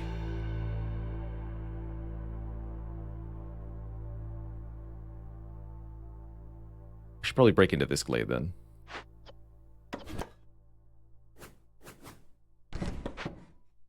Finish chopping up some of these trees. Okay, do that.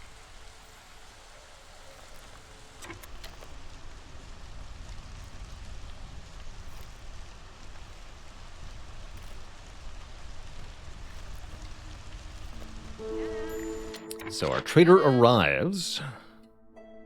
She does have planks and fabric. Also, flour production. Global food production speed increase. Wow. Interesting.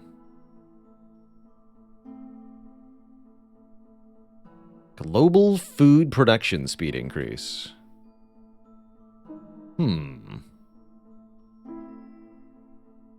Most interesting. Buying a few planks here would definitely save us some time.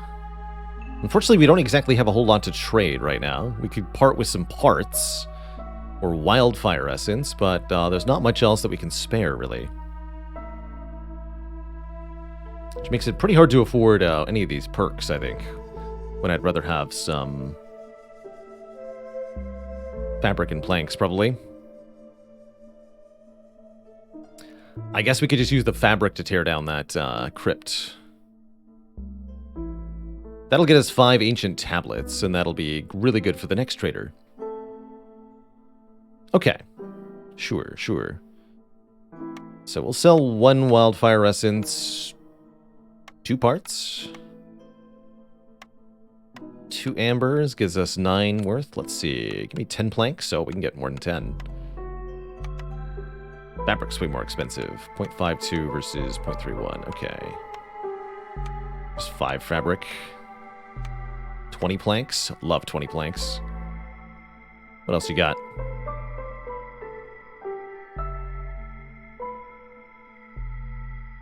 Couple more fabric.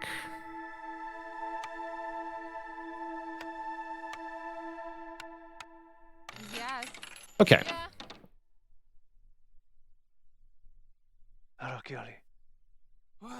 We're going to send villagers to tear down the Forsaken Crypt here, yielding lots of pottery, copper bars, and ancient tablets that we can do all sorts of stuff with.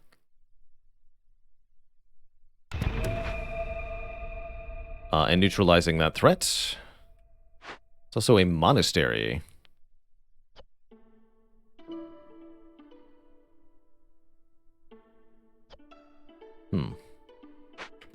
Cool.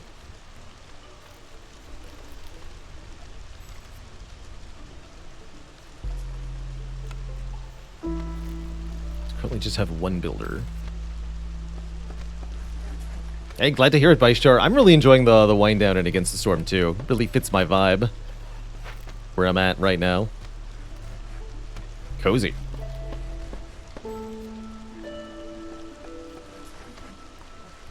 Definitely need to get some more food production online soon. We'll be able to deliver the relics thing here, so we'll get another unlock. That's good. Pack of building materials, not really on the top priority here. A little bit of copper ore. A little bit more stone. Note that these get bonus charges from our cornerstone. +5 for the small deposits. So it's a little bit more generous.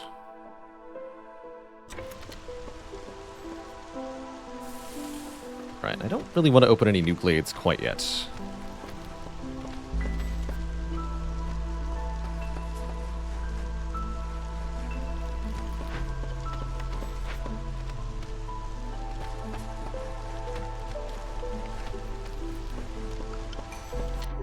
New orders.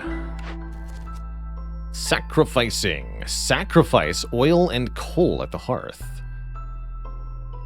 To make fuel burn longer. 10 packs of luxury goods. To get 15 amber, bonus flour production. Or make the lizards happy to get bonus jerky production. Oh yeah. Bonus jerky production, please. 6 trade routes. This building materials one is kind of a nightmare. Or keep the foxes happy. To get tea production.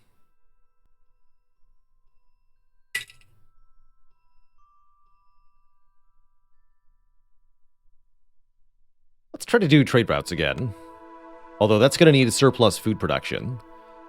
So we have to sort out food soon. I'm really hoping we can get Trapper's Camp.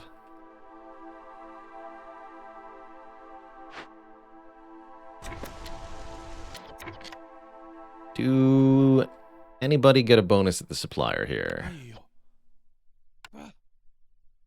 This cloth. No. I guess harpies would. So, make flour when available. Not right now. Cat planks at 20. Water skins take leather and meat. Cap these at 30. Don't make this a priority right now. Don't even make them right now. Just planks. Just here to make planks. 5 wood equals 2 planks. And we need to deliver 7 pack of building materials to improve that. Okay, so if I wanted pack of building materials, we would need a makeshift post.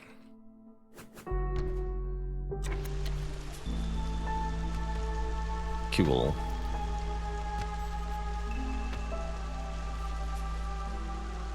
Hey, glad to hear it, Necro Royals. Welcome to the channel. Welcome, welcome. Bye. Lady. So we don't have the rock currently. We're going to need this Stonecutter's Camp to be manned.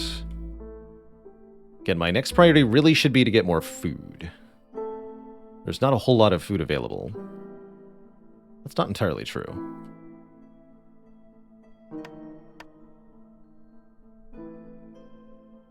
Can make a small trapper's camp over here.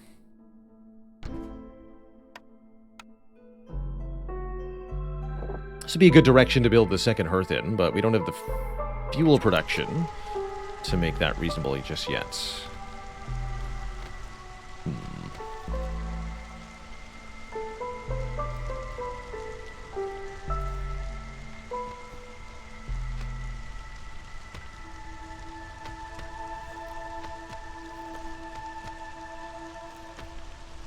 Life is okay.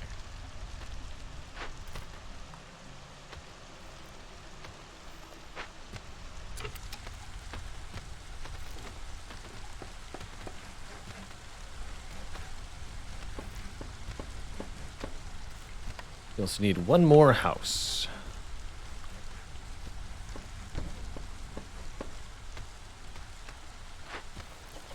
So, pack of building materials. Oh, right. Oh, God. So 70 planks for big delivery? Jesus. It's terrible.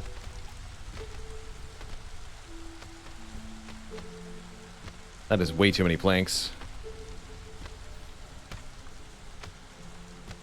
Although, wait. Oh, that makes 2. No. That's not as bad. 40 planks. Still pretty bad. Okay, if the supplier's not making planks... We're already planked out, is that what you're telling me? So...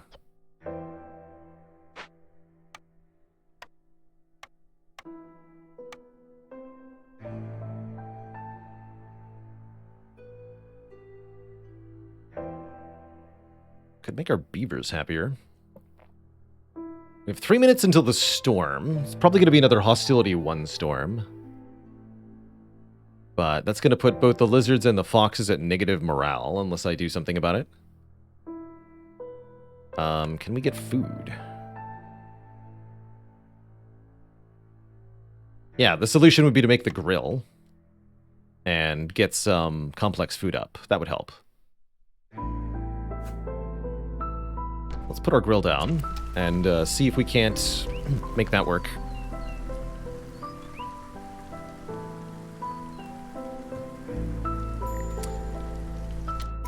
Oh, good. Relocate. Chop into this mass. Food is on a pretty steady pattern right now. We really absolutely must get more food if we're going to have more people. It's a little spooky.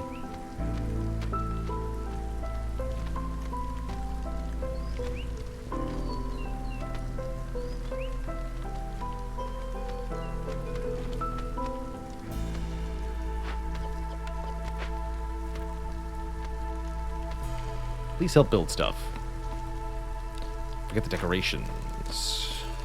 Yeah, this one's not ready for the next tier yet.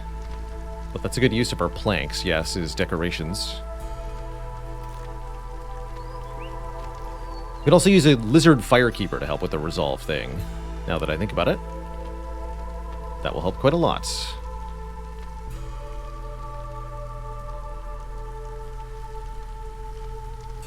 Okay, so this has been neutralized now that we're looting it.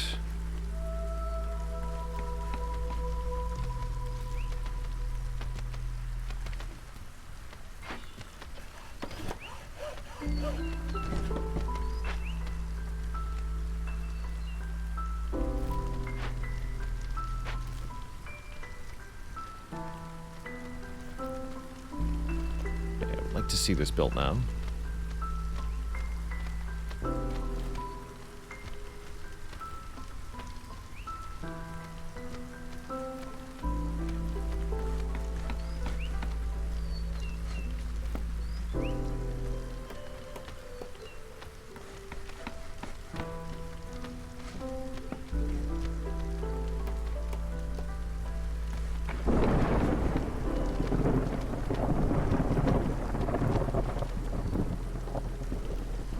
Boxes are happy. Yeah, we should be fine. We'll want to mitigate the hostility level by having less woodcutters. Hostility 1 should be fine.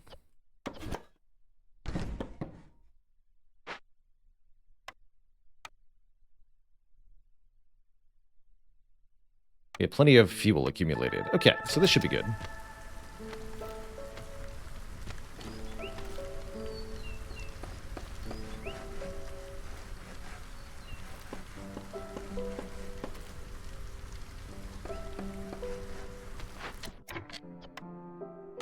Lizards are good at grilling. Okay, sweet. Problem is we have nothing with which to actually make skewers currently. So maybe that wasn't as important as I thought. Well then, get to trapping, why don't you? And you two start cutting stone. So that I can actually break open this abandoned cache.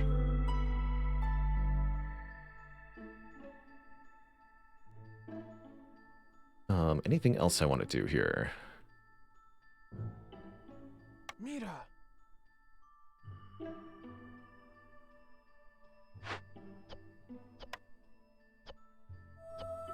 Can't really make any fabric.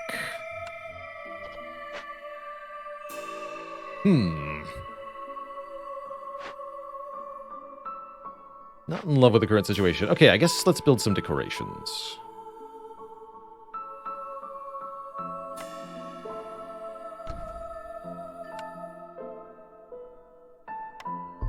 Put some road signs up. Point people to the right direction.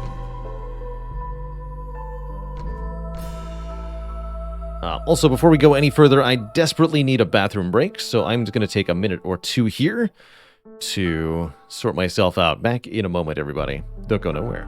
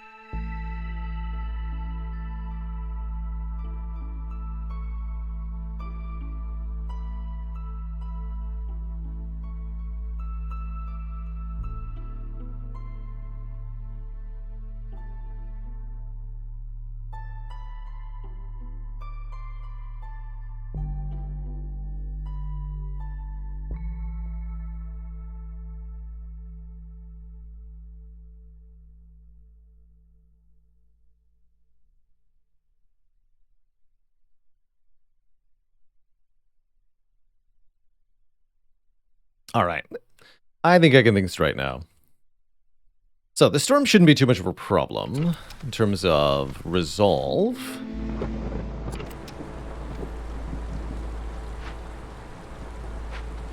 Actually, we're just fine. Grabola Streams, thanks for the 6 months. Actually, that'll give you a good thing to use planks on. And we can deliver our ancient tablet to get 30 insects, 30 meat, and some wildfire essence. Almost enough to make another hearth, except I totally sold one wildfire essence like a fool. That gets us another thingy here. Herb garden can make roots and herbs. Ooh, or the forester's hut can make crystallized dew. But what about granary here? Pickled goods. Yeah, we want to be able to make pickled goods, like, really, really badly. And, we even have the ingredients, right? We have mushrooms, and we have a decent supply of pottery. So, this is excellent. It's like a food multiplier, and everybody's going to be happy with it. Thick. That's also important because complex food provides a bonus with the sun festivities during drizzle season. Problem is we don't have any fabric currently.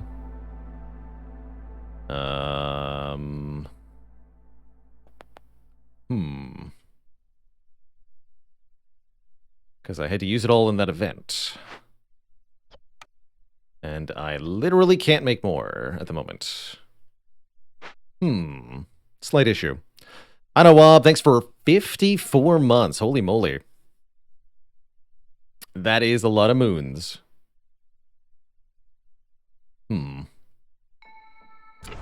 Pickled everything. Wait, this had fabric in it, right? Yes, perfect. Okay, we just need to get stone to break this open. And the beavers are already working at it. Okay. Then there's no need to panic.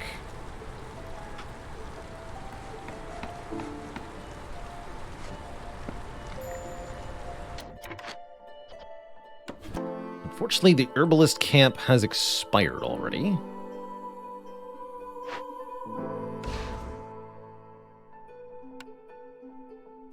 Turn it into a trapping camp.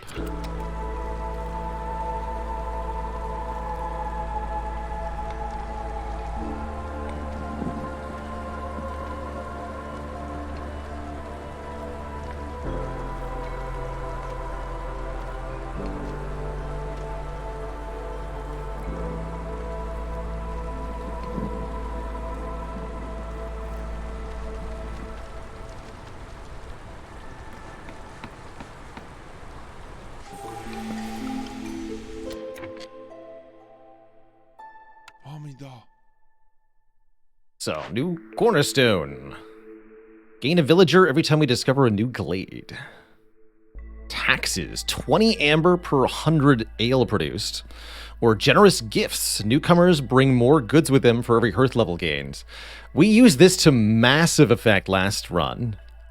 Really underestimated just how strong the newcomer goods bonus was going to be. But as an example, our newcomer bonuses last run with this perk included 29 parts and 104 coal was another group that came.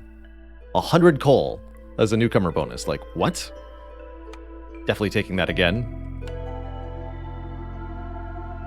So 25 leather is pretty good.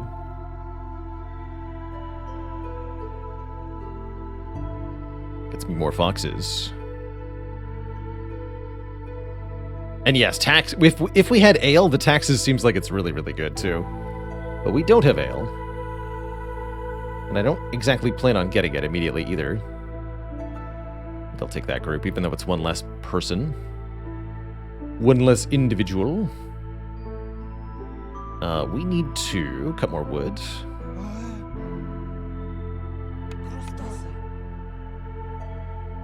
I think we're going to cut into these glades. Or does it make more structural sense to cut into here? There's a forbidden glade over here.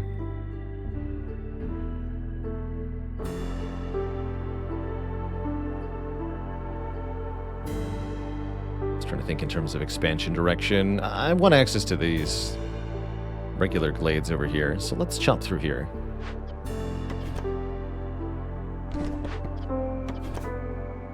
Although we'd like to see sooner rather than later, right? When's our trader arriving? 3 minutes. We can get through this in 3 minutes. We can. We just have to choose the trees that are getting chopped a little more carefully here.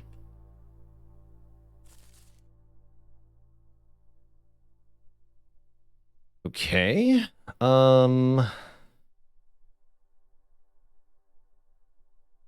Sure, you can cut wood too.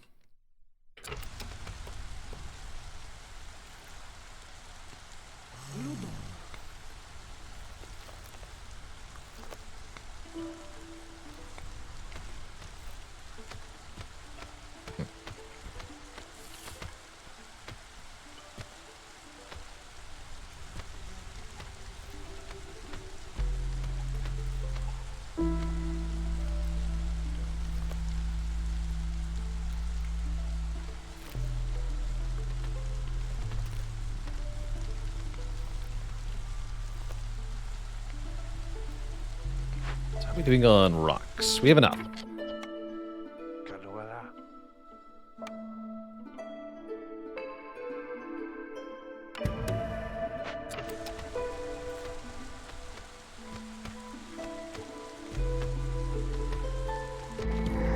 Okay, here is our dangerous glade. Escaped convicts. Destroying 3 random caches. We can arrest them with exactly 15 tools to easily deal with them or persuade them. -8 to global resolve while it's being worked on. Get flour, ale, leather, and 5 people. Interesting. This is not bad at all. What else we got here? Giant stone nodes are very good. This is a ton of stone, and there's actually food in these rocks. Believe it or not. Insects and roots are present within these at a pretty substantial chance. So if we work on it, we'll get some food. And a little bit more mushrooms, but not a lot. It's not enough food to keep going. but it's a start. I do like the giant rocks. That's an improvement, big time. That makes me want to break into another glade. This one's easily enough dealt with. Arresting them seems good, actually. 20 amber will be great. How do you get all the nodes to show up on the UI? Press B to make nodes show up. Press Alt to open up worker control. Very nice hotkeys for this game. Very, very nice. I think we're going to arrest them.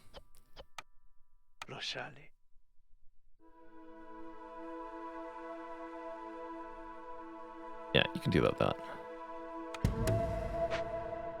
Alright, in that case, let us cut into another dangerous glade here. I'm feeling it.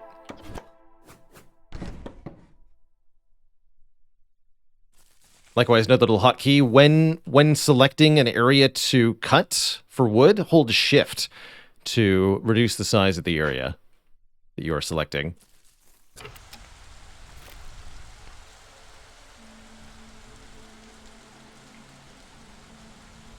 What's in this cache? Meat and bricks and barrels. Control to prevent painting glade edges. Oh, nice. Assigning an extra worker on a glade event will make it happen faster. Materials will be brought to the glade faster, and then the timer will be shorter. It's not twice as fast, though.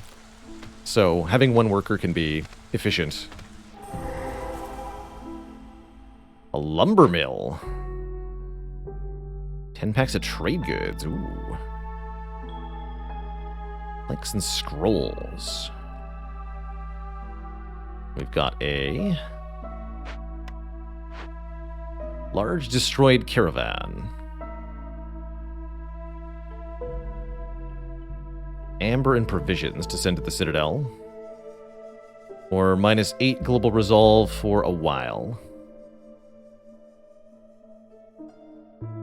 And we get a lot of stuff. I'm down with -8 global resolve for a while, but we'd really want that to happen before the storm kicks in. So we need it to be now with 2 workers. And we need to sort our resolve temporarily also.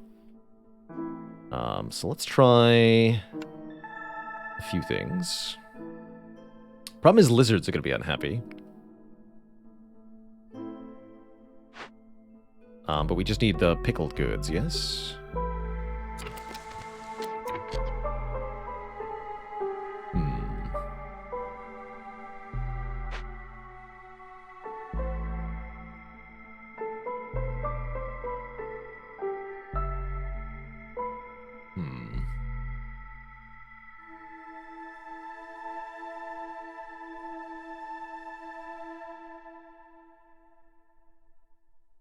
Tricky. Tricky.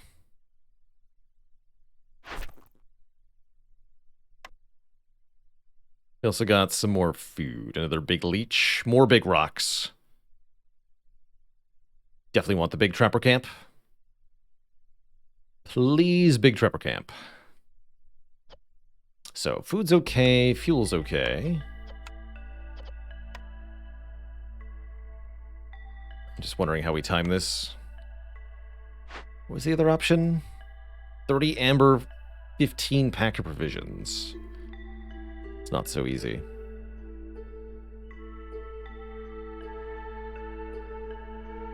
-8. I can improve to 6.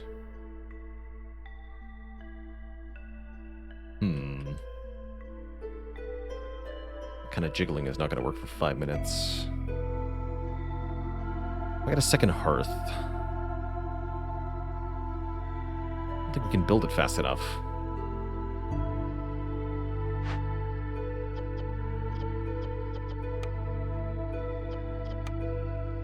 If I make some skewers, they'll be happy. That'll do it. Okay, we need to make some skewers. So, here's what's going to happen. We need 2 foxes working on that event. I had 1 fox doing menial labor somewhere. We have, what, 3 of them? 1 working here, One working here. Okay, they obviously all can't work in the same spot. So, you're going to be somebody else.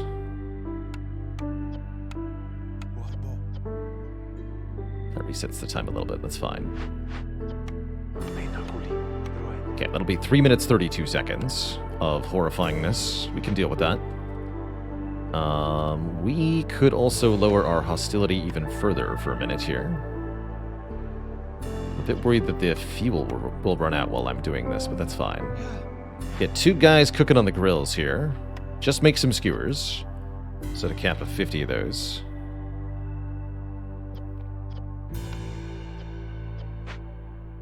The lizards will eat the skewers and then they won't panic.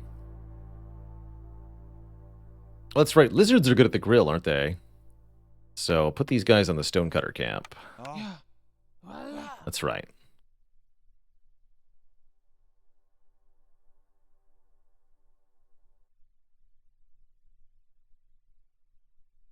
Anything else I need to tweak? Yes, we're going to want a lizard Hearthkeeper also. And we can take the -8 here. Loot! Okay. So we should be able to mitigate all of the things that are happening here. Lots of dangerous glade events going on. It's good. Very exciting. Could have also gone for lizard houses, although those are pretty expensive. Yeah, they take cloth. We actually don't have cloth at the moment. We would have to break open this cache and finish, so we wouldn't be able to do that in time in order to get this done before the storm. Glad we finagled that. This looks good. We just got to watch our fuel and food count a little bit here.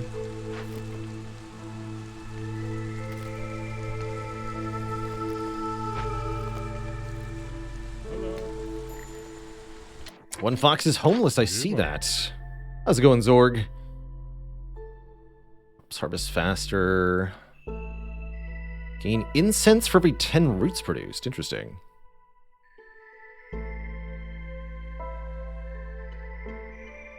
Zorg just sells pickled goods. That's not a bad idea.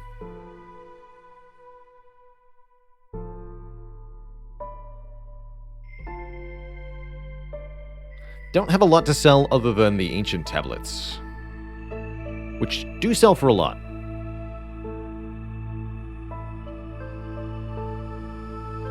By default, species will eat food they don't get a benefit from, although I think they deprioritize it. In consumption control, you can set exactly who's going to eat what. Yeah, 32 value of ancient tablets. Not a whole lot else to trade, though. Glad we weren't counting on Zorg to do anything for us.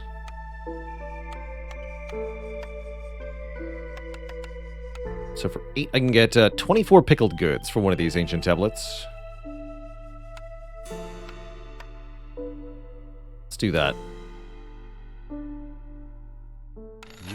We should keep at least one of the ancient tablets for potentially using in a trade route. And as soon as we can get our food production up a bit, we're going to want to start making packs of provisions. But you really can't do that without a food surplus. And our food supply is rather limited. We haven't seen any fertile ground yet, have we? We have not.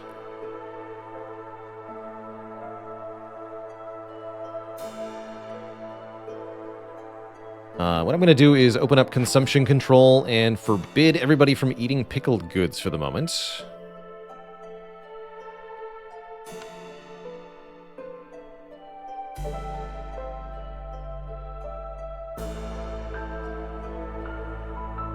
And then we'll break out the pickled goods when the storm arrives this year.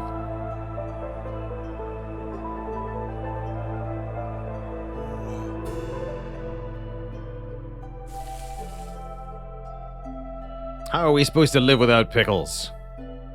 Hello. Should I just trade the ancient tablet? How badly do I want fragrant roots? We won't be able to afford it. Don't worry about it. Brotato. Do not worry about it.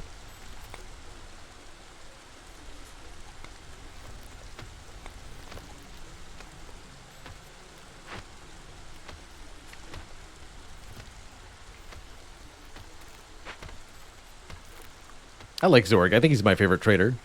He just seems like a cool dude. He's Zorgan. That's right, the first Blight Rot cysts are appearing. That's fine. 2 Rain Collectors. To get bonus copper bar production. Serve Ale a bunch to get bonus ale. Burn Blight Rot cysts to get bonus coal production. Jerky and coal. Sure. That'll happen gradually. Scrolls in a temple. 15 more packs of building materials to get a global 10% speed bonus. That's pretty good. And that would give us really good reason to pick up Tinker or Rainmill. Sure.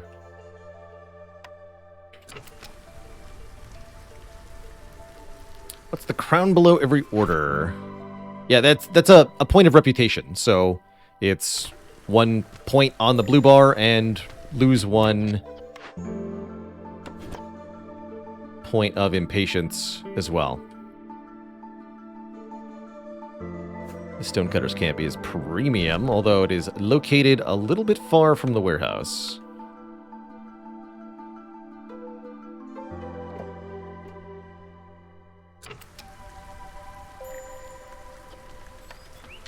Why are the lizards unhappy now? They are unhappy because they can't eat the pickles. And you know what? They're right. So you actually lose happiness for denying the denying the pickles. That's pretty great. They will not be denied their pickles. They're gonna leave if they can't eat the pickles. All right, fine. Release the pickles.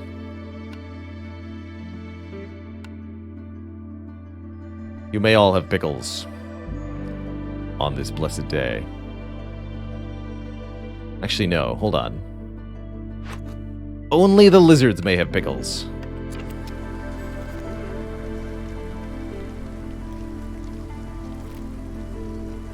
Are they going to adjust or what? May have to favor them briefly. Nope, they're good. Okay. Literally pickles or riot.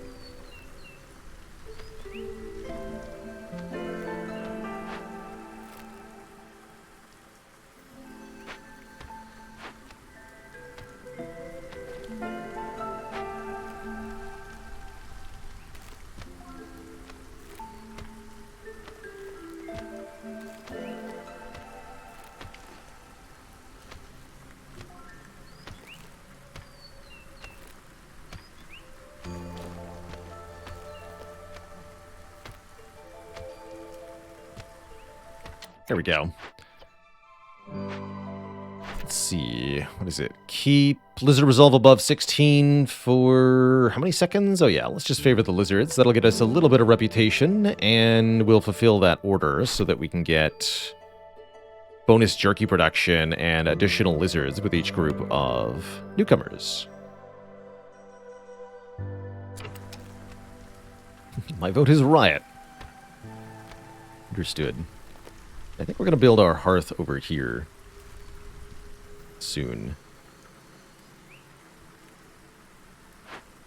How are these escaped convicts doing? They're being arrested. Wow, the lizards got really happy suddenly. They're going to town on those pickles, is what's happening. No more pickles. You heard me. Alright, cash this in. Get 10 amber immediately. Bonus jerky production's really where it's at.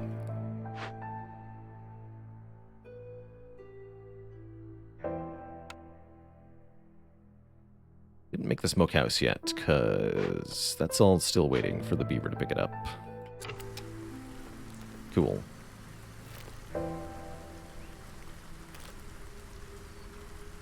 And I think we'll get another point of reputation when the burglars are removed. Convicts, whatever they are. This is going pretty well so far. Food's going up. Morale is going up. Reputation is going up. Precipitation is going up. Or I suppose down.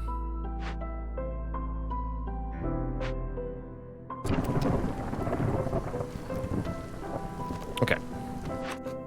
No more denial of pickles. Everyone can have pickles. Until there are no more. We also need to lower hostility if possible. 2 hostility will be fine. Still have the Lizard Hearthkeeper. Also fine.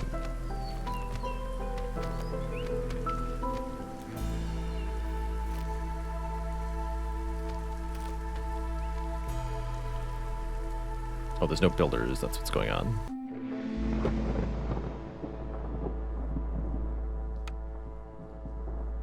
Can now end favoring. We're still looting.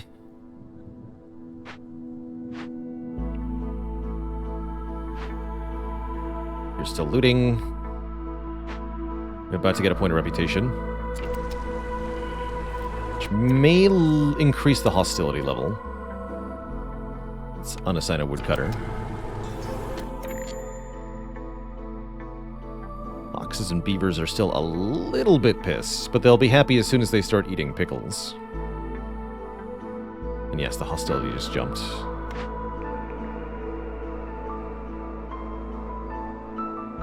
Ale and wine. Tavern seems okay.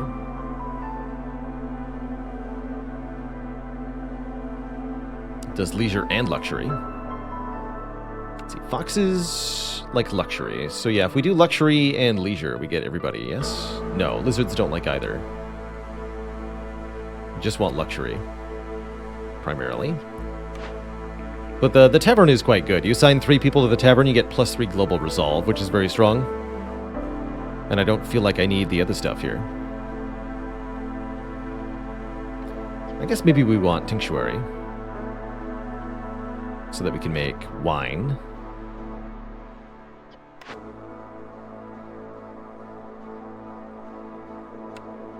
I'm going to go tavern here.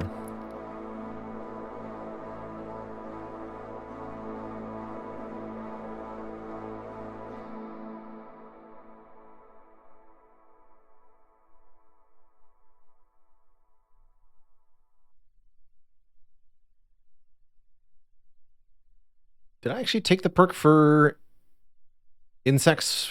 No, I didn't. I don't actually have insects for chopped trees and storms.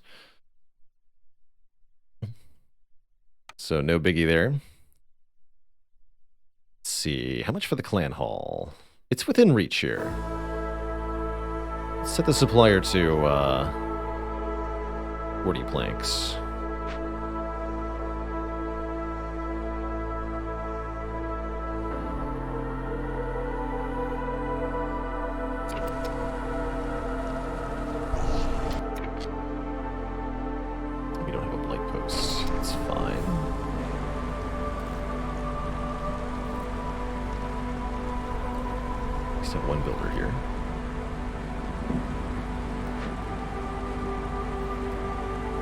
Carry 5 things.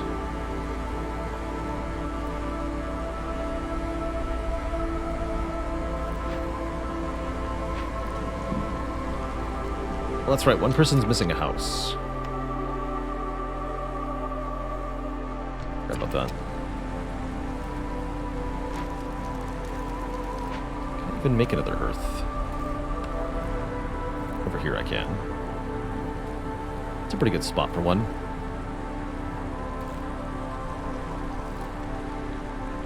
Pretty good access to the Forbidden Glade.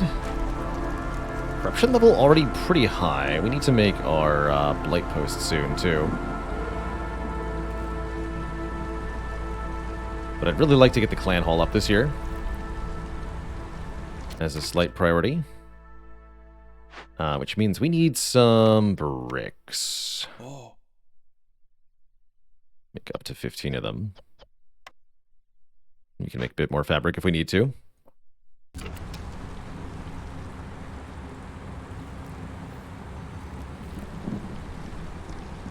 Can't believe the lizards are still so happy. Resolve falling very slowly here. Okay. We have made it through the nasty part of the year. A good old exploration expedition is back. Get a constant -5 to global resolve, but +15 every time a new glade is discovered. Here's the thing, though. We don't actually have that many glade. Actually, I could break into these for like 20 minutes of time. Oh, there's a whole bunch. Oh my, yeah. Actually, that's pretty good. Protected trade is also quite nice, right? -15 hostility every time we sell 25 amber worth of goods, and I think that is retroactive. Extraction tools gives us a citadel resource. No bonus to the current game, but a bonus to how much meta progression we get. It's interesting. Not retroactive, they say. Okay. Fireworks. Thanks for 33 months. Might see some more Wild Frost tomorrow. Thinking we're going to do Wild Frost and Civ tomorrow. That's right. Anything retroactive lists the expected bonus. Okay.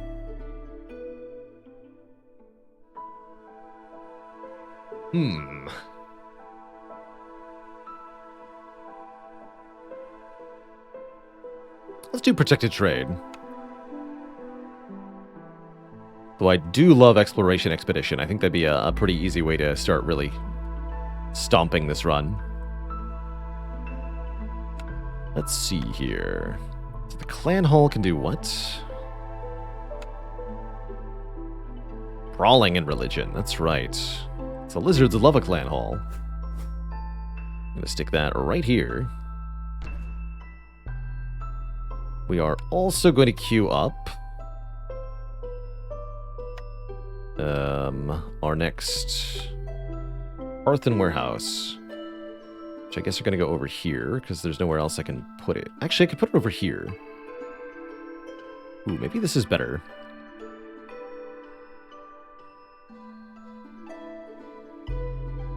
Okay, so that requires me to finish this, which will be very short.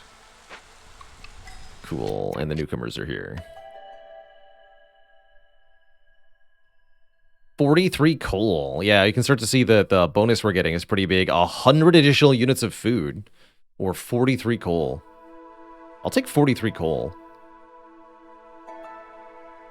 That sorts us on fuel for quite a while. Here, burn this preferentially, please.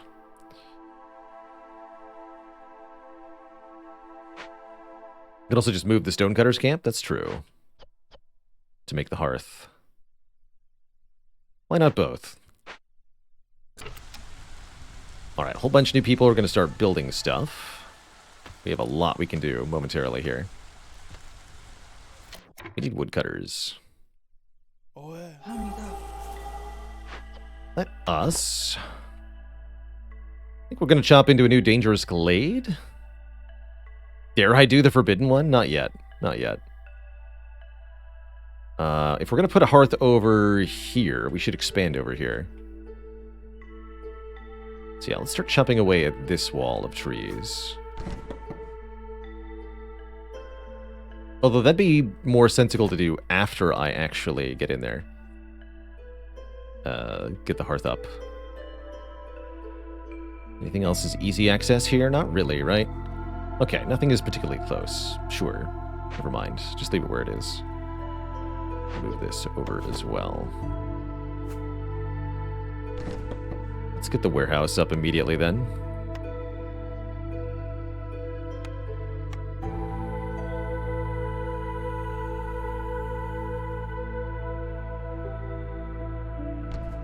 Seems good.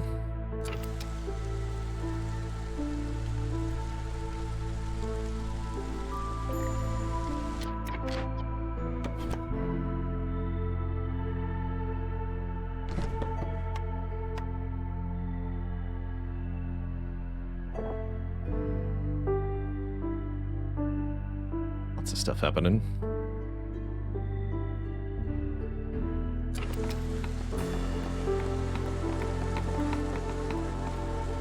Everybody can build everything. Build it all. Please and thank you. Oh, yeah, we're also going to need a light post, which will also take bricks. Bummer.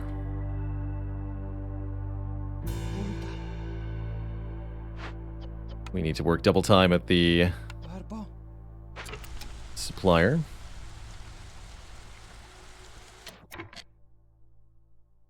Oh yeah, we didn't actually set the tree chopping area. Let's do that. Don't be idle.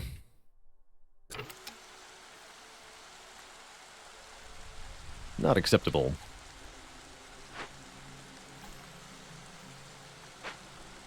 Don't understand why that's still there.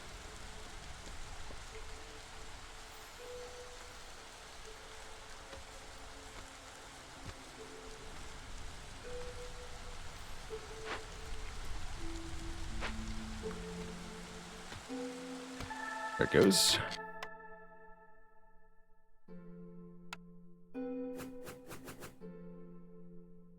So, more bricks and more planks. Let's see.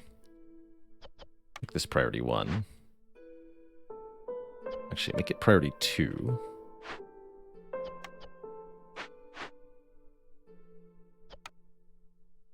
Bricks are being made.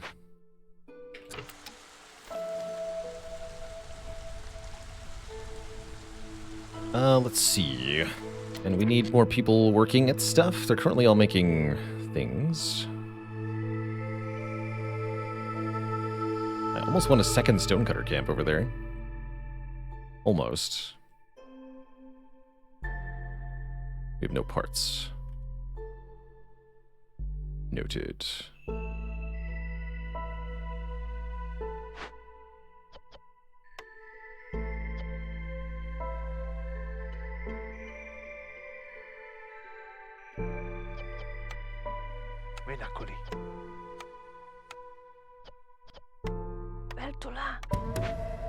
Salvage that.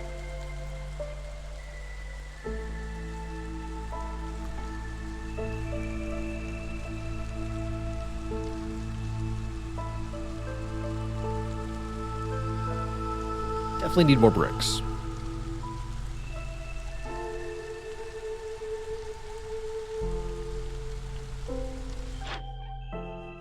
Trader arrives in 3 minutes.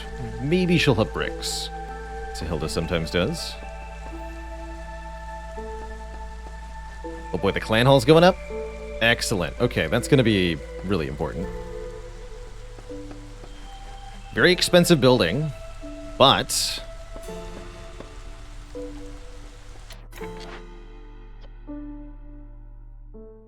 enables brawling and religion, but perhaps more importantly, ancient ways as a perk. If you have 3 people working the clan hall, then all camps produce double yields, not woodcutter camps, but the stonecutter camp should now double yield, which means we'll get food from the rocks, even better. Our little trapping camp will produce double. All important stuff. Vodrag, thanks for 37 months in the Prime sub. So it should be a big up to our food production and our stone production to have the clan hall online now. Next job is to get this small hearth online. We're going to make a bunch of housing near it as well. And decorations.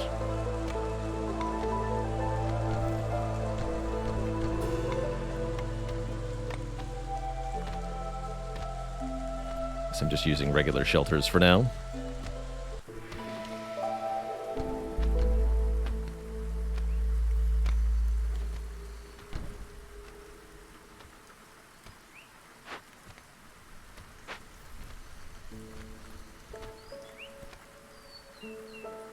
Doubles the output. Yeah, that's pretty hot. So that should mean they last twice as long, in addition to outputting twice as fast. Seems quite important. We want to get the smokehouse up soon. It's just planks. Wait, we already have a smokehouse. No, that's the grill. They look very similar, apparently. They'll be across the street from one another. It'll smell delicious. It stacks multiplicatively with other +1s, they say. Potent.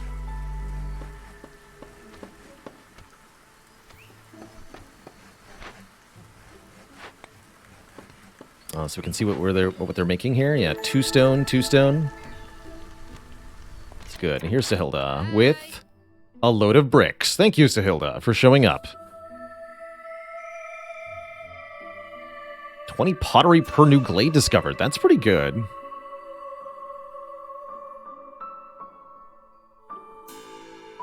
We have lots of packs of trade goods and crops, apparently. Now that we have a food surplus, we might start to think about making packs of provisions for trade routes. Let me just take a look here. We do not need a pack of trade goods for anything. Okay, so we can sell these if we want to. They might sell more efficiently to a trade route, but it's not that important right now. So I think I'm going to take archaeological tools here. We're also going to sell 2 tablets, 10 trade goods, and we're going to buy all of your bricks and some of your fabric. Things that are in relatively short supply for the settlement at the moment.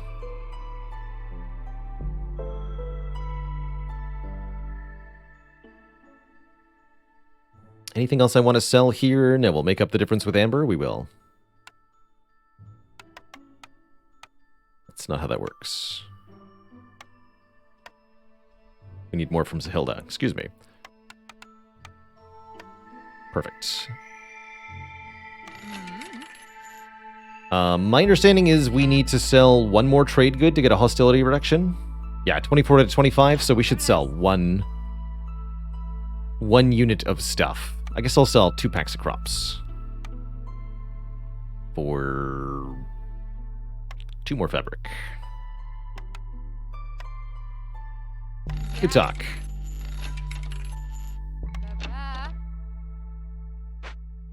Okay, so that should reduce hostility by 15, and if we keep trading, we'll get more. Cool.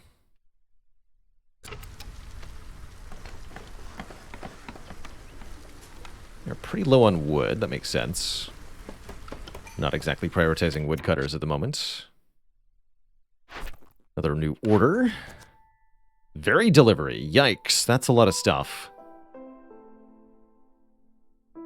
The Forum.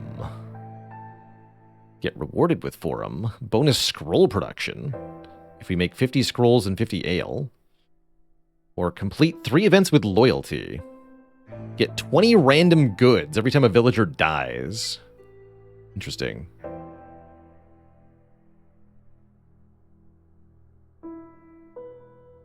Loyalty events can be a little difficult. Let's take the Forum. I like bonus to scrolls production.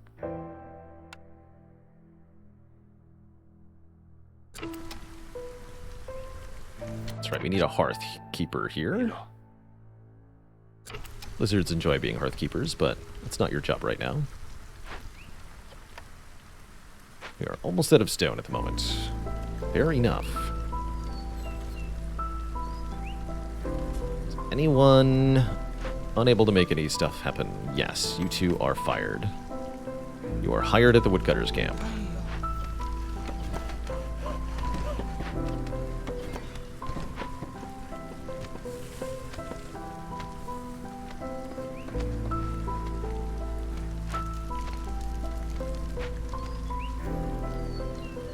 Bye.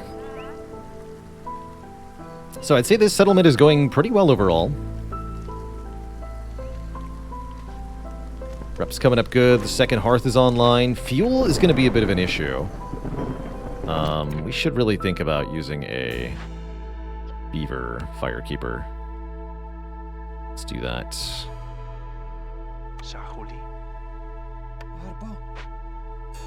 Storm is also about to arrive, so we should drop a hostility level if possible.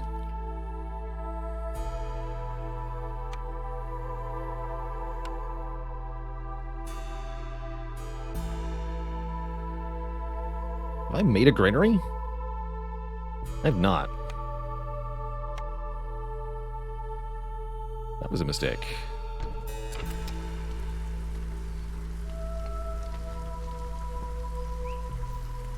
Oh shoot, we didn't make the blight post either.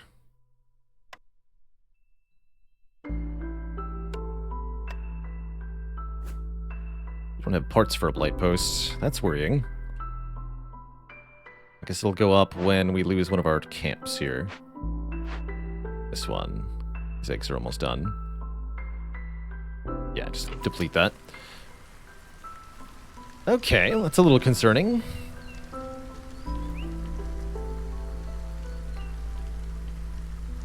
The beavers are not going to be pleased.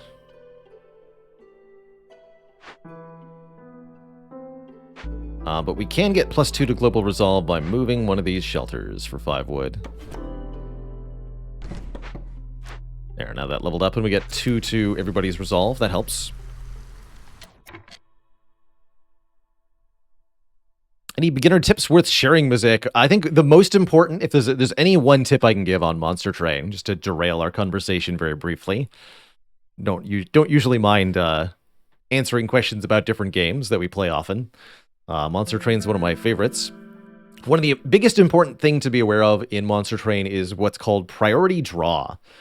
And what that means is that in addition to the fact that you normally draw 5 cards per turn, it's not completely random what you draw.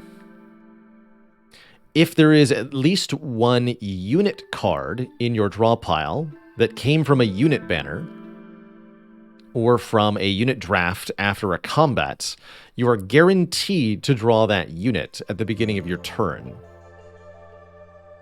So if you take and upgrade one powerful unit, you'll actually always draw it on turn 1 alongside your champion. If you add a second and third unit, then you'll always see one of them on turn 1, and then one on turn 2 and one on turn 3, if you don't get multiple on turn 1 or turn 2. You can also randomly draw all 3 of them at the same time. But I think one of the most important beginner tips, and this makes it really important, oftentimes the cornerstone of my Monster Train strategy is to get one powerful unit, upgraded a couple times, and then rely on the fact that it gets drawn on turn 1. Yeah, the banner command, thank you, Tom, has a bit of a breakdown on that as well. That's right, Hunger Storm, no problem.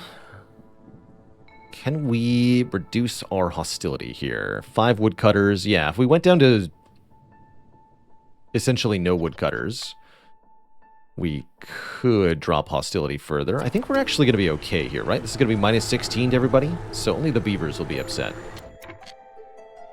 For the moment.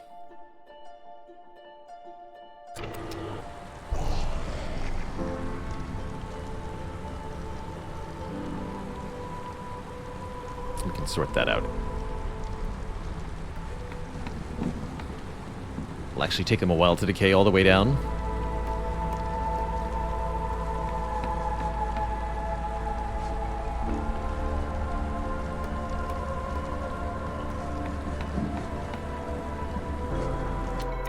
There they go. Let's see. So Smokehouse can make jerky. Nice and easy like. And we get bonus production on that. We have to save the beavers now. Alright, let's lose some hostility. We'll lose all of them, huh? Thank goodness we have coal to burn.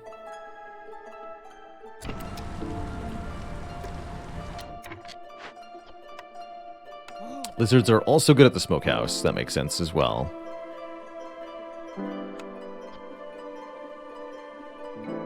So we can actually use incense to make religion now. So with the smokehouse and the clan hall, we have religion covered. Which is great for the lizards. In fact, currently the lizards are religious. I see. How much incense do we have? None left. Well, enjoy your religion, lizards.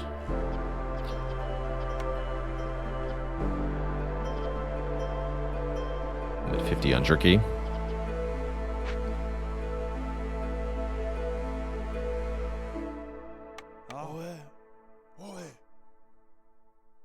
Okay.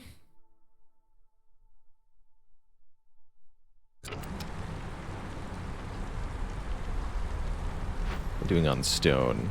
59 stone. Okay, so we can break open some stuff. 20 bricks and 25 barrels I want.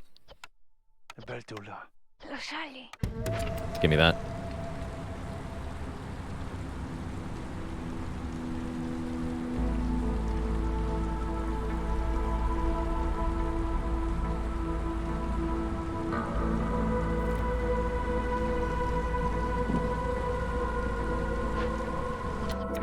And now pickled goods. Yes, we've got lots of stuff with which to make pickled goods. Does anyone get a bonus to this? No. Set a limit of 80 on pickled goods because we always want to have them. I shouldn't need packs of crops. Set 15 limit on fabric. Disable it at the crew workstation, which it already is. Okay.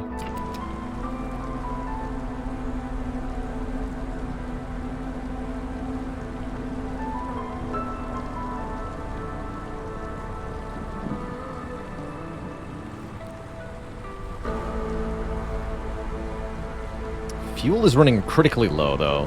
I'm a bit concerned by that.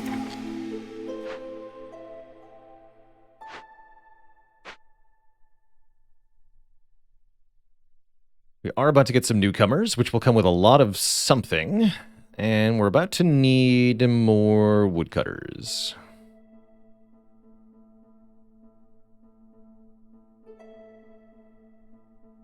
What should I unassign here? Are you guys not done? Oh, you are literally done. Okay, destroy this. That'll allow the blight post to get online.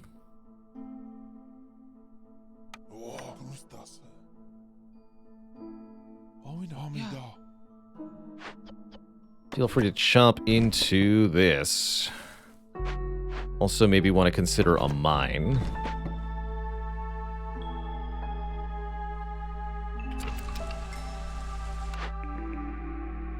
Trade routes are faster.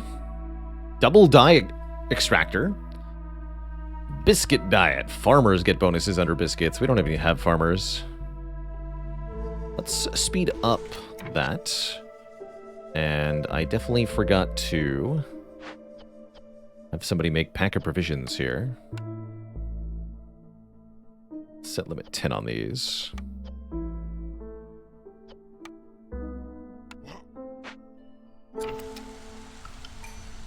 Alright, newcomers. Lots of lizards. 110 eggs. Plus lizards.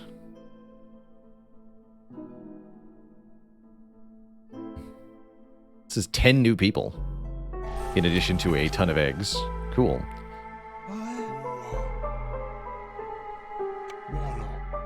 Alright, well that makes it easier to run double woodcutter camp.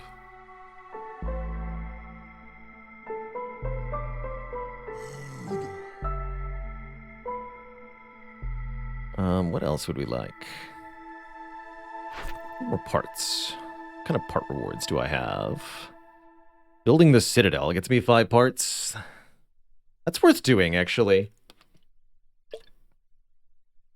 15 packs of building materials? Okay, let's enable that. Add to the makeshift post.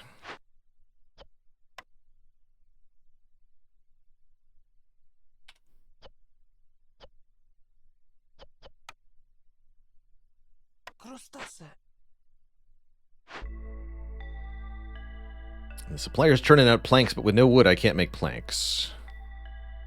So that is going to be no wood for a long time. It's actually a big problem. Actually, no, I can't even do that. Hold on. We don't have wood for this. Don't even think about it.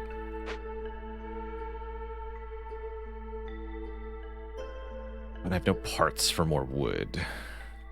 Right? That's right, we only have 2 parts. Because I sold one.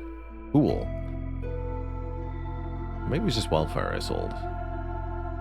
Heck.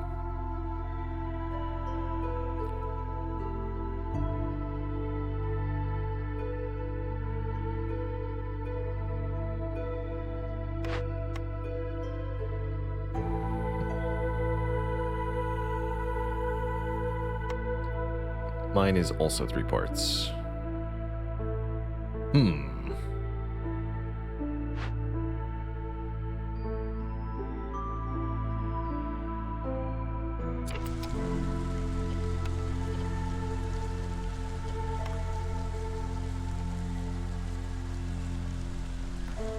Big,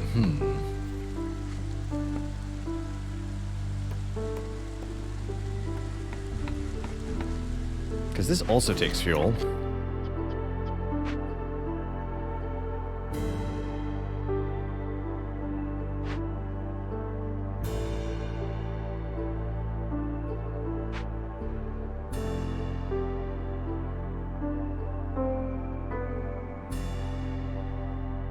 Tricky. Very tricky.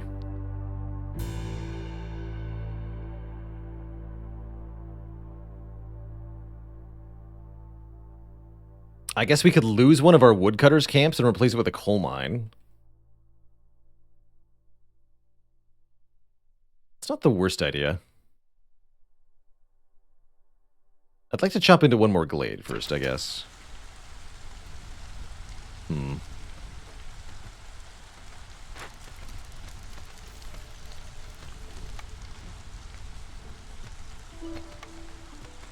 Make some bushes.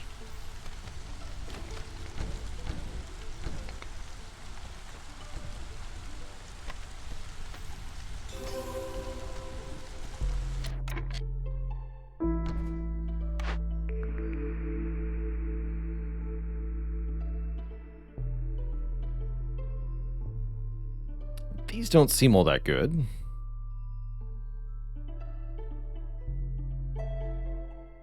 Guess we can make wine at the cellar. The other things it makes we can do better elsewhere.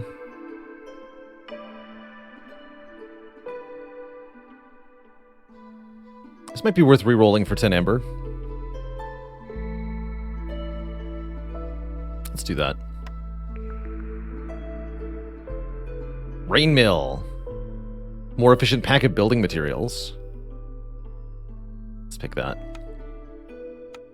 That's gonna help a lot. Okay. Kiln was okay in that it can help with the fuel shortage. That's true. I did consider that briefly. We do have to be serious, though. We can't just willy-nilly this. If we run out of fuel, we will lose the entire game. Can't mess around with fuel.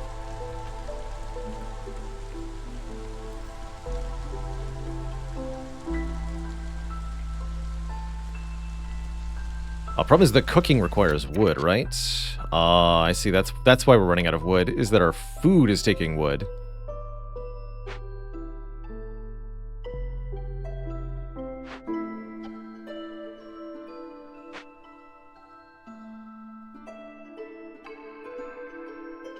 Yeah, we might want to stop making planks for the moment. I wish I could just put more people on woodcutting, but I can't. Take people off of stone cutting. I don't think that's wise. I can take them off of trapping. That's also questionable. Let's do that.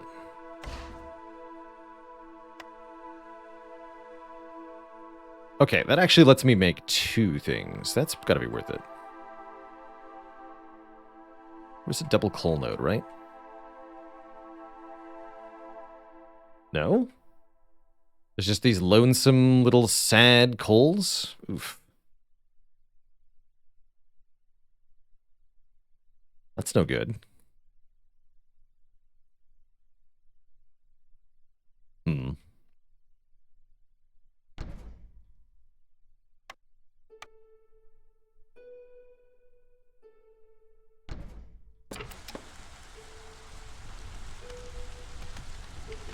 We'll do it this way.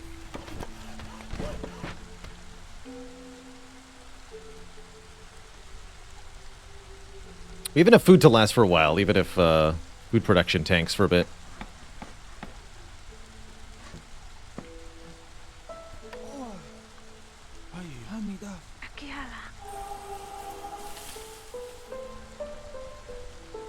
It's going to be more hostility, which we can manage during the non-rainy season. That mine is going up. Put the foxes to work in the mine.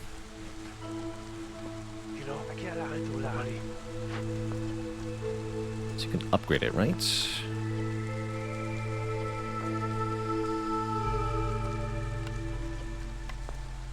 Expensive. Probably not worth it. Mushrooms, fertile soil, and a small encampment. Give me some amber.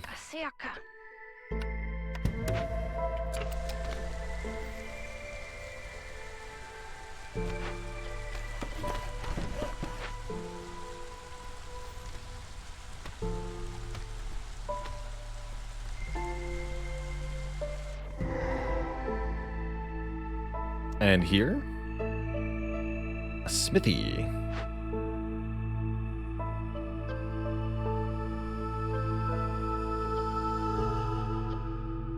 Tools. Blood flower. And all the more reason to get a large trapper camp.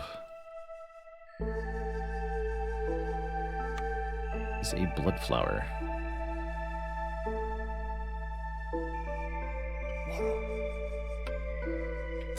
Oh, there it is. Okay, I was like, why can't I click on the blood flower? -3 global resolve. Cooked and raw food in the warehouse disappears at a rate of 2 items every 6 seconds while we're working on it. So it's going to chew through our food, but we'll get parts and jerky. Heck yeah.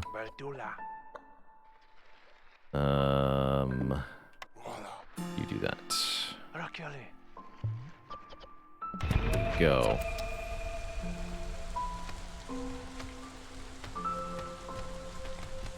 What does it take to rebuild this smithy? Not much. Cool. We will be doing that as well.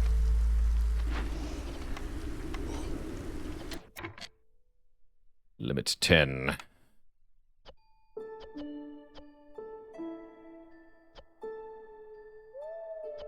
Preferably use wood for that. 4 minutes. Okay, we can make some trade routes. Finally noticed those. Good. That smithy's gonna be great. We can make tools with the smithy.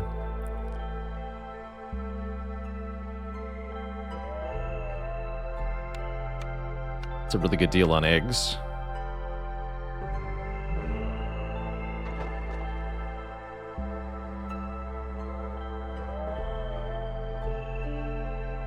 I can sell my barrels. A little bit of copper ore is fine, I guess. Although this pays less than the actual combined values of the things, that's kind of sad.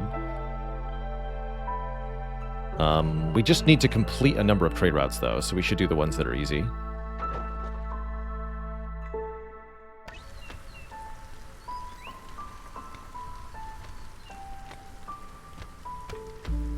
I have no people available. Good talk. I just noticed we don't have houses for some of our people. We should really sort that out.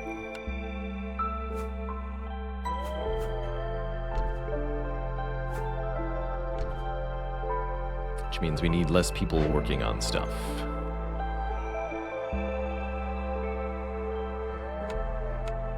Cook less intensely, please.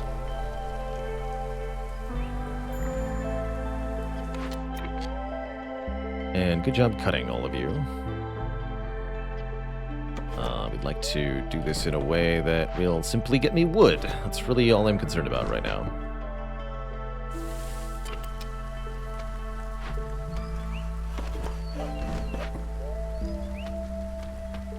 Three minutes till the storm. Okay. This is going well. Yeah, there's one coal plus copper. I think that'll give us fuel less quickly than just pure coal deposit, though.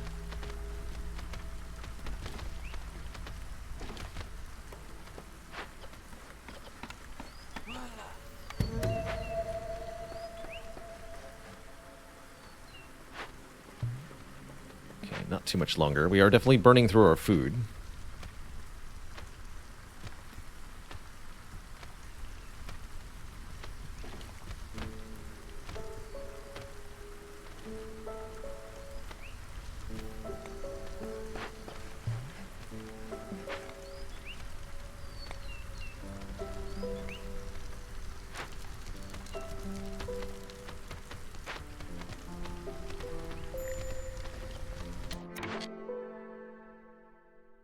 No planks left. Fair enough. Somebody's got to make planks. At least we have wood now.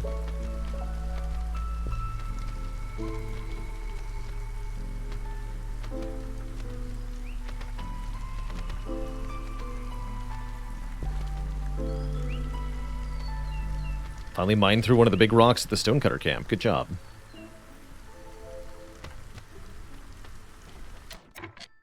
Okay, we need to reduce hostility below level 5 when the storm comes.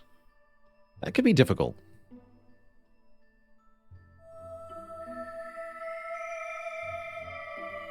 Thankfully, we can use a fox firekeeper to help with that. If we take a minus 20 global resolve penalty, it's going to be ugly. So I'd ideally like to stay below hostility 5, or the storms will be unmanageable. Completely unmanageable.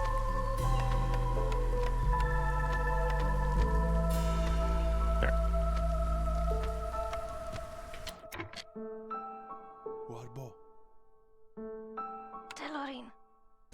Perfect. Good comfy margin there. Probably even have a couple more woodcutters. Beautiful.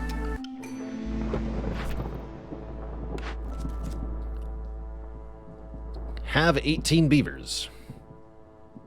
To get bonus pickled goods production. Oh yeah.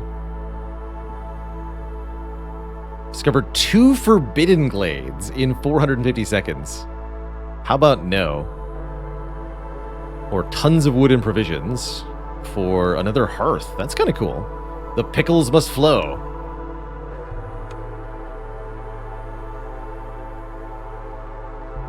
Beaver clan support also really nice, right?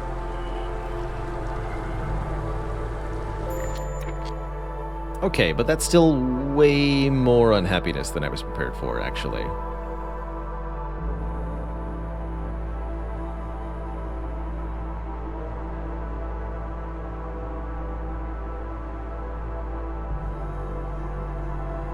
Shoot.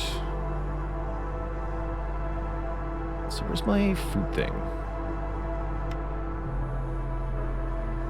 Did I not make a granary yet? Because that was a critical blunder, if so. How dare they be unhappy? Alright, well, can I drop another hostility level down to 3? Okay, that helps. There's the granary. Yes, I did make a granary. We're working hard at making pickles. Keep pickling.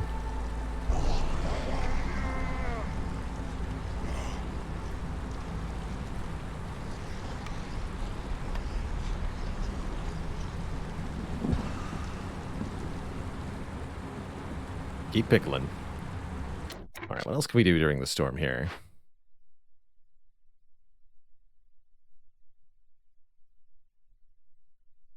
Don't hate clay.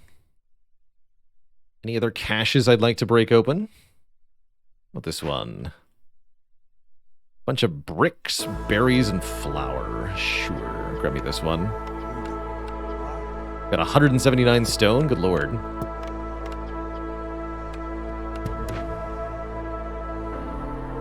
That's pretty good. Might as well do more work in the supplier, I guess.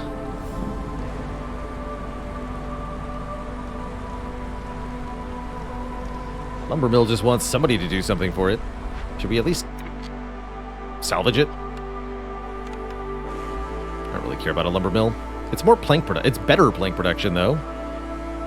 And it's plank production that the beavers can specialize in. That's not true. I do want this. Rebuild it.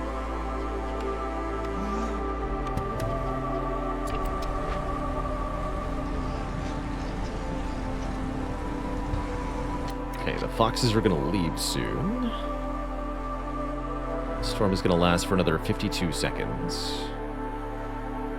If I favor the foxes, then the beavers will leave. Doesn't seem like there's a whole lot I can do about this right now. Heck.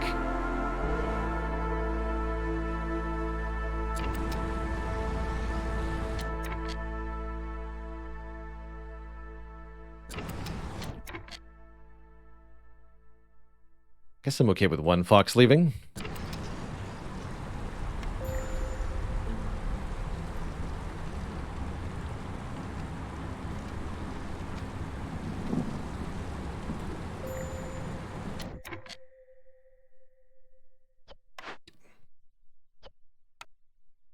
So mine can't be moved, right?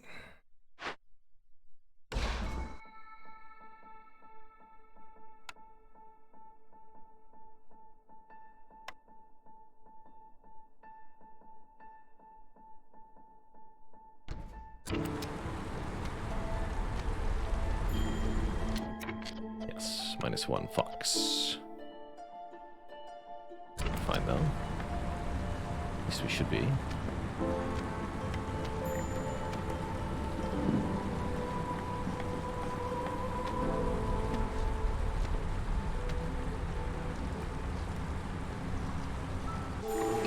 Alright.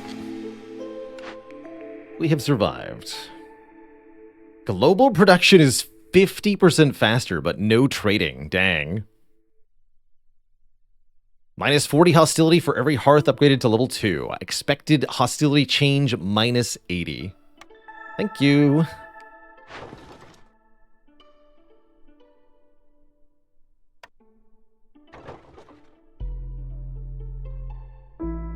Seems good.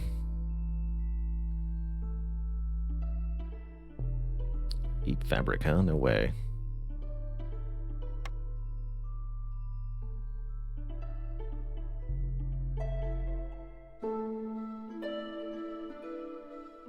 All right, back to chopping.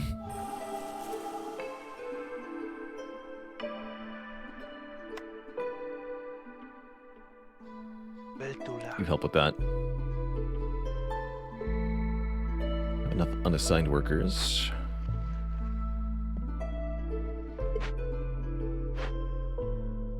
Smithy's being rebuilt. Okay. That's pretty good. Newcomers arrive. 16 bricks and 8 tools. Not too bad. 5 beavers with this group.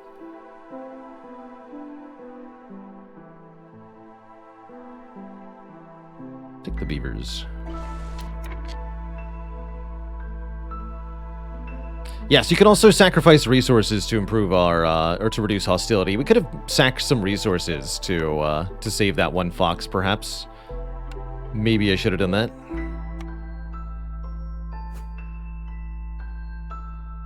It's time for more houses.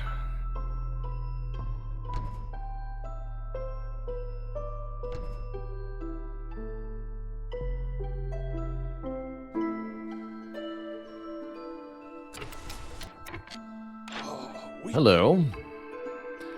Bliss Greybone. Fuel burns longer. Scroll production. Fabric production. +3 to fabric production. Interesting. Sells some really valuable stuff. Scrolls and incense.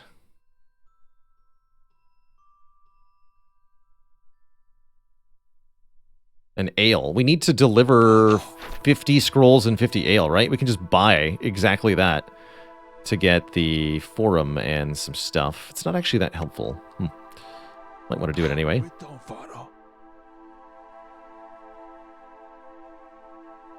Could double down on scroll production, but do I actually need that? I'm not sure. Fuel burning longer is nice. We're kind of short on fuel, so I think I'll buy this. Anything else that we would like?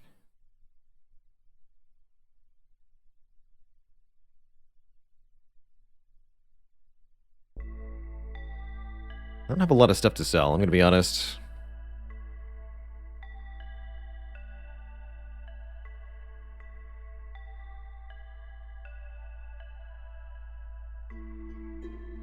Okay.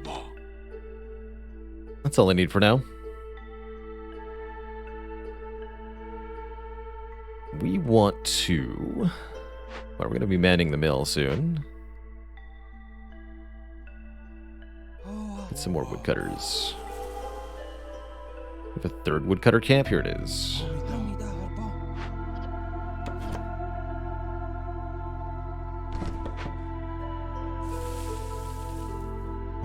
Am I willing to chop into any new dangerous glades here?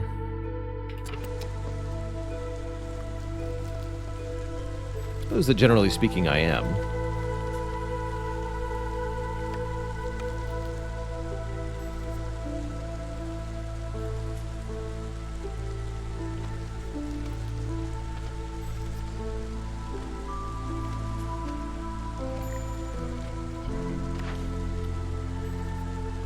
We're lacking the planks. Planks are being made, right? They sure are. Really ought to get that bonus plank production, huh?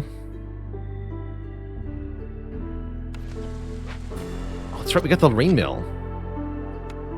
That's the thing we haven't built. That's going to take more planks. Let's get that online as well. So we have a plank shortage. You don't have planks, right? Just bricks. Eh. It is okay.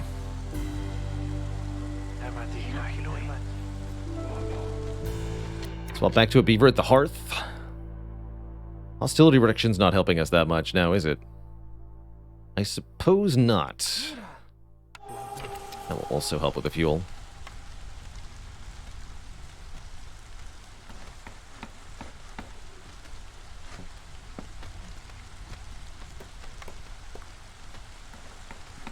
And this will also take some planks.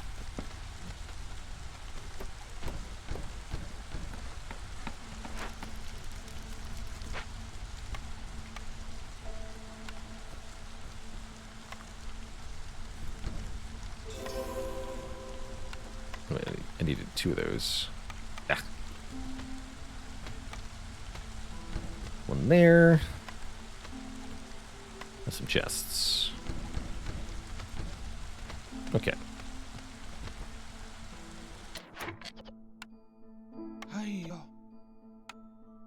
Oh, so we can make scrolls of the lumber mill. And the rain mill.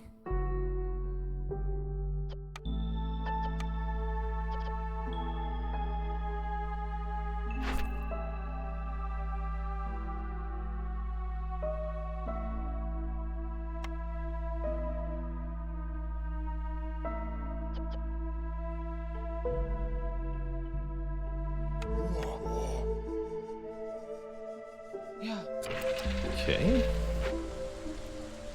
That ought to make plenty of planks. Smithy's almost done being built too, and we can start making tools at the smithy, which we can use to pop open caches, and that's gonna be a pretty good supply of resources for us. There's some more coal for us. Good.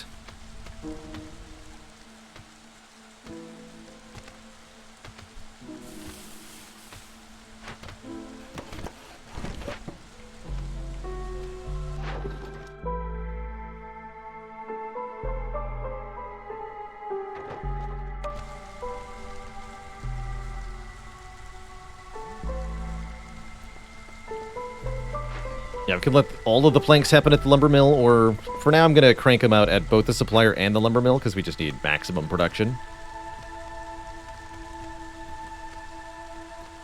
Alright, smithy's ready as well, so definitely only use planks, please. Cap tools at 30. Can also make coats. Cap these at 30 as well. Pack of trade goods are cute. Kept these at 20. Sure, make those also. Nobody gets specialization here.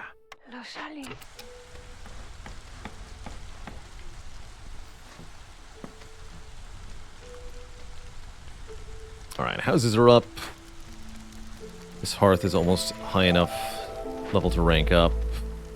This is just missing the decorations. Okay. This appears to be going.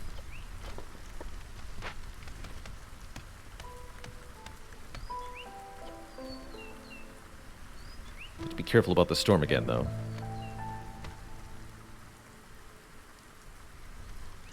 So everyone has pickled goods. Skewers and jerky are happening. How do you make the beavers happier? Tavern. Oh, that's right. We can make a tavern. Where is that? Tavern? Hello? Food? Tavern? Tavern. 30 more planks. It'll go over here to level up this hearth.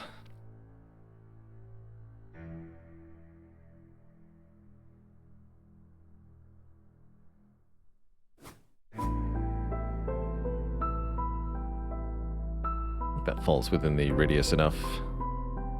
Let's move this house for 5 wood.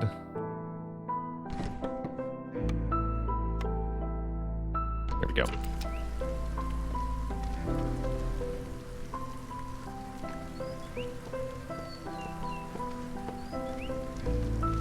And that means we're going to need more decoration over here also.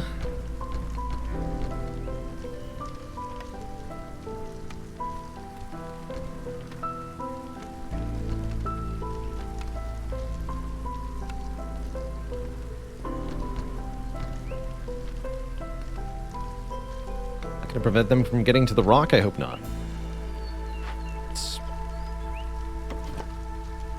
There.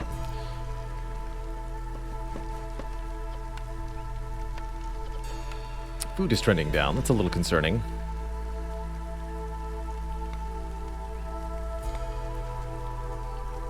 One more part.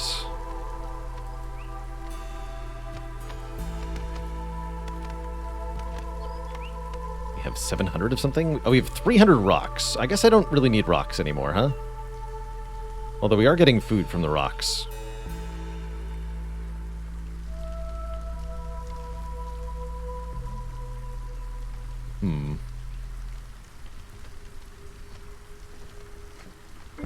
Spooky.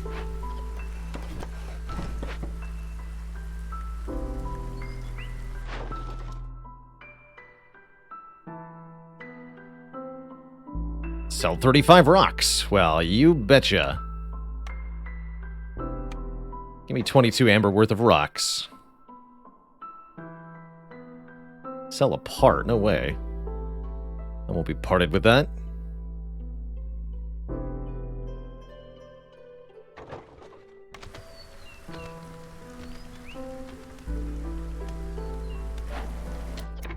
Rain mill, scrolls, pack of building materials, 8 planks. Equals stuff.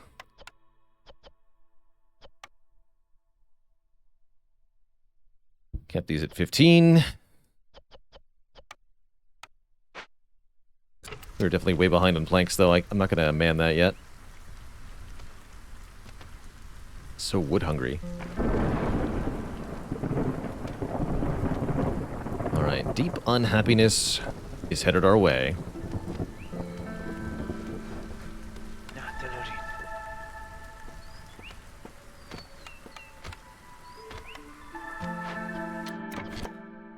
That ought to help.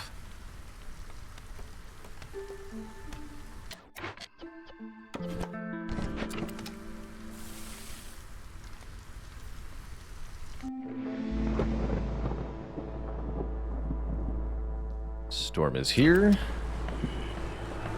Tavern is... Oh god, everyone's in the negative? Okay, so we need to drop another hostility level, obviously. Except I don't have enough fuel to really do that.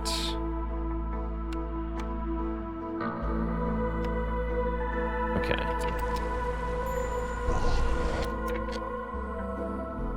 quite good.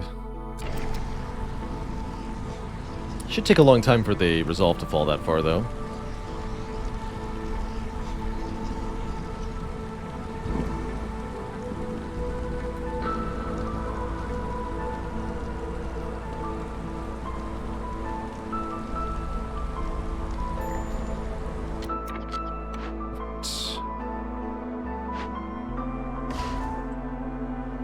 Okay, we need more food.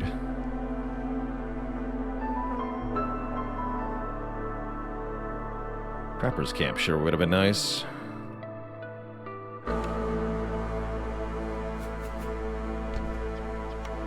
Have enough coal to last for a while,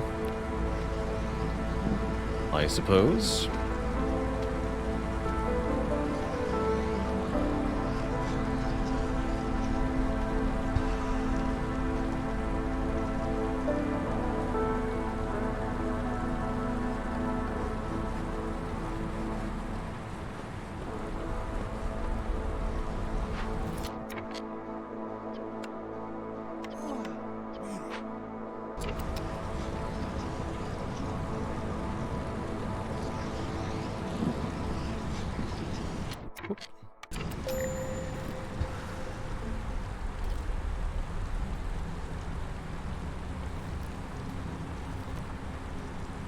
No beavers leave me. I refuse.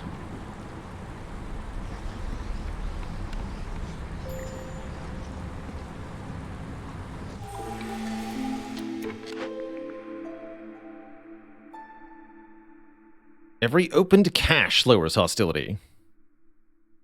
Sure. More hostility reductions sound really good. Now that we have tool production online, or at least we should. For some reason we currently have no tools. Not gonna worry about it.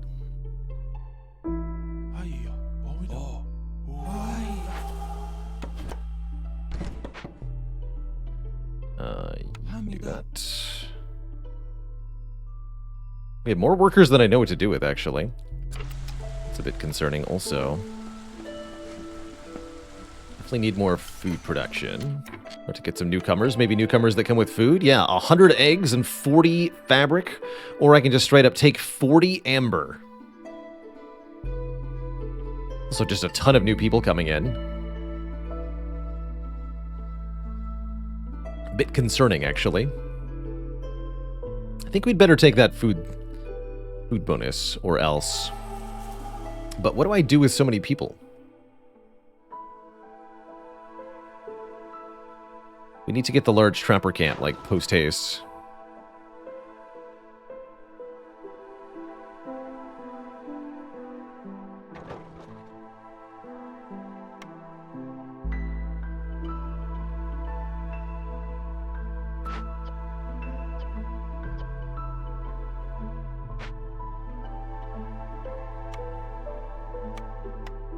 I guess go for I can't even make another woodcutter camp.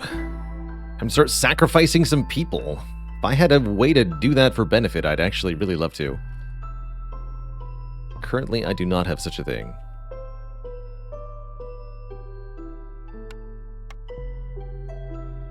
Oh, the tavern's almost up. That'll help.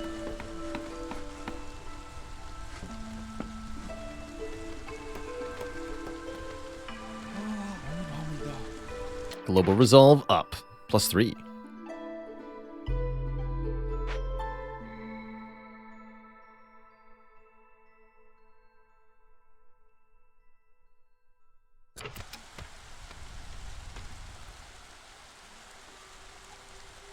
Genuinely, though, like, what do I do with these people? This is more people than I know what to do. Maybe we'll make a Forsaken Altar? Help. I have no wood. We are in such a precarious situation here. Please grill harder, I suppose. You can do that. Don't understand why we don't have any tools.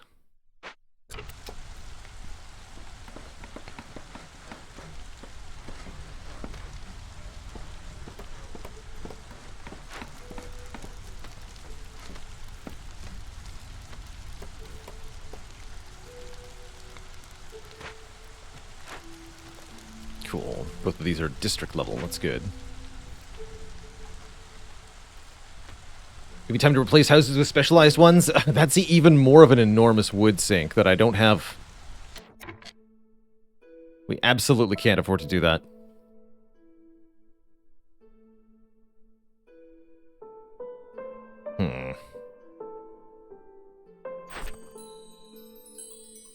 Oh, we got beaver majority, which means 30 pickled goods and bonus to pickle production. Perfect. And cellar is also done, which gives us 2 new things. Come on, Trapper's Place. Please, Trapper's Place. Never Trapper's Place. Kiln can make coal.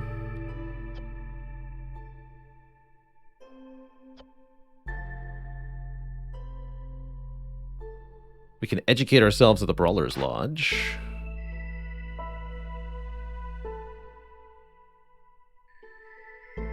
Oh, this is also +3 global resolve? Yeah, give me the Explorer's Lodge. Arg. Should have taken Trapper's Camp when we saw it. Tea, incense, and biscuits.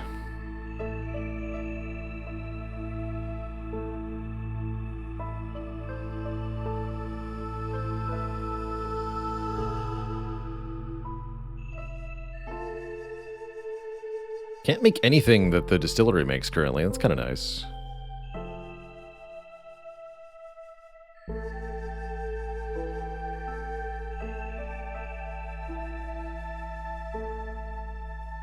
I'm gonna reroll. Ugh.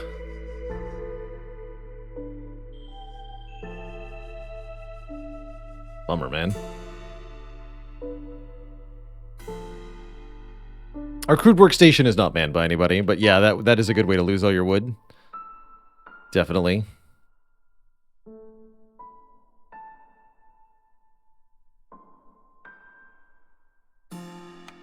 Sure, whatever.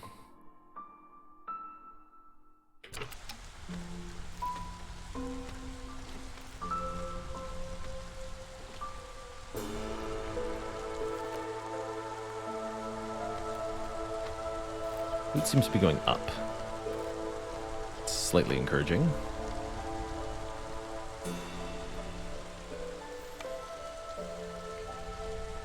Takes 1 million planks. Let's try not consuming a bunch of planks for a minute and see how that goes for us. We did cap the Blight Post, yes. Yes. Currently just about to reach the cap for fuel. And Zorg is here. Zorg has no planks, but does have food. Forage production, farm. Farm seems good, actually.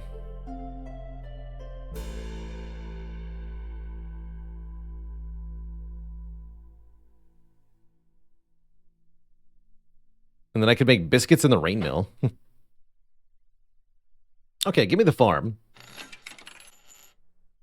And I think I might just straight up buy some food from you, Zorg.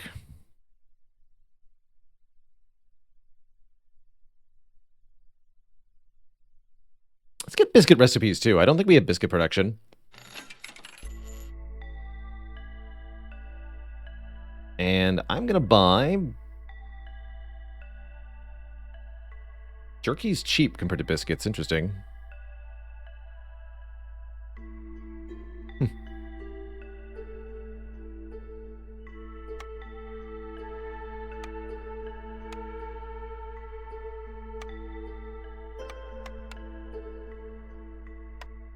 Perfect. Exactly 29. Cool. Thanks for the food, Zorg. If only you sold wood. I would buy all of it. Hello. Small farm. Alright, where are the fertile grounds that we saw? There's one.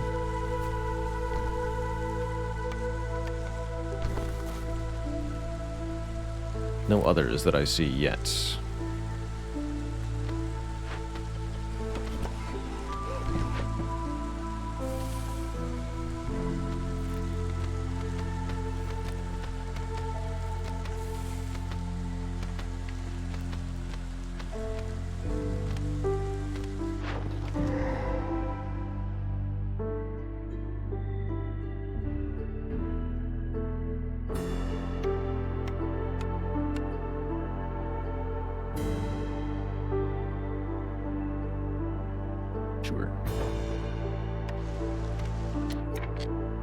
Dang fishman totem. Oh, thank goodness. Okay, we can actually farm those. With the herbalist camp, remember that thing that I chose as my starting bonus for this expedition and never used until literally now? It's time for giant mushrooms to be useful. Good. But dealing with this, what do we need here? 30 of a thing I don't have, or lots of coal. Burn it down.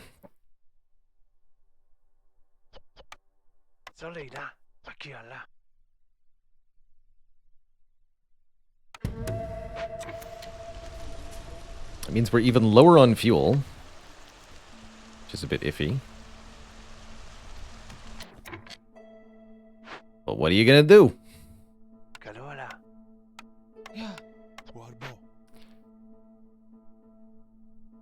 Yeah, we'll get some fuel back. It gives the marrow thing, right? It's pretty good. 10% move speed on villagers if I break this open. Let's do that as well, since we have so many rocks. Get some more bricks for ourselves. This takes parts, which we don't have, unless I dismantle a woodcutter camp.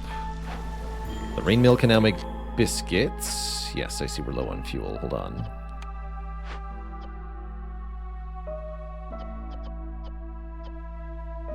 Cool. These are all good things. It's just we don't need any of them yet.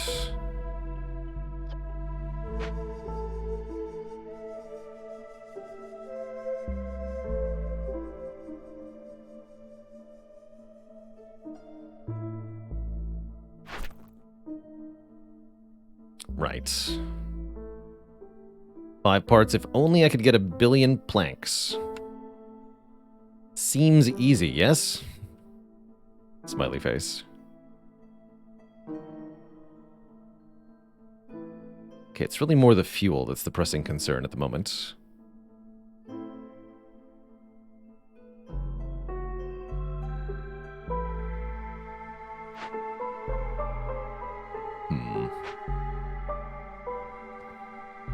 I guess we'd lose a woodcutter camp and get another mine going. Let's do that.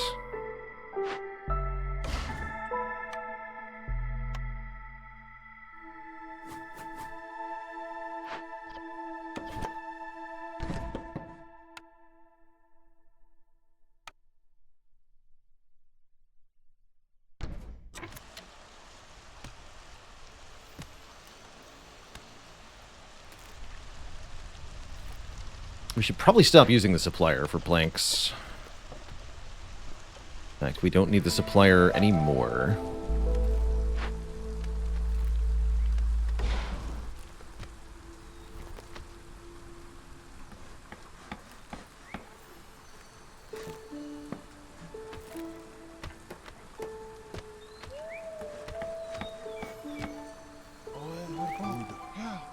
Okay, that ought to help with the coal thing.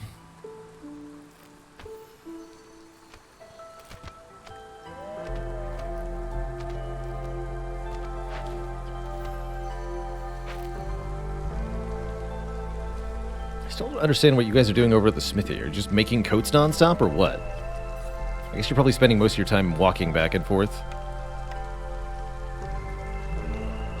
That's even worse as an answer.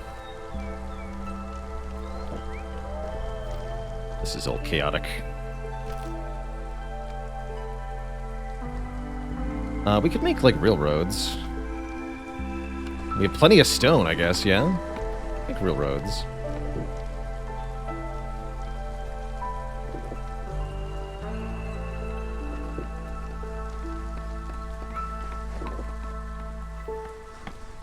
This just needs to be moved.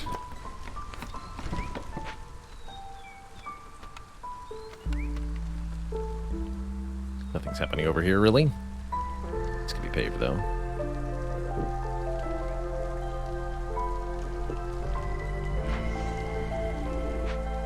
Good. Yeah, this mine might be worth upgrading.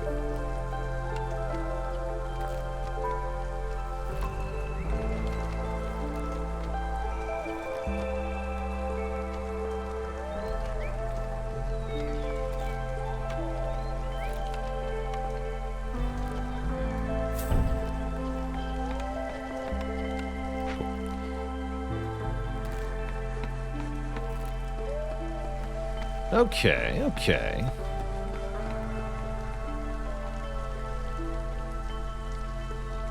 Racing the wheels of progress.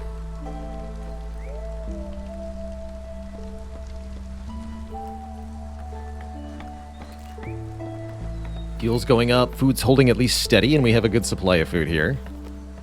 This is double food, bonus insects. Good.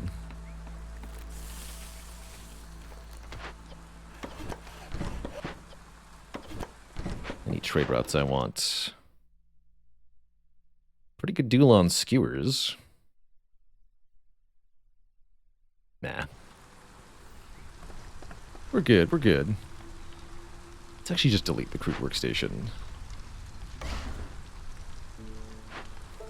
So the makeshift post is okay.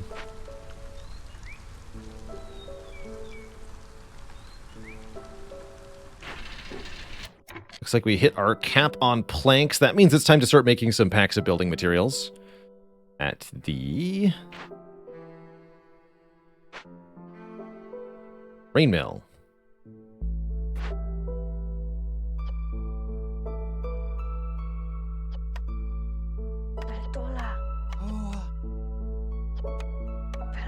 Good luck, everyone.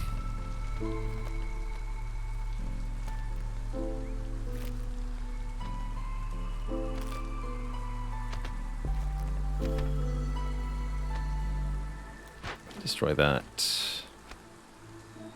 No, we don't get the upgrade cost back. Pretty big price to pay. Alrighty.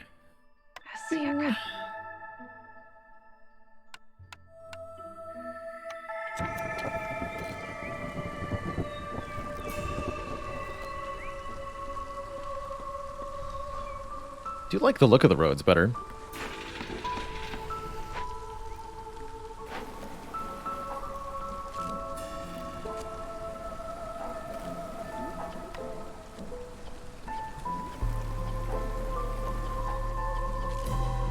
So many different things they can do with the rain mill. I'm gonna be busy. Actually, that is good reason to get a second rain mill.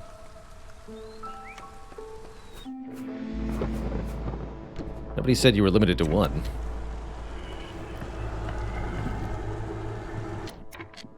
We need houses.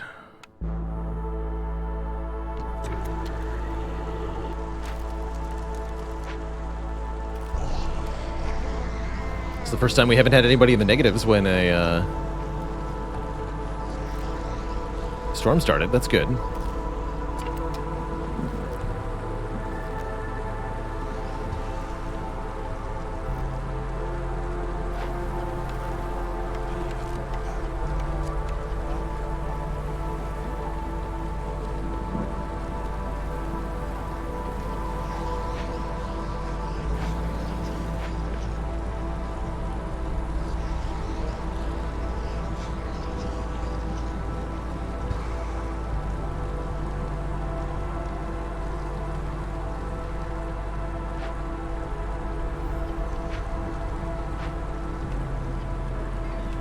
Not able to move this smithy, right? No.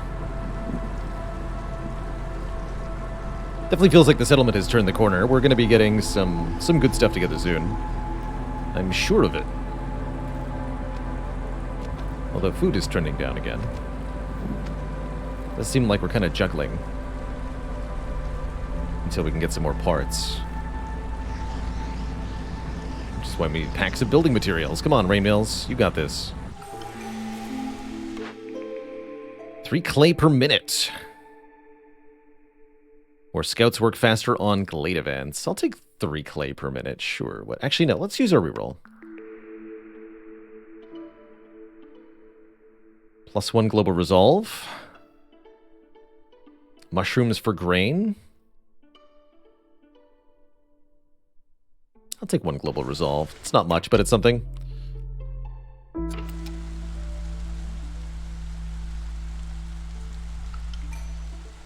And what do you think the newcomers have with them?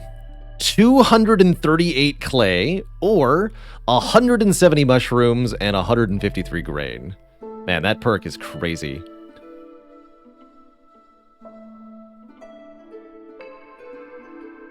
What am I going to do with 200 clay? Let's take the food.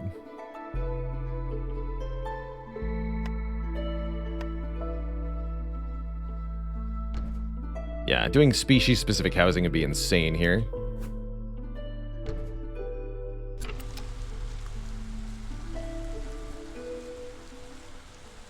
So again, the reason we get so many goods with the arrivals is a perk called Generous Gifts.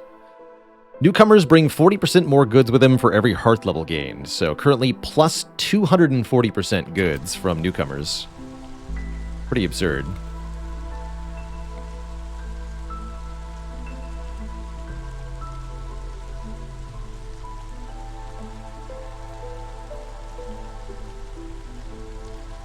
I do need 50 scrolls, actually. Set scrolls to 50.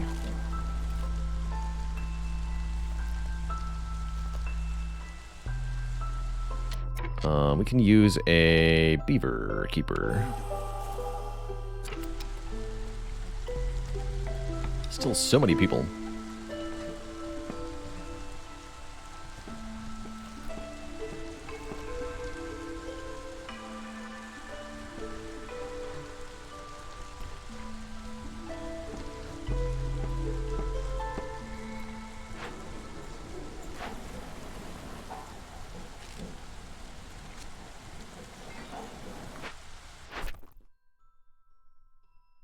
We're making these out of plank, so we should deliver the big delivery first to get bonus plank production.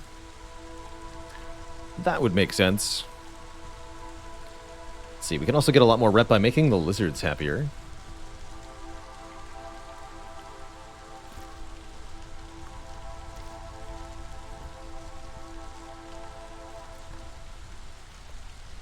Yeah, all we need to do is enable stuff. We can do brawling and religion. So brawling is important. How do we make these? Cooperage, tinkerer, manufacturer, or weaver would be really nice. We need 2 rep to get another unlock anyway.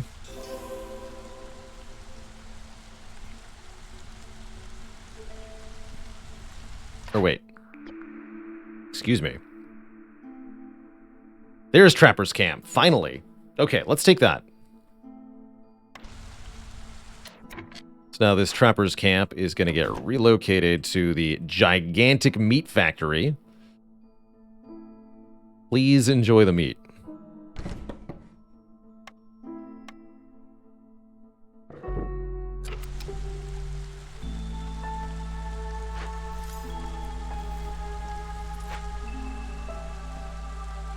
Cool, that helps. We need more woodcutters. Like yesterday.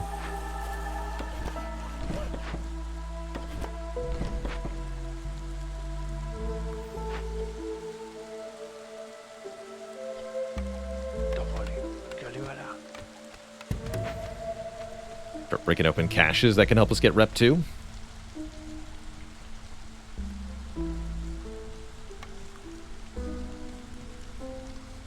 And lizards are giving us rep per minute now that we're happy, as religion is happening, even if nothing else is.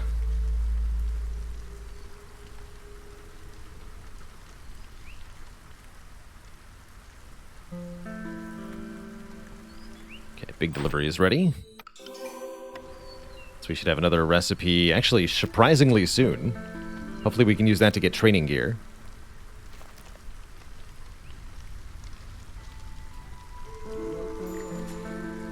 Farluff is here. Why are you guys not educating yourselves, actually? Oh, because I haven't built the Explorer's Lodge. Got it. We should do that.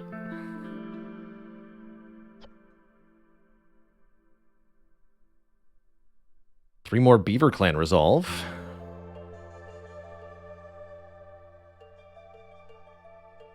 Farluff has tools and such. We can sell our 400 stone.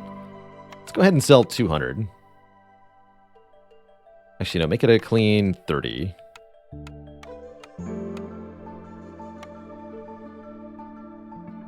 Seems good. Please trade me, what, some tools? Parts we could buy. We'll have enough parts soon. I'm not actually worried about parts. Trade stone for stone? Interesting that he has stone and will buy more stone.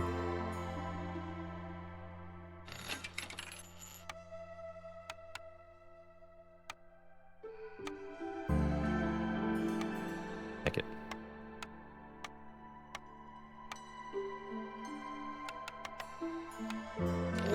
Thanks for the tools.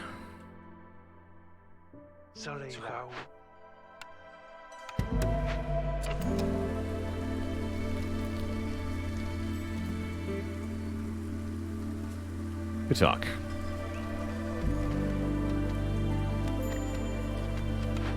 Wow, they finally went through all that stone. Actually, since we don't need stone basically ever again, let's destroy this for the parts.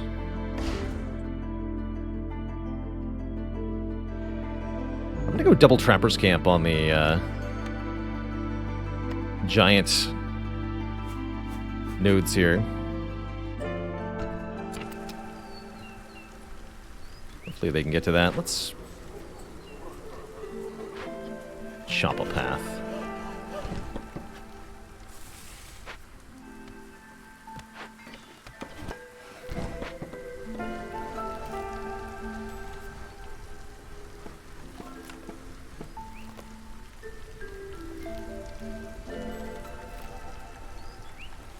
Well, this game but had to turn off the lightning. I can see that. Could definitely be distracting.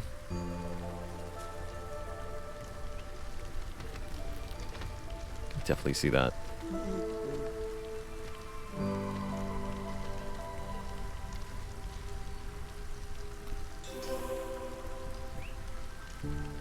There we go. None of these are training goods. Maybe I'll consider re-rolling, but probably not.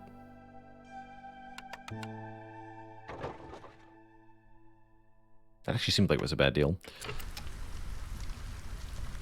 But we get standing for reputation and such, or hostility reduction or something. Whatever it was. Let's get an Explorer's Lodge. This will allow us to fulfill more services. Sure, right there. Perfectly logical spot. Distillery. Something we could get. Leisure would be... Luxury would be nice, right? Yeah, so we actually just need the ability to make wine. So sure, distillery is fine.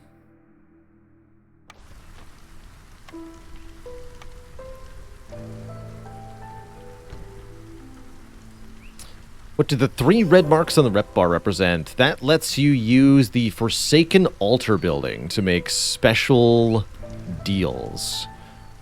They generally have a serious downside, but also a serious upside. I have used very little of the Forsaken Altar, but it seems to me like, if well used, it's obscenely powerful.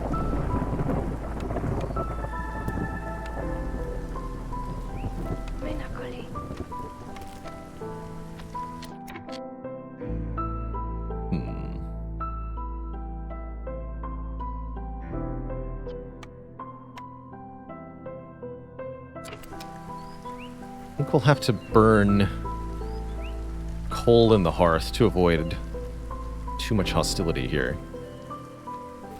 I don't see another way for this to go down.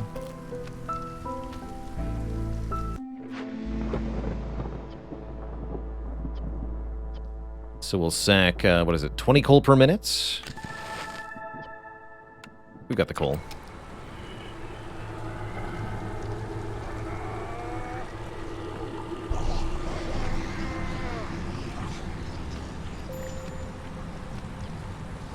Actually surprised we didn't end up with enough blight rot cysts to actually complete this goal. I'll keep that in mind. Only about 10 blight rot cysts for a normal game. Until we get a modifier that makes them more prevalent.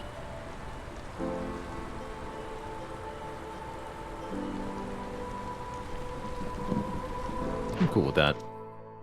Don't sell tools, don't be ridiculous.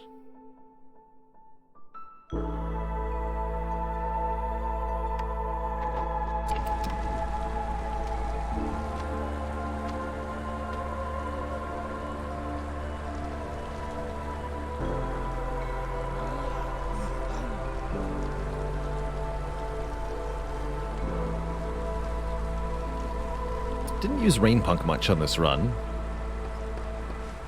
I'm okay with that.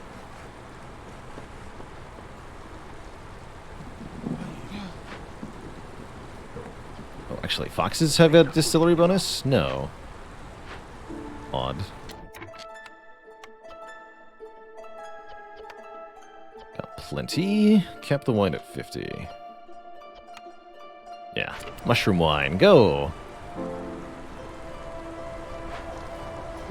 Alright, so education should start happening.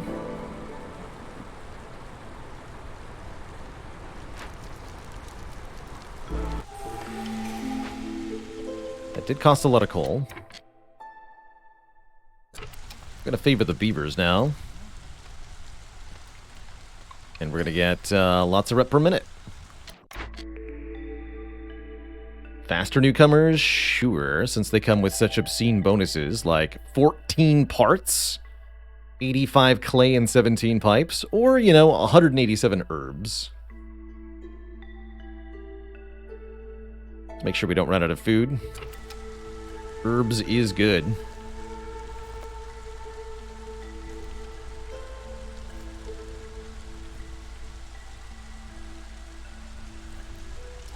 Herbs is real good. Beavers are so happy. So happy, man.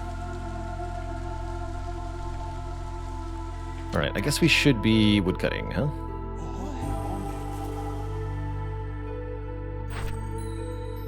Five more parts and more move speed.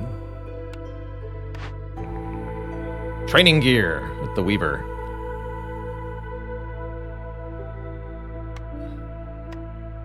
Make it happen.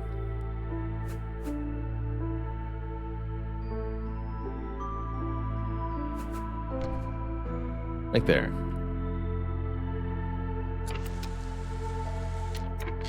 Okay, and we want to cut into, I guess...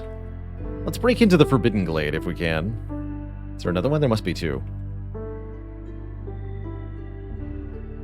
There's the other one. Yeah, it's kind of far away. Well, let's start working towards the Forbidden Glade, I suppose. Not really gonna happen, huh? Don't worry about it. Don't even stress it.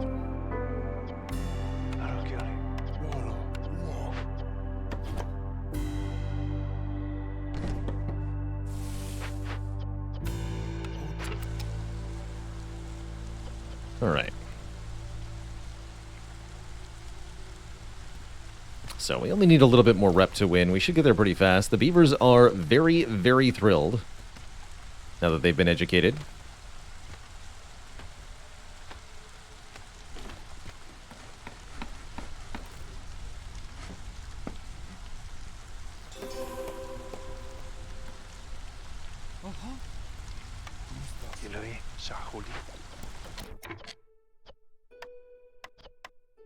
Planks.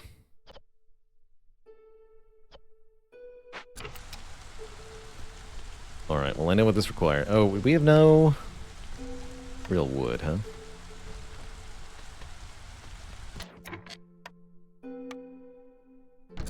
Sounds like we need more woodcutter camps. That's right, I deleted the other thing that can make planks, too. What we should do is stop making building materials. Hold on. Immediately. Stop making packet building materials. Good talk.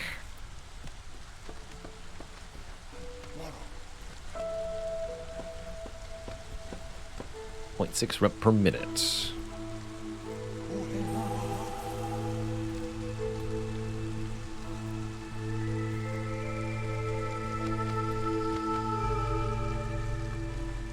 Any other caches?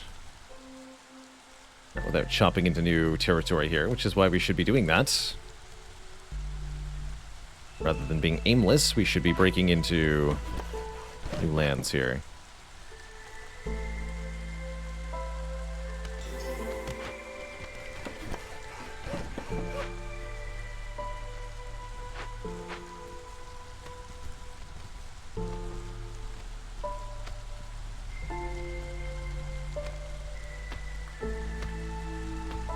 those beavers are just going to win on their own through sheer happitude.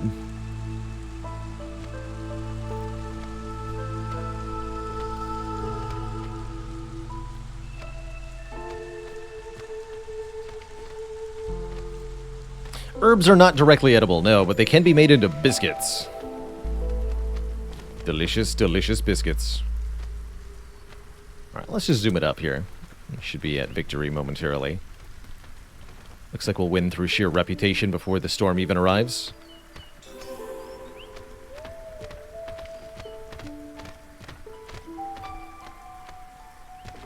Now the foxes are happy too. 1 reputation per minute. Let that thing just go. GG.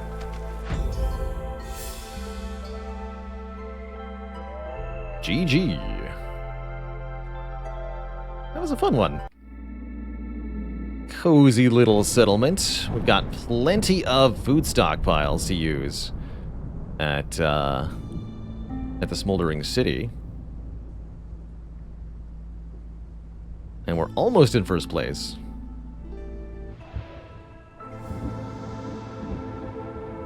Let's see what the deeds were. Completing 80 total orders. And of course, Prestige 6. Still many, many, many, many, many deeds we have not done. Holy crap. So much stuff in this game.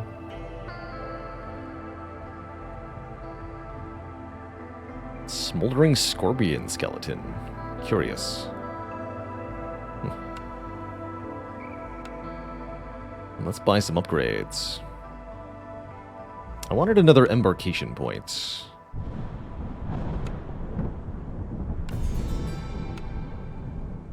And another embarkation point? Sure. 2 more embarkation points for our next settlement. That's great. Also, a passive 4% walk speed bonus to everybody, which is also quite nice. Good old meta progression. GG. Well, Twitch chat, I think that's all the time I've got for Against the Storm here. We've got a little bit of time left in our broadcast, so why don't we make it a 3-game day here? And play a little bit of Brotato to wind things down. I'm going to take one final break, refill of the leg, stretch the water before I switch games one more time here.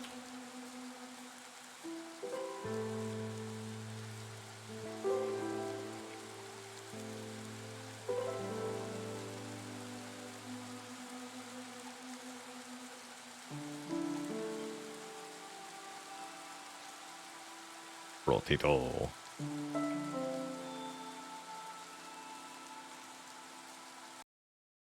Brotato.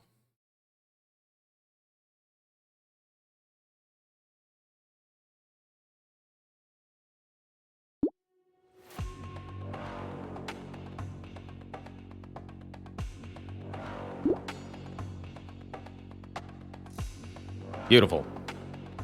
All right, Twitch chat, I'll be back in a couple short minutes. When I return, we will jam out in Brotato. Shoot some spuds. BRB.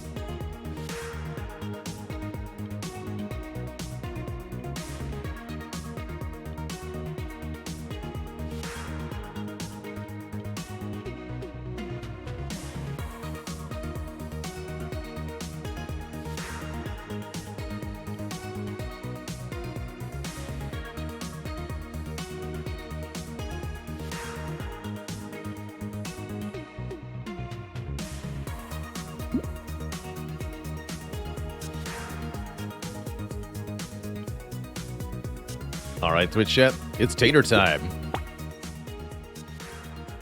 Let's try to get a run one with the Glutton here. We haven't won with this character yet. Glutton gets a bonus to luck to start, and can scale their explosion damage by picking up consumables at max HP. Starting with a random weapon, nails us with a plank. Interesting. We get a penalty to XP gain and item price, though. Which means this character has to make do with less.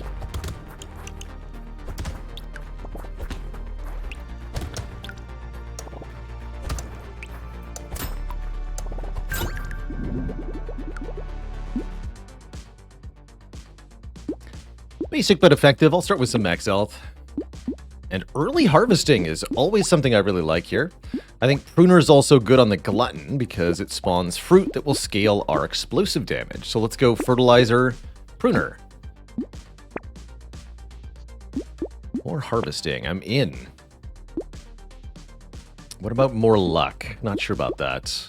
This is explosive. I should buy it.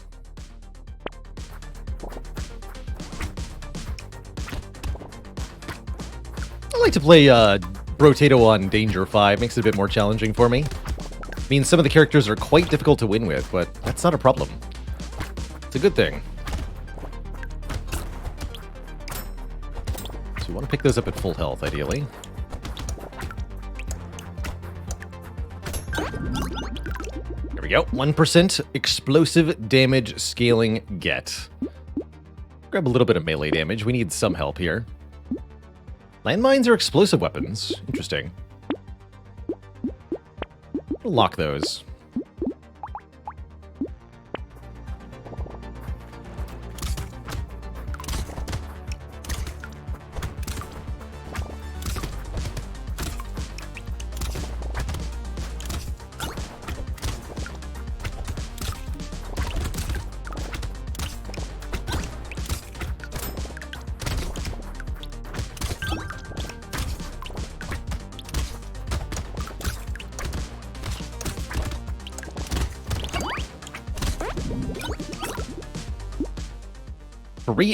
Free luck. I'll take it. Luck's my favorite set in this game. Makes us more likely to find health drops, which, well, power up this character's special ability. Even though it's the lowest tier perk here, I'm going to grab more harvesting for more experience and money each wave.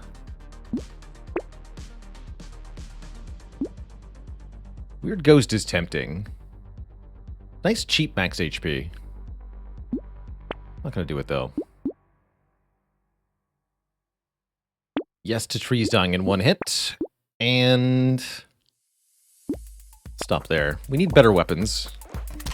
Didn't see any that were good enough, though.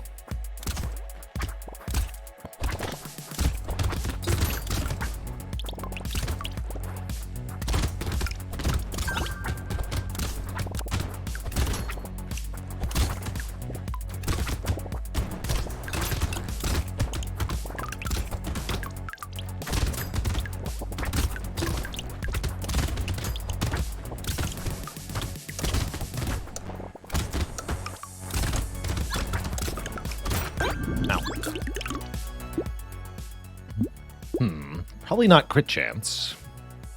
I was just thinking I wanted some healing other than the basic healing. 2 HP regen's not a terrible use of a white perk. Sure. Sure.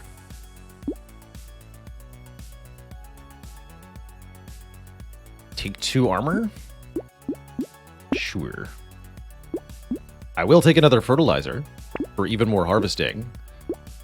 And a Scar helps counteract the XP penalty of the Glutton. We still need another weapon, though, not the double-barrel shotgun. Pruner's perfect. Pruner and Garden are both perfect.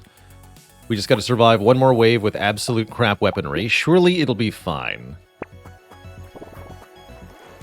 Did I win that streamer attempt last time? Yes, we got the win with the streamer. That one turned very strong.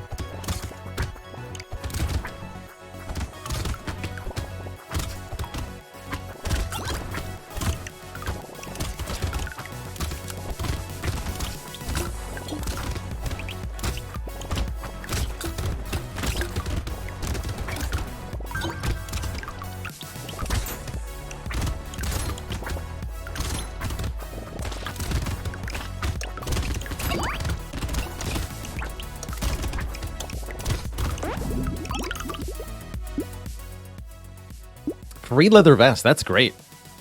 More armor, more dodge. One of my favorite defensive items.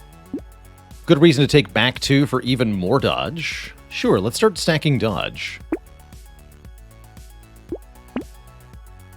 And I'm very happy with a lucky charm as well. Huge up to the luck stat, meaning more health drops for us. Currently, we're really relying on the explosions from these health pickups to actually do damage. It's a bit iffy, but don't hate it. We need more move speed. I see that immediately.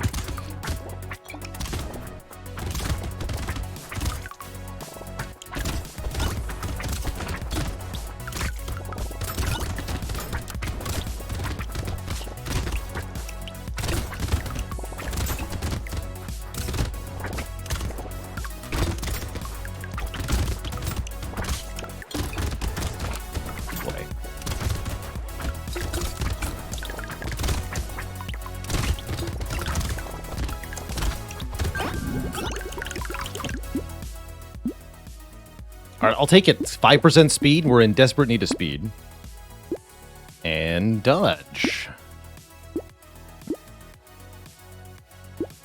Keep investing in harvesting here. If we can survive and have this harvesting stat really start to pay off, life's gonna be good.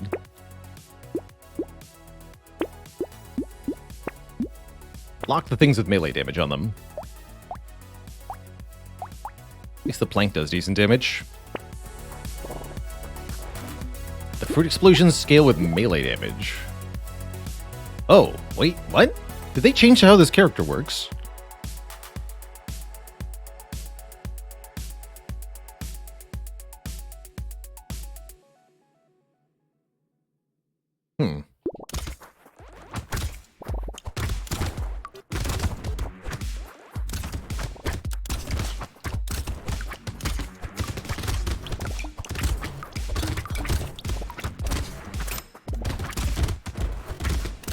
Didn't realize the explosion was off of melee damage.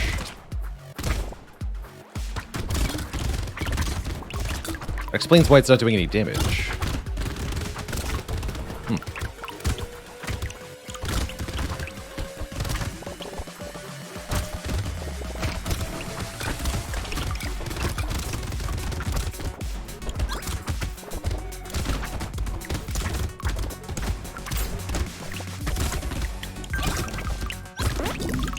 Awkward wave, but I'll take it.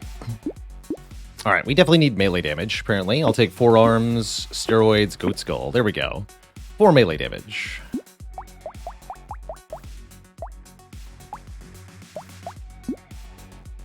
And more luck. Wow, a power fist, an explosive melee weapon. Brilliant. That's exactly what we need.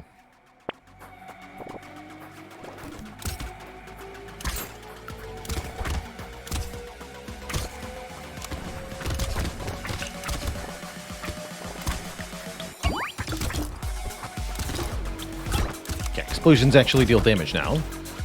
That's good.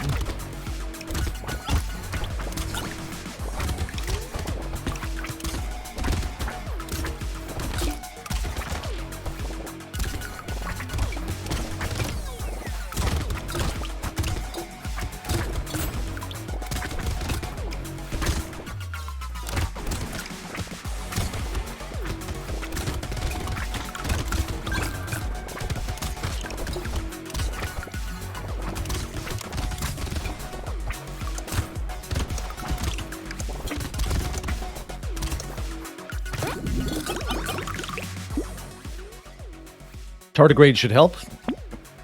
Speed up. We need desperately. Unfortunately, I can't afford the Power Fist for Wave 9, but we can at least get landmines. This wave should be okay. Even though we're failing to kill everything, because we have enough harvesting, we should be okay income-wise.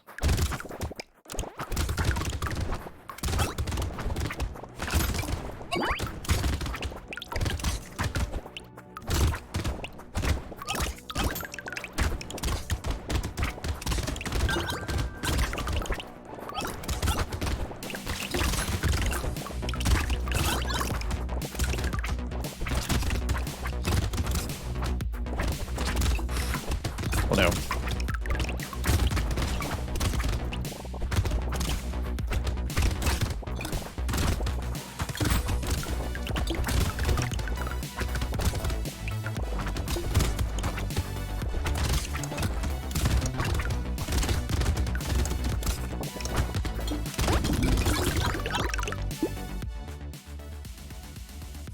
Okay, I think we're gonna recover a little bit here with 500 bucks. Take the mushroom for the HP regen. Attack speed seems like it would help a lot, actually. Grab the power fist. Upgrade a pruner. Take some more regen. And I get a free reroll if I buy this? Sure, buy it. Even more regen. 11 HP regen ought to help a bit.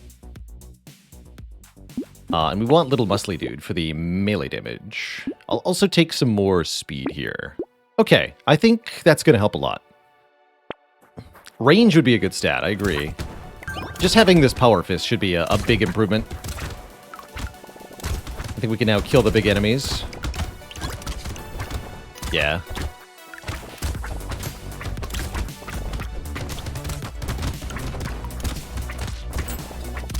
We also have healing other than health pickups, which is nice. Because ideally we want all the health pickups to be acquired at full health.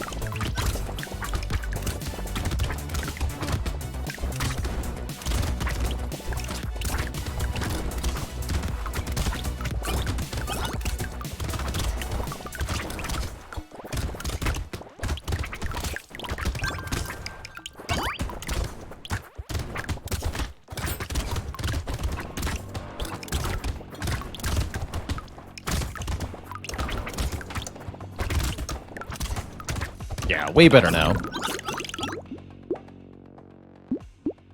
More health from consumables means we will get more consumables at full health. Very good. And I'm going to take some max health, as we don't have enough. Tempting to get 10 more harvesting. Let's start choosing melee damage.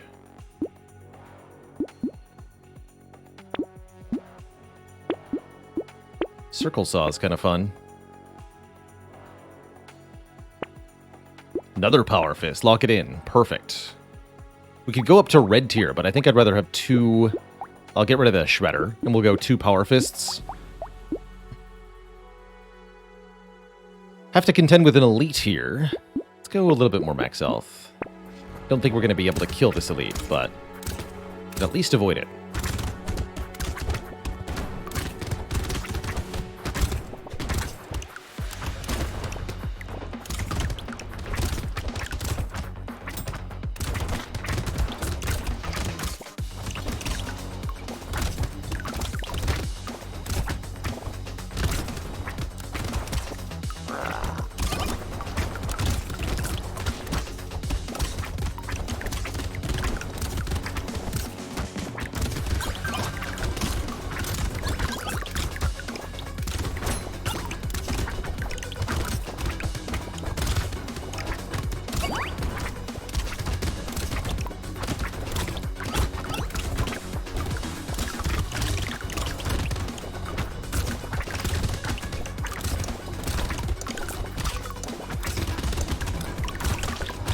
Ooh, that was bad. More health and more regen? Yes. More dodge? Also yes. More dodge. More explosion size? More explosions, period. Rip and tear, also explosions. Enemies have a chance to explode when they die. Based on our melee damage. Perfect.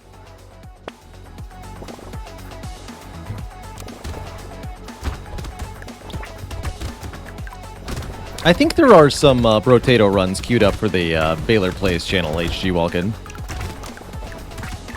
Might take a while for them to make their way over there.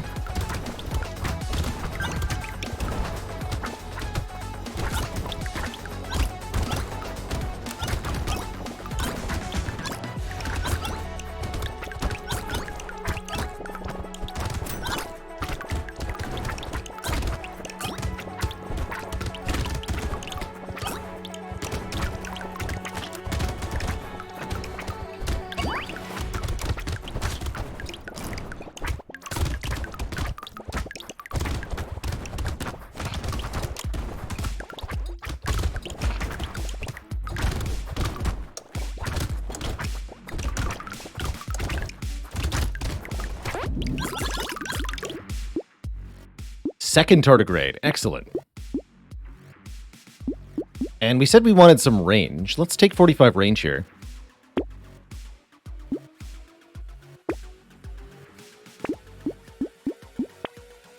For reference, our explosion damage percent is now at 82%, so all explosive weapons get 82% additional damage, which is part of why these power fists are so strong.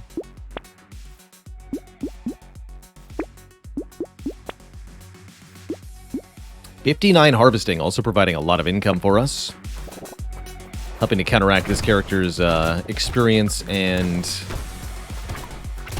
item price penalties by just having tons of stuff. Works for me.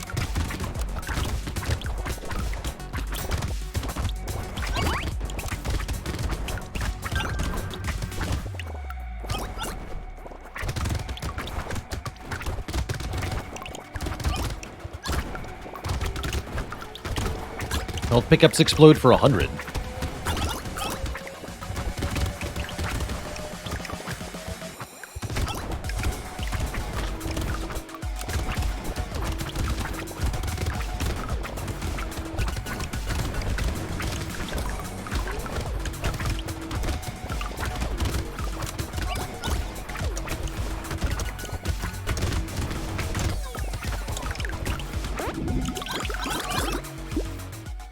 $15% more.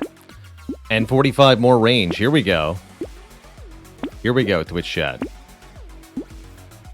Cyberball's actually pretty good also, sure.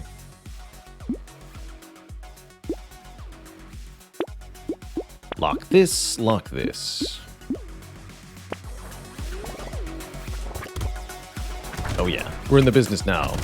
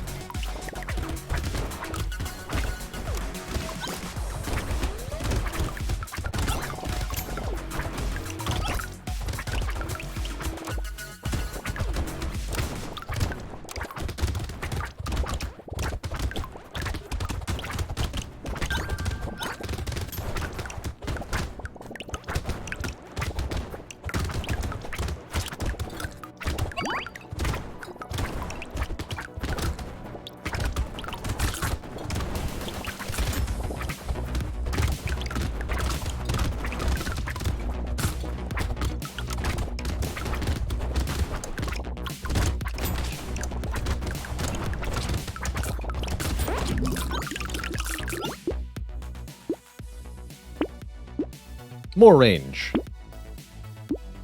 Even more range, but also less range.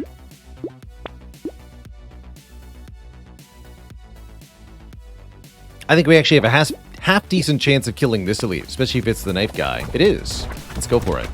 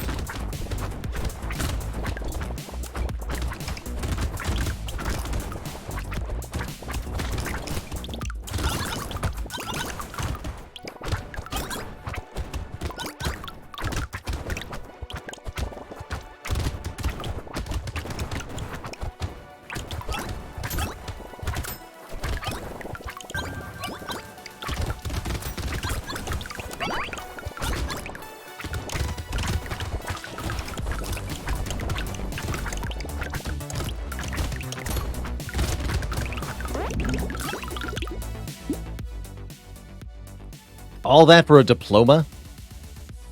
10 XP gain, 10 engineering. I guess the engineering helps the planks, so sure. I'll take 12% damage. The fruit explosions are getting big. And another lucky charm awaits us. I'll take it. In this economy...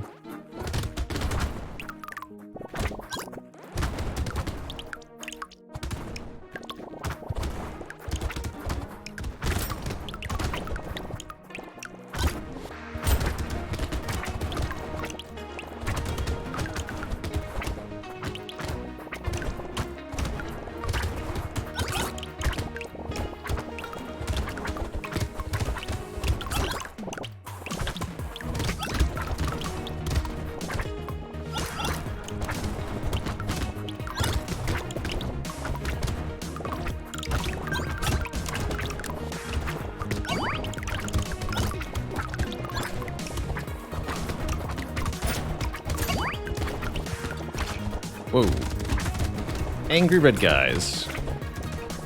Terrifying.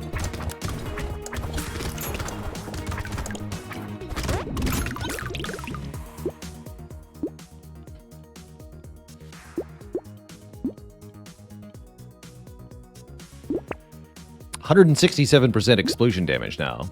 I'm gonna recycle the alloy, I think. I don't want the dodge down. Or the white flag. I do want 9 more move speed, though. And I do want a bean teacher. How'd you know? Even though we're pretty late in the run, I still want it. Second rip and tear. Excellent. Excellent.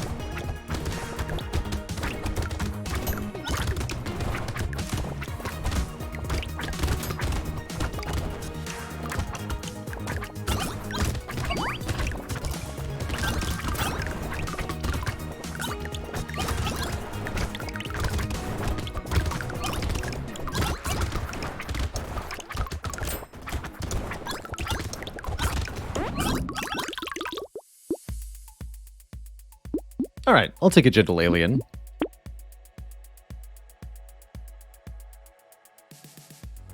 Any tips for playing Hades? In the Mirror of Darkness, if you're just starting out a new save file, prioritize getting an additional dash charge and Death Defiance as the first upgrades that you can with your darkness. It'll make the game quite a lot easier. When you're fighting the Jerk and the Minotaur, I recommend going for the Minotaur first.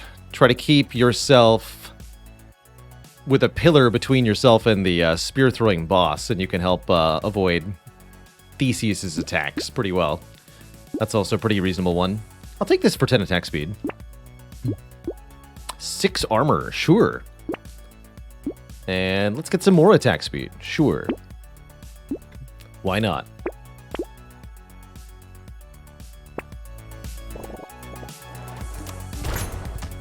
Oh, there we go.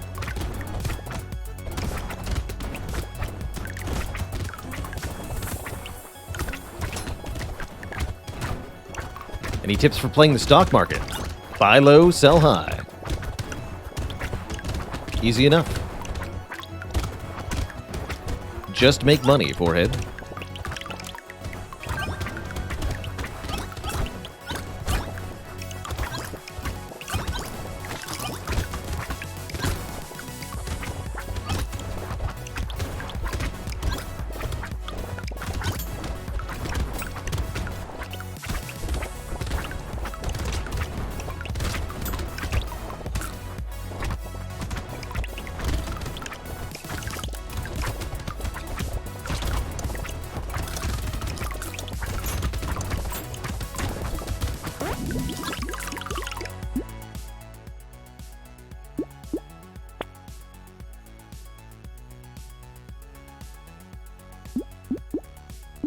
A little more armor. Bit late, piggy bank. Wandering bot's okay, but I don't think so. How about another tardigrade? Sure.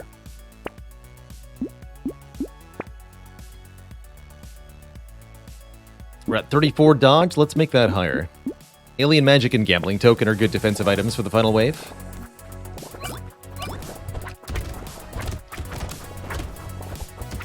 I think we have enough damage output to kill the bosses, probably.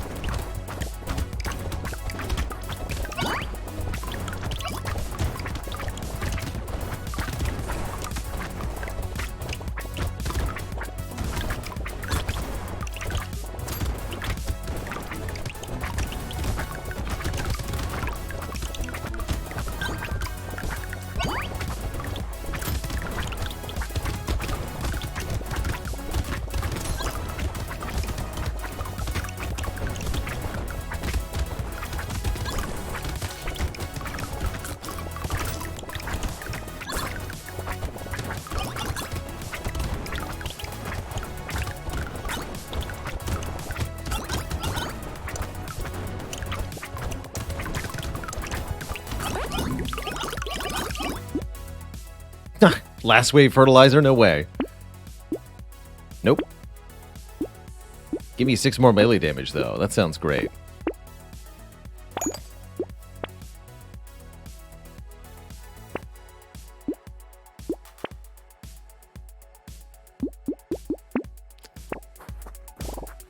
Time to punch.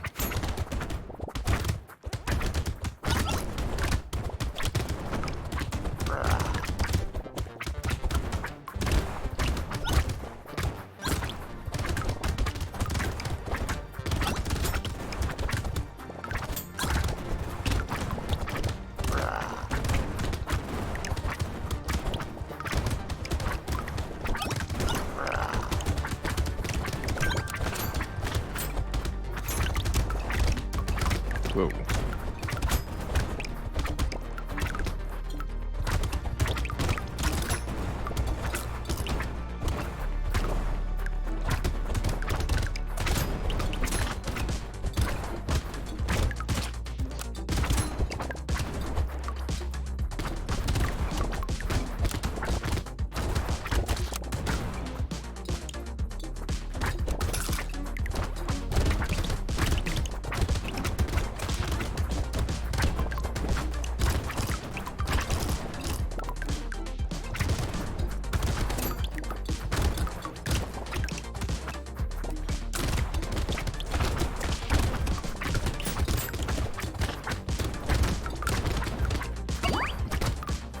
Well, nobody can say I didn't work for it. GG.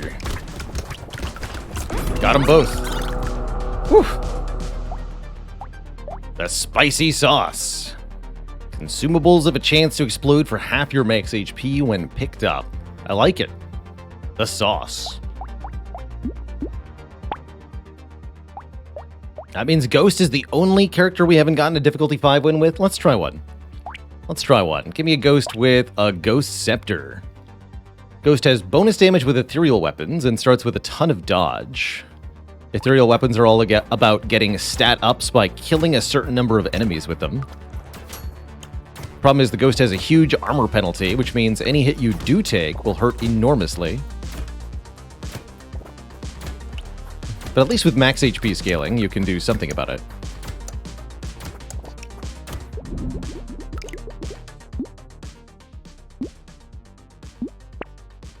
Double Ghost Scepter. Triple Ghost Scepter, apparently. Sure, let's see how this works.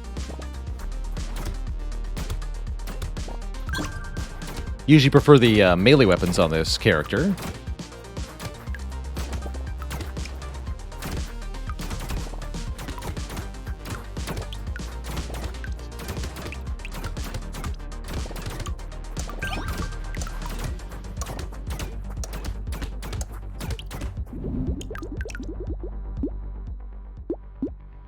That's right, with negative 102 armor, you take 87% more damage. I'll take Harvesting here.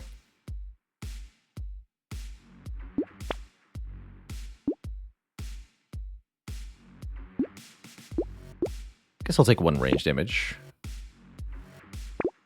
Let's go to 2 blue Ghost Scepters. These now require less kills to get a stat up.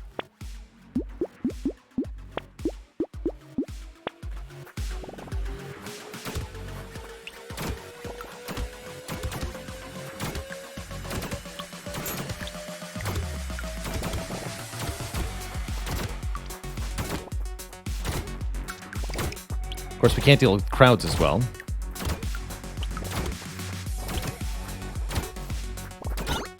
There we go, 2 health.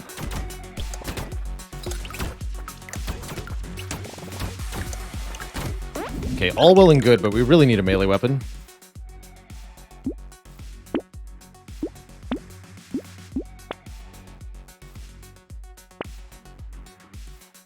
Ugh.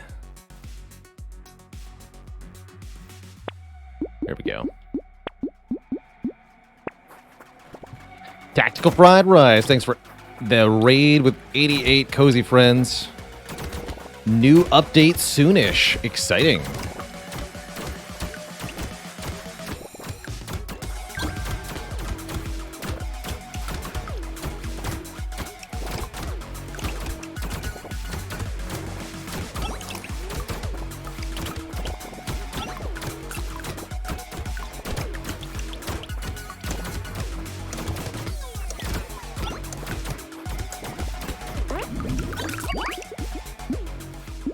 I would strongly prefer that we actually get some kills here. 15 attack speed will help.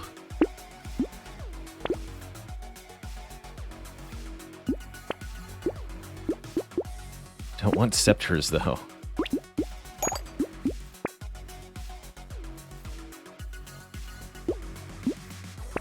Small mag's gonna be good.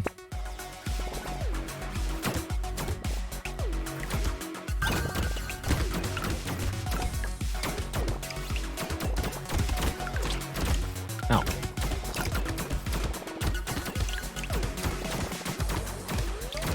Games have been good. If you're talking about Against the Storm, we've had some really good settlements in that. No losses yet in our prestige climb. Curious if we'll reach a point where the difficulty's enough to make us lose or not. Oh god. Didn't I? Move speed is something I was just thinking would be really nice, so 6%. And you know what? I'm going to keep taking attack speed because I think it's awesome. Finally, our first Ghost Flint. Sure. Now we're up to 60 dodge.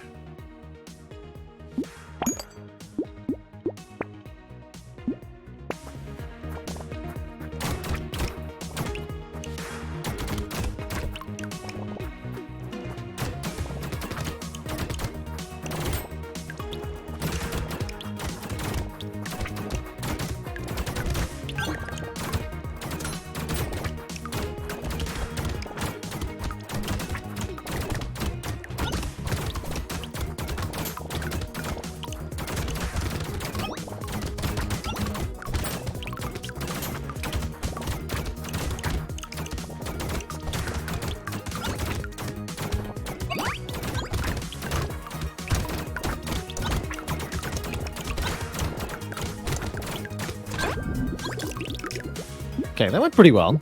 Killed basically the whole wave. I'm gonna grab 5 more harvesting. And let's start taking max health. So we can survive a hit.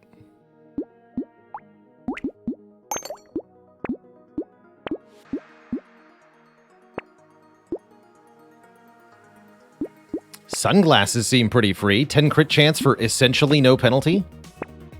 Hell yeah. Can't actually equip that ghost axe.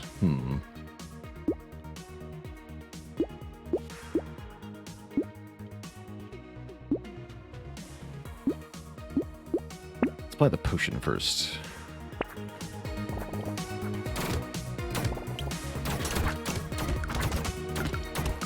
Gonna be new elites for 1.0? That's gonna be exciting.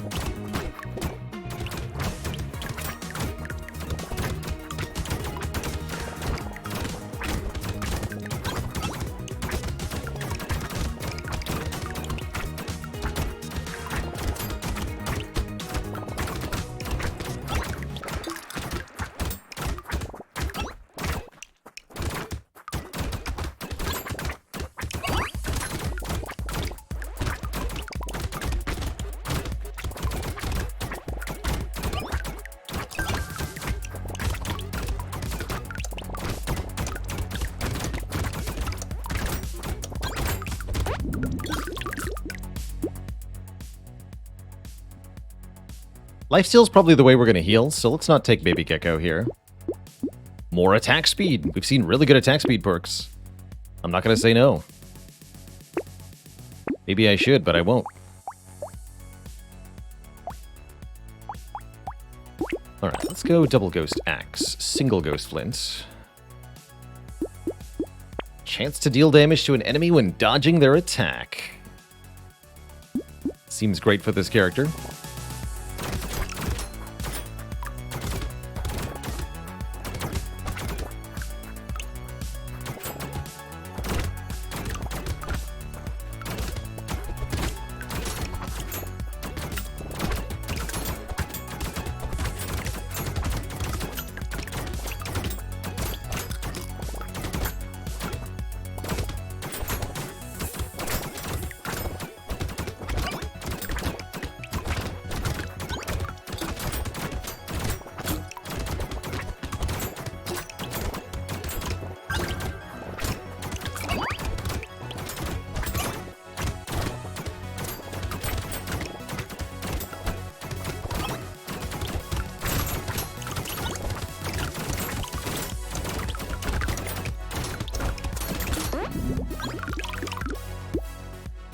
Less enemies is terrible for a character that scales off of enemies killed. No way. Love some more move speed. Armor's not really doing anything for us. More dodge is good, but again, armor's not really doing anything for us. What XP gain and melee damage?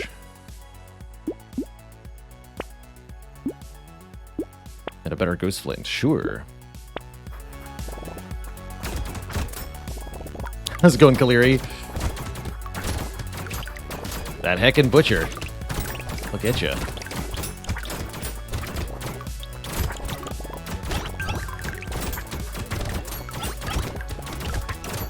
This wave is so good for the ghosts. So many enemies.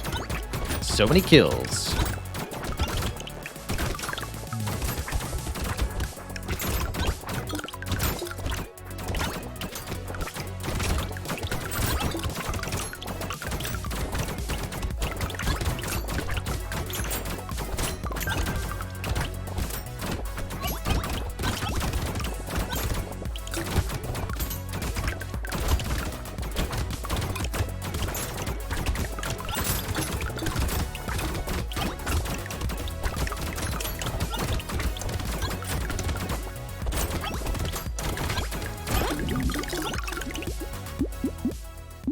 Yeah, let's get that dodge capped.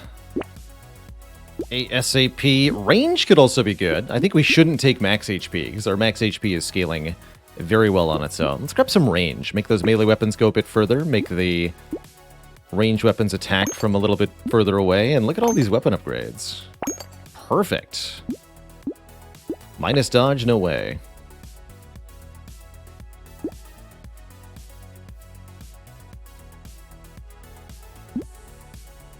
Normally I'd be down for some of these. I guess Vigilante Ring is okay. Sure.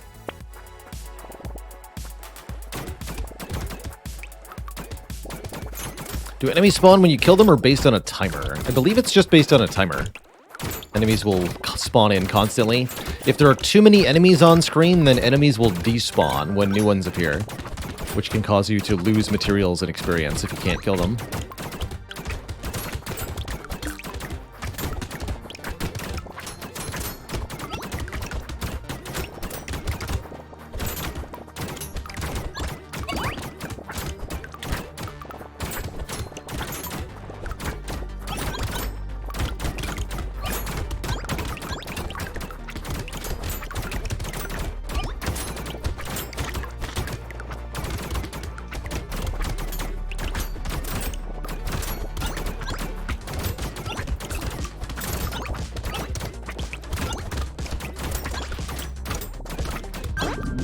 A little spooky. Just a little bit, though. Can't really benefit from regen. More speed. Lifesteal. Okay, let's get some lifesteal. We need a way to heal.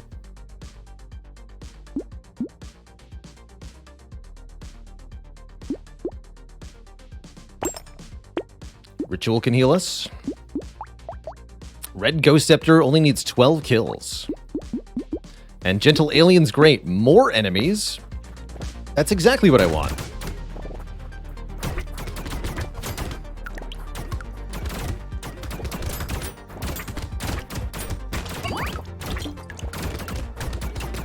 Don't let the mummies hit you.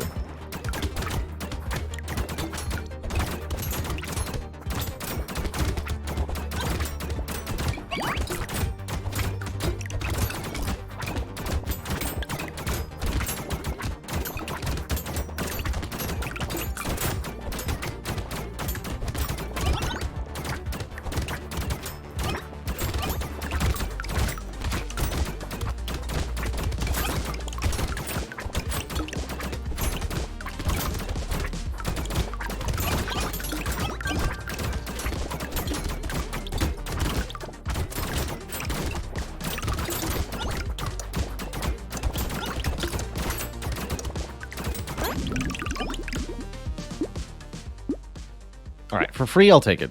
6 more dodge. Sure. I think it's a bit late for harvesting. We could take 10.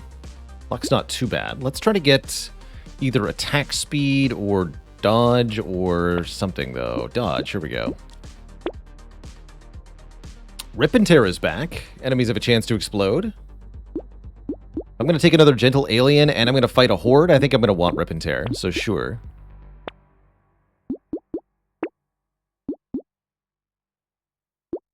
Absolutely.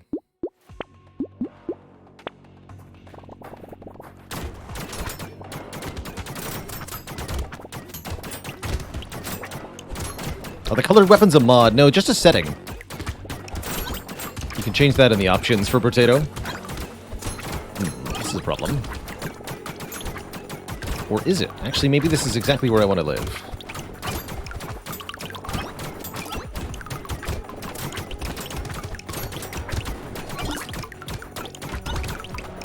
Life seems good here.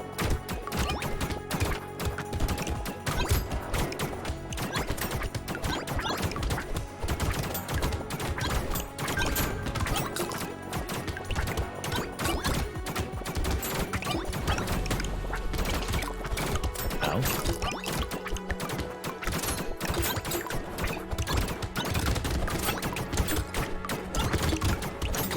Can't believe this worked. I like it. Cool. Very cool. Give me even more dodge. Now we're 87% dodge, makes it very hard for enemies to touch us.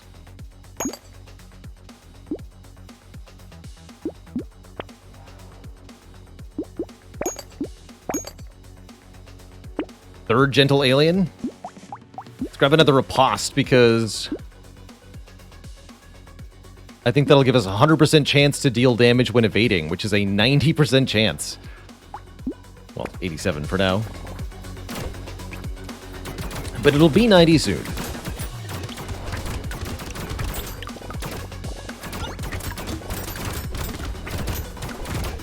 Seems like a ghost that's gotten out of control. I love it.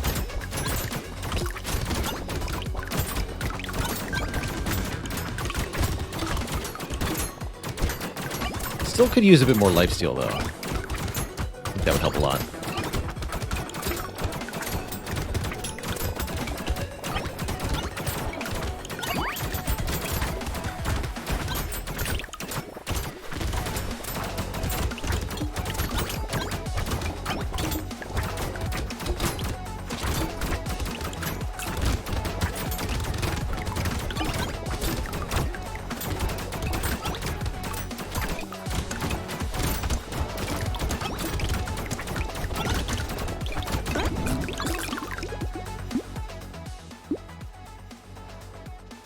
I do get a lot of health from consumables. I'll take -2 dodge.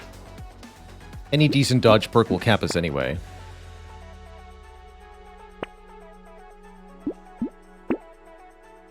Guess I can go 9 speed.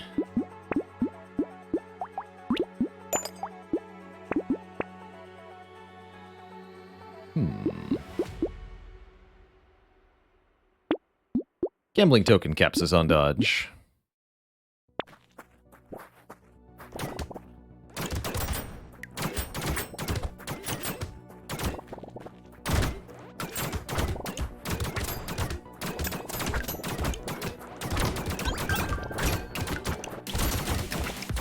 Yeah, how many times did Flamethrower get nerfed? Poor Flamethrower. 1% elemental damage scaling just feels like an insult.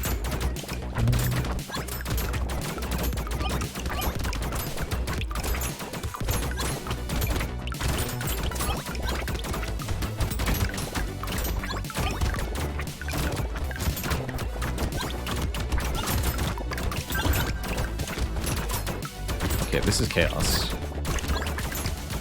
Please murder some nerds. Or just dodge, I guess. That works too. Oh god. Okay, that was almost terrifying. 12 dodge. We have a gambling chip locked. Let's take the crit chance. There's more lifesteal. Perfect. Okay. I think life is good. Even more lifesteal. Let's get another Ghost Flint. This seems pretty good. I have very high hopes for this elite fight.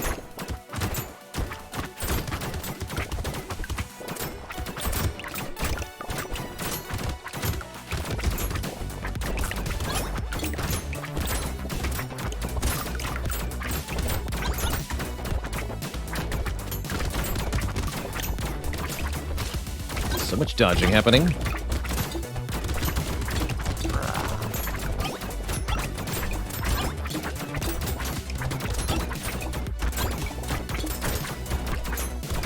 Oh god. Suddenly I have 1 health. 90% dodge chance. Save me!